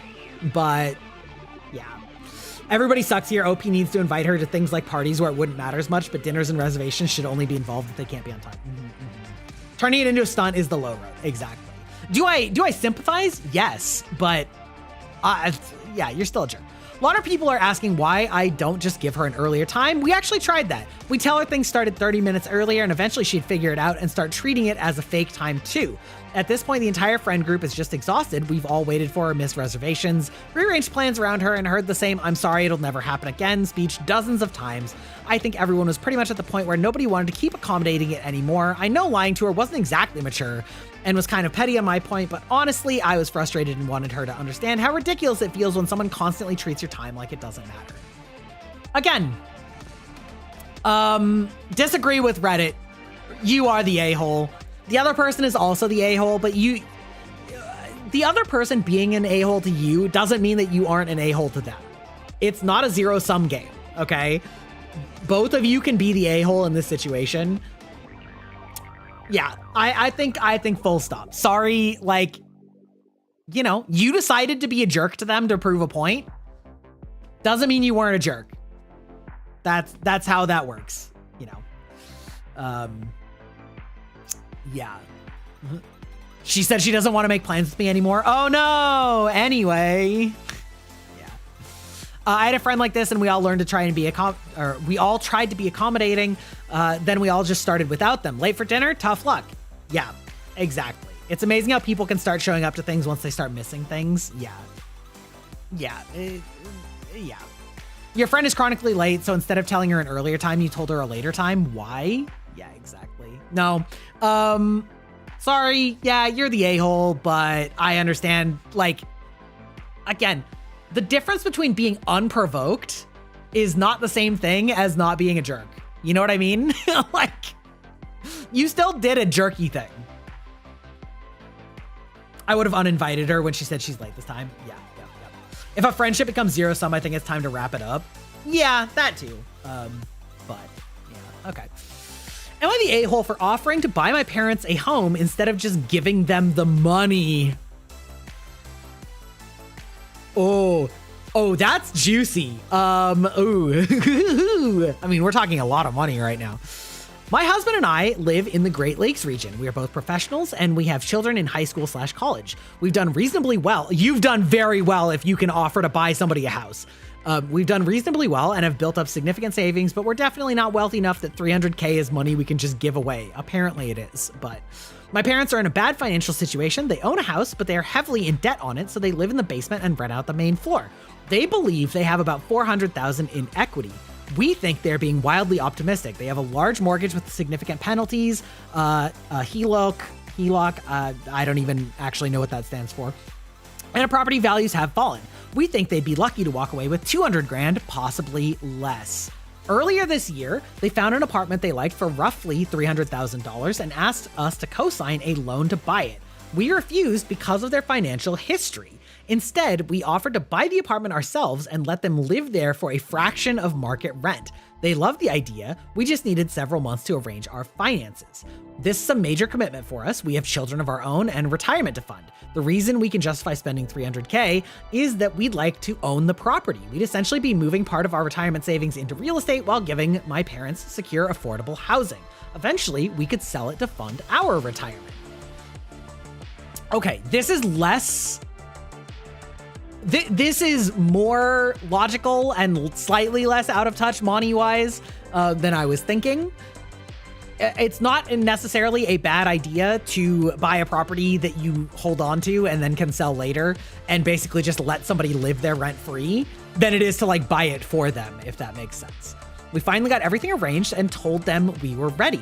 Now they've decided the apartment they wanted 6 months ago is too small and they couldn't possibly live there. Instead, they found a much more expensive condo they like. The condo fees alone are over $1,100 a month. They insist they can afford it because they're counting on getting 400K from their house.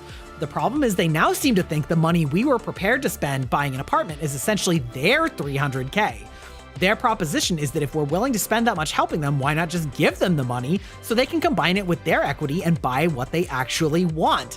Your parents are not only the a-holes, they are stupid. They're stupid. Anyway, we'll finish the story. I can see how our position might seem controlling. We'll spend 300K helping you, but only if we own the property. But to us, there's an enormous difference between investing 300K in an asset we own and simply giving away 300K of our family's savings. Yes, that is a huge difference. You owning the asset is a completely different proposition than you giving away the asset or the money. You are correct. That is a much more sound financial decision that still has a positive upside for your family. That's not the same as just giving money away. Okay. But right. Our offer still stands. We'll buy a reasonable apartment around the original price and own it, and they'll live there very cheaply. If they want the expensive condo instead, that's their choice, but we're not giving them $300,000. Am I the a-hole for offering to buy my parents a home, but refusing to just give them money? Great. This is actually like, slightly less juicy, but basically kind of what I was going for. This is actually very, very interesting. Hi, Skylar. Yeah, did I get an upgrade? I did. Yes. It was a big 1.5 year long project that we finally released about a month and change ago, maybe a month and a half ago at this point. We're in our hot boy era. Okay. We're in our hot boy era. You know what I mean? We have so many toggles in this baby. Slaps roof. Yeah. Swooning, fanning self. Not to make it tit for tat, but they are they going to guarantee you an inheritance of equal value? I would never give that money to anyone without my name being on the title. Yeah, exactly. I wouldn't necessarily say an inheritance. I would say like a debt, like a loan. But even so, this is definitely a situation where somebody is leveraging the money that they've saved up and choosing to use it in a way that is very beneficial for somebody while still looking out for themselves and their children. The important thing here is that this is a couple with children that are trying to accommodate their parents who are financially illiterate and in a bad financial situation, And they are doing it in a very responsible way, saying, I will buy a property, you can live in it for cheap, but we own it because it's our money, it's our future, and it's our children's future. And we are not going to, pardon the pun, mortgage our children's future to bail you out, which is something that boomers seem to love doing a lot, is mortgaging their children's future. But anyway, not the a-hole, actually very, very intelligent people making this, and in a very compassionate way, because they're not even saying they're charging them like regular rent. They're just like, we'll take a little bit of money, but like very cheap, like way cheaper than rent would be, right? They are giving you the best possible scenario. And the fact that not only are the parents incorrect about their net worth and incorrect about the way that they've spent their money, and they are looking a gift horse in the mouth by saying like, oh, actually we want more. Like, how do you think you got into that situation in the first place? Okay. All right. Absolutely. 1000% not the a-hole. In fact, extremely responsible OP. And it's extremely difficult because it is their parents. I completely understand why they're having these problems and like why this is difficult, why this is a difficult situation. Because it's not just some stranger, right? This isn't some person that's like asking for money and you're like, I'll buy you food, but I won't like just give you money. Like this is a substantial amount of money, and they're doing it in a way that is respectful and kind and basically the best of all worlds. And if they're looking at that saying, no, that's not good enough, we just want you to give us the money because that's basically the same. It's not the same. It's not the same. Giving someone money is not the same as loaning somebody an asset that you still own. And that should be obvious. Like, if you say you can drive my car for a month, that doesn't mean I'll give you the money to buy or rent a car. That's like, because you still own the car, right? Like, that's not the same, brother. Not the same. Yes, good on the OP for learning from their parents' mistakes. Oh, you want to see the stripping toggles? Okay. Well, okay. We'll take a brief pause here. I will do a little strip. The reason I took it off is because I want to repurpose this into YouTube content, which means that I want to be able to edit out when I'm doing something like this and not put it in your control. But if you insist, yes, we are built. We're stacked. We've got great musculature. We have RGB all the way down. Okay. All right. Listen, we know what the fuck we're doing. We paid mama and mama delivered. She gave me exactly what I wanted. So, you know, we're thriving. Okay. We're thriving. We're living our best lives out here. The abs are out. That's right. There is no gerentry to the thing? Huh? I don't know what that means. Looks away in shame. Gasp. Hello. Hi. Welcome in. Long time no see. Tits out for Harambe. That's right.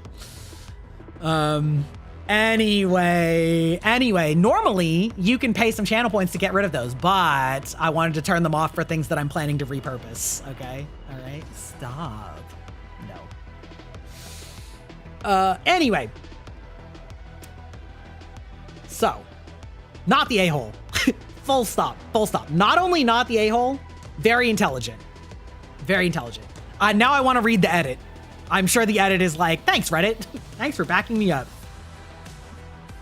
Edit. I want to emphasize that our real fear is that mom will spend another winter living in the basement. It is horrible. Also, they could very well end up homeless. We can't let that happen. Okay, that also shows that you have a very real concern for them. However, you need to take care of your own future, and you providing them with a solution that if they choose to look at a gift in the mouth and spit on it, that's their responsibility. Not only are they adults, they're your parents, okay? You can't be responsible for your parents' bad choices for their whole lives. Edit 2, we understand they'll probably be terrible at paying rent. We are basically going to ask for enough to cover the condo fees and taxes. Even that might be a challenge. Financially, this is a terrible plan, but the alternative is mom spending another winter in the basement apartment, which we feel terrible about. Update. This has blown up a bit more than I expected, so I showed this to my partner, and then we sat down with ChatGPT, and came up with a financial plan for ourselves to retire comfortably in 5 years. We're in our early 50s. We will take this to a financial advisor to make it happen. We're still going to have to keep a reserve to deal with parents to keep them from being homeless when their financial decisions catch up to them. But yeah, if they just want to throw away my money, then forget it. I can retire early and in comfort instead. And to be clear, ChatGPT was just giving us ideas of a timeline of what to do. We do not trust it fully or even very much. We'll be taking the plan to an advisor to actually figure out what to do. Okay. Wow. So it sounds like they're not even going to go through with buying the apartment and letting them rent it. Talk about shooting yourself in the foot, parents. Holy mother. Holy mother. That's crazy. That's crazy. That's wild. Absolutely wild. This update is weird. I mean, I think, what it sounds like to me is it sounds like the parents aren't accepting the alternative. Like, the parents are saying, well, then no. And then they're like, okay, fine. Like, too bad, I guess. I guess we're gonna be, like, so my guess is that Reddit is telling them overwhelmingly to just keep their own money and retire, which, like, maybe that's what they're gonna do. I, you know, yeah. Not the a-hole, talk about choosy beggars. Yep. This is why you got popcorn, because it was going to get weird. I know. I don't know why the parents rejecting their offer changes their behavior versus the status quo. Well, I think what it is that it's like, it's more like they're just going to invest that money in a way that lets them retire off of it, as opposed to in a asset that isn't liquid, right? I think basically it's like, if they're not spending this money on property, then they can probably just retire. And I think Reddit is probably encouraging them to just say, screw your parents, retire, you know? Which I understand that, like, the opportunity cost of spending that money versus not spending it is potentially the difference between early retirement or not. But don't undermine your children's future by giving away their safety net. Yep.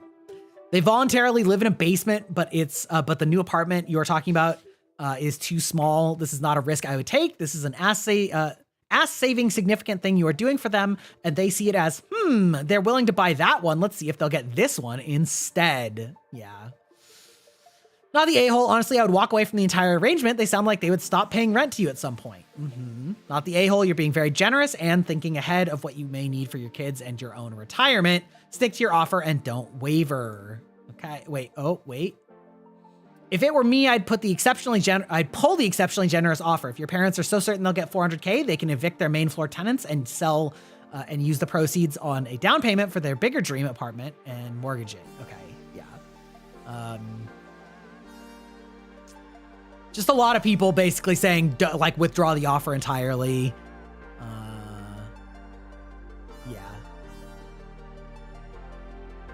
Yeah. Okay. Yeah, I don't know. It is, the update is weird, talking about, like, we're gonna retire instead. But, you know, when they're getting to that age, it is what it is, I guess. Yeah. Crazy work there. Heavens to Betsy, all those parents just, all what you're saying is, it sounds like the parents want the parents to just give out more money. Yeah. Yep.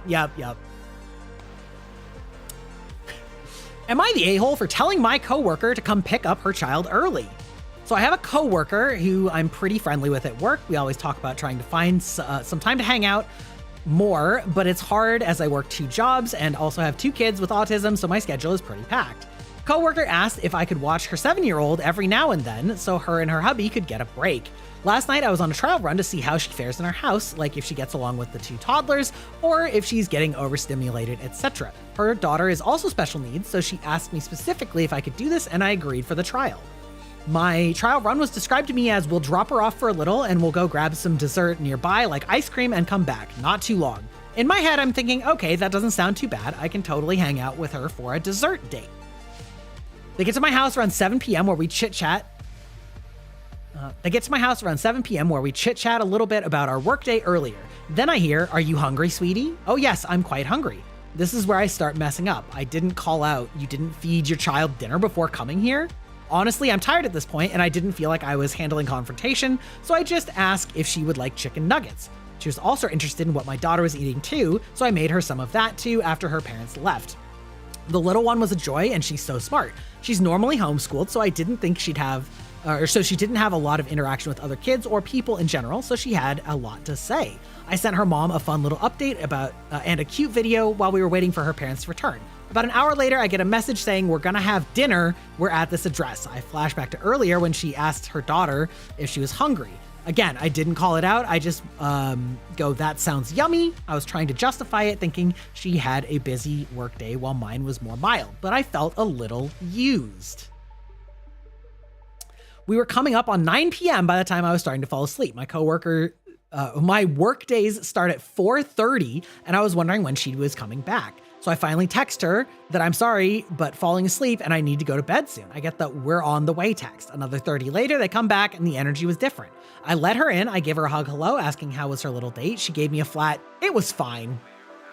And then goes straight to her daughter and gets her shoes on. I felt bad because the little one did not want to leave, so I just stood back and let coworker do her mama thing till little one was ready to go. Coworker said everything was fine after I asked her if she was all right, but I'm having mixed emotions on it all. I started feeling like an a-hole for cutting her date short, even though it was meant to be short. They really seemed like they needed the break. My husband said I shouldn't feel like an a-hole because I already went above and beyond accepting to do this for nothing in return and feeding their little child. What do you all think? Yeah, this sounds like a very clear case of other parents clearly communicated something different and you agreed to one set of conditions. You're not asking them to pick up the daughter early. You're asking them to pick up the daughter after how long they were giving you an expectation that she would be there, right? It's only early to them because they wanted to leave her there longer. You're not like, this is just bad communication. This is plain and simple bad communication. I'm sure that coworker was annoyed, but she doesn't have any right to be, right? Coworker has no right to be annoyed that they gave one proposition on time and then the person, and then they stayed longer and stayed longer and stayed it's very irresponsible parenting. I do understand that parents go through a lot and they probably need some time away, and that probably felt very nice until they had to, come pick her up. Maybe they were in the middle of something. You know what I'm saying? Maybe they were in the middle of something and didn't quite finish. Them's the breaks. That's what happens with being a parent. You can't just tell somebody it'll be a quick little trial run and then be gone for 3 hours. That's not how that works. That's not how any of this works. So the OP is not the a-hole. Friends' parents should not have gotten upset. They probably weren't being super malicious, but they were being irresponsible. It wouldn't surprise me if OP is autistic. Autism runs in families, and this kind of social communication, overthinking, and hyper analyzing the mood and worrying that you did something wrong because it made the other person annoyed is very autism coded to me. So she's probably extra stressing herself out about it, but she had a completely reasonable, she took completely reasonable care of this person, was given one proposition and handed something else. I'm totally not the a-hole, Yeah. Bad communication due to thinking the person would think the other knew that they want you to stay longer. Yeah, that's just not, yeah. Not the a-hole. They used you. She lied. I don't necessarily think I would jump to saying that it was that intense. We'll drop her off a little while and go grab some dessert, like a nearby ice cream. You asked, you have nothing to feel about. She went AWOL on what she originally asked for. You've been warned. Yeah. Changing to NTA, they tried to pull a fast one. What time were they originally supposed to pick her up? If you were getting up that early, agreeing to keep her late might not have been the best idea. Yeah. Okay. Yeah, pretty basic, honestly. Not too big of a deal. That's an ad.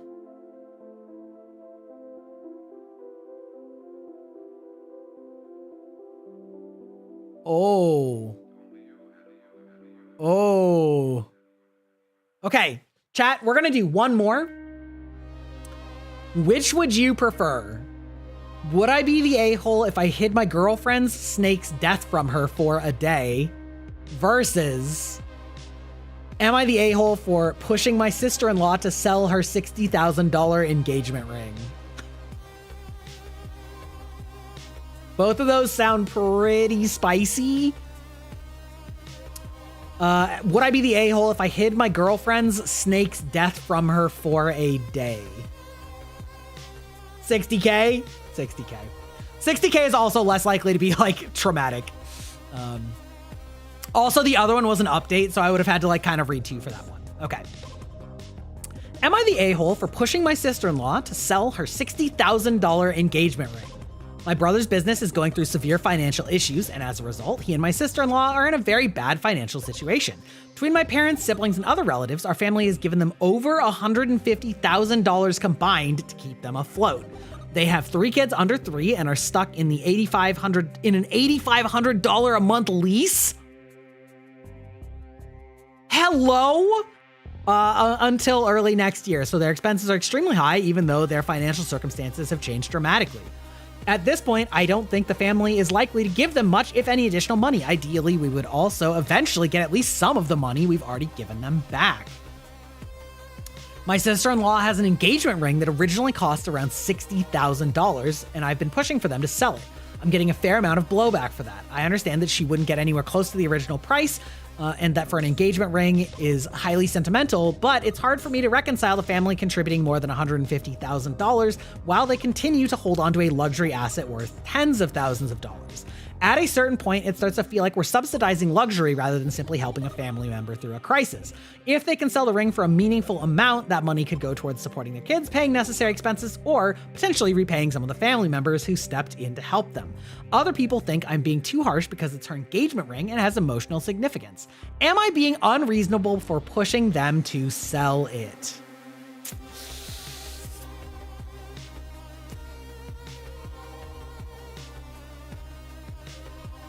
I'm gonna say no. I think there's definitely a question of like how much they can get for it, because at a certain point, it's really kind of not worth it. I mean, obviously any amount of money is helpful, but like if they could get $5,000 for a $60,000 ring or something like that, you know, I would probably just say don't sell it. It really depends on how much they think they can sell it for. I completely understand why they don't want to, but at the end of the day, they have 3 kids to be paying attention to and looking after. I would be pursuing other means of financial aid, including getting out of the lease and paying a penalty. Because like at a certain point, the penalty that you pay for breaking your lease is going to be less than the amount of rent you're paying for that insanely expensive lease. It is unconscionable to have that expensive of a lease unless you are making absolute gangbusters money. Asking your family to continue subsidizing you for that expensive of a thing and then not making any changes to make that work out is also unconscionable. So I think bringing it up and talking about the financial responsibility and burden that they're placing on other people is totally reasonable. I do get why they're upset about it, because it's a wedding ring, obviously. I understand that. It's a bad situation. Like, look for other answers, brother. The stones would carry most of their value secondhand. Yeah, somewhat. I don't know if that fixes the problem exactly. Yeah, the lease is the insane part. It depends on how you sell it. Maybe don't sell it if you don't know how to pawn a ring, in my opinion. Yeah. I feel like fixating on the ring is missing the point of the problem. Well, I think it's because they know it's worth so much money, right? It's like, if they had like 40K in like a savings account and they're like, well, we don't want to touch that. And you're like, well, then why are we paying you a shitload of money? Then, you know, I think that's how the OP is looking at it. They're looking at it as like, you have an expensive asset that has emotional value to you, but is not part of your life, as in like, it is not your vehicle to get to business. It is not your house that you're living in. At a certain point, you have to make hard decisions. I think that's where the OP is coming from. However, like, right, there's so much bigger problems causing this in the first place than that they're not addressing and not talking about. So, you know, I don't know. I think not the a-hole for bringing it up. I guess it depends on how much you're pushing it, but at the same time, you need to have responsibility. You need to have financial responsibility, and like expecting other people to bail you out is not reasonable either. And especially to that tune of money. I mean, $150,000 is more than a year of that lease. That's like 2 years of that lease. A year and 3/4 maybe. So like obviously that money is going down the drain because that's not even their cost of living. That's their lease, right? That implies that they're probably spending 10, 12K a month. Yeah, like, brother, I'm sorry, but you gotta make some other accommodations. Like, your family is not an endless well to be drawing from. We're getting a lot of stories today about piggy banking your family. Absolutely crazy. Absolutely crazy. I think you're wasting your breath. Next time they come asking for money, tell them you don't have any more to give. As long as you're enabling them, she has no reason to sell.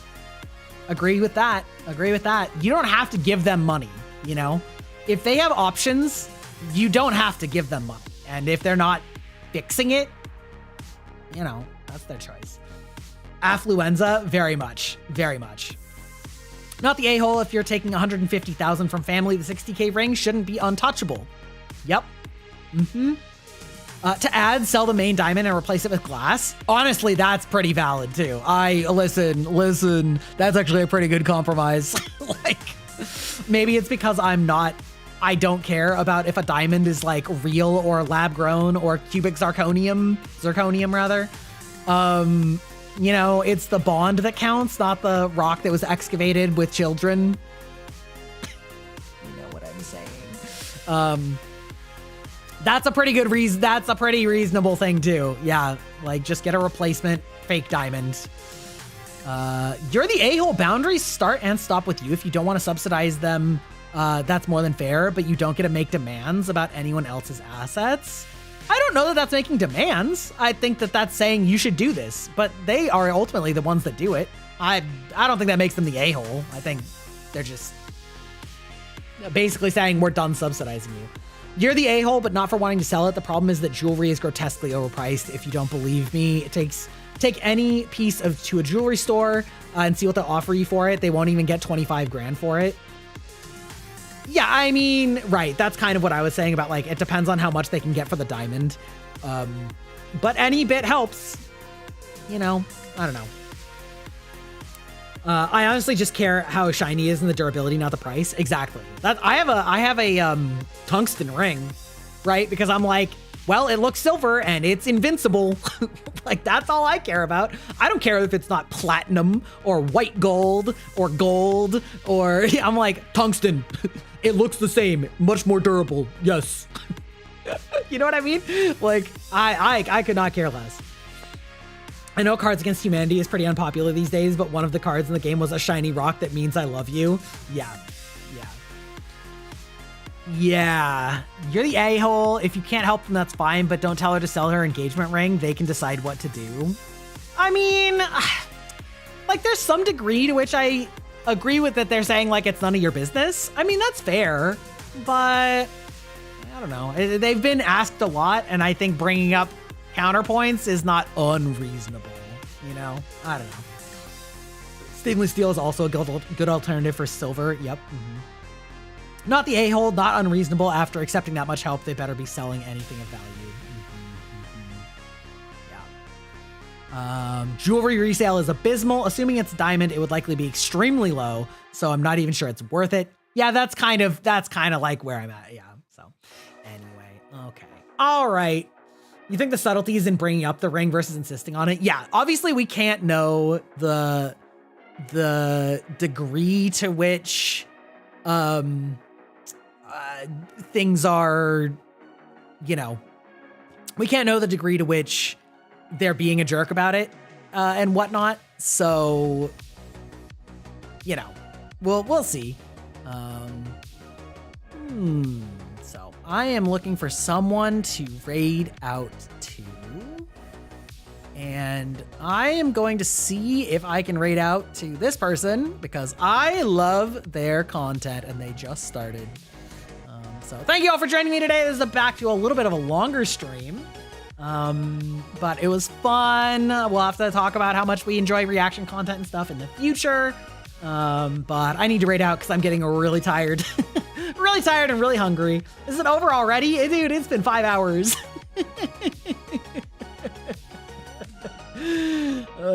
So we are going to raid out to Catsper Catachini.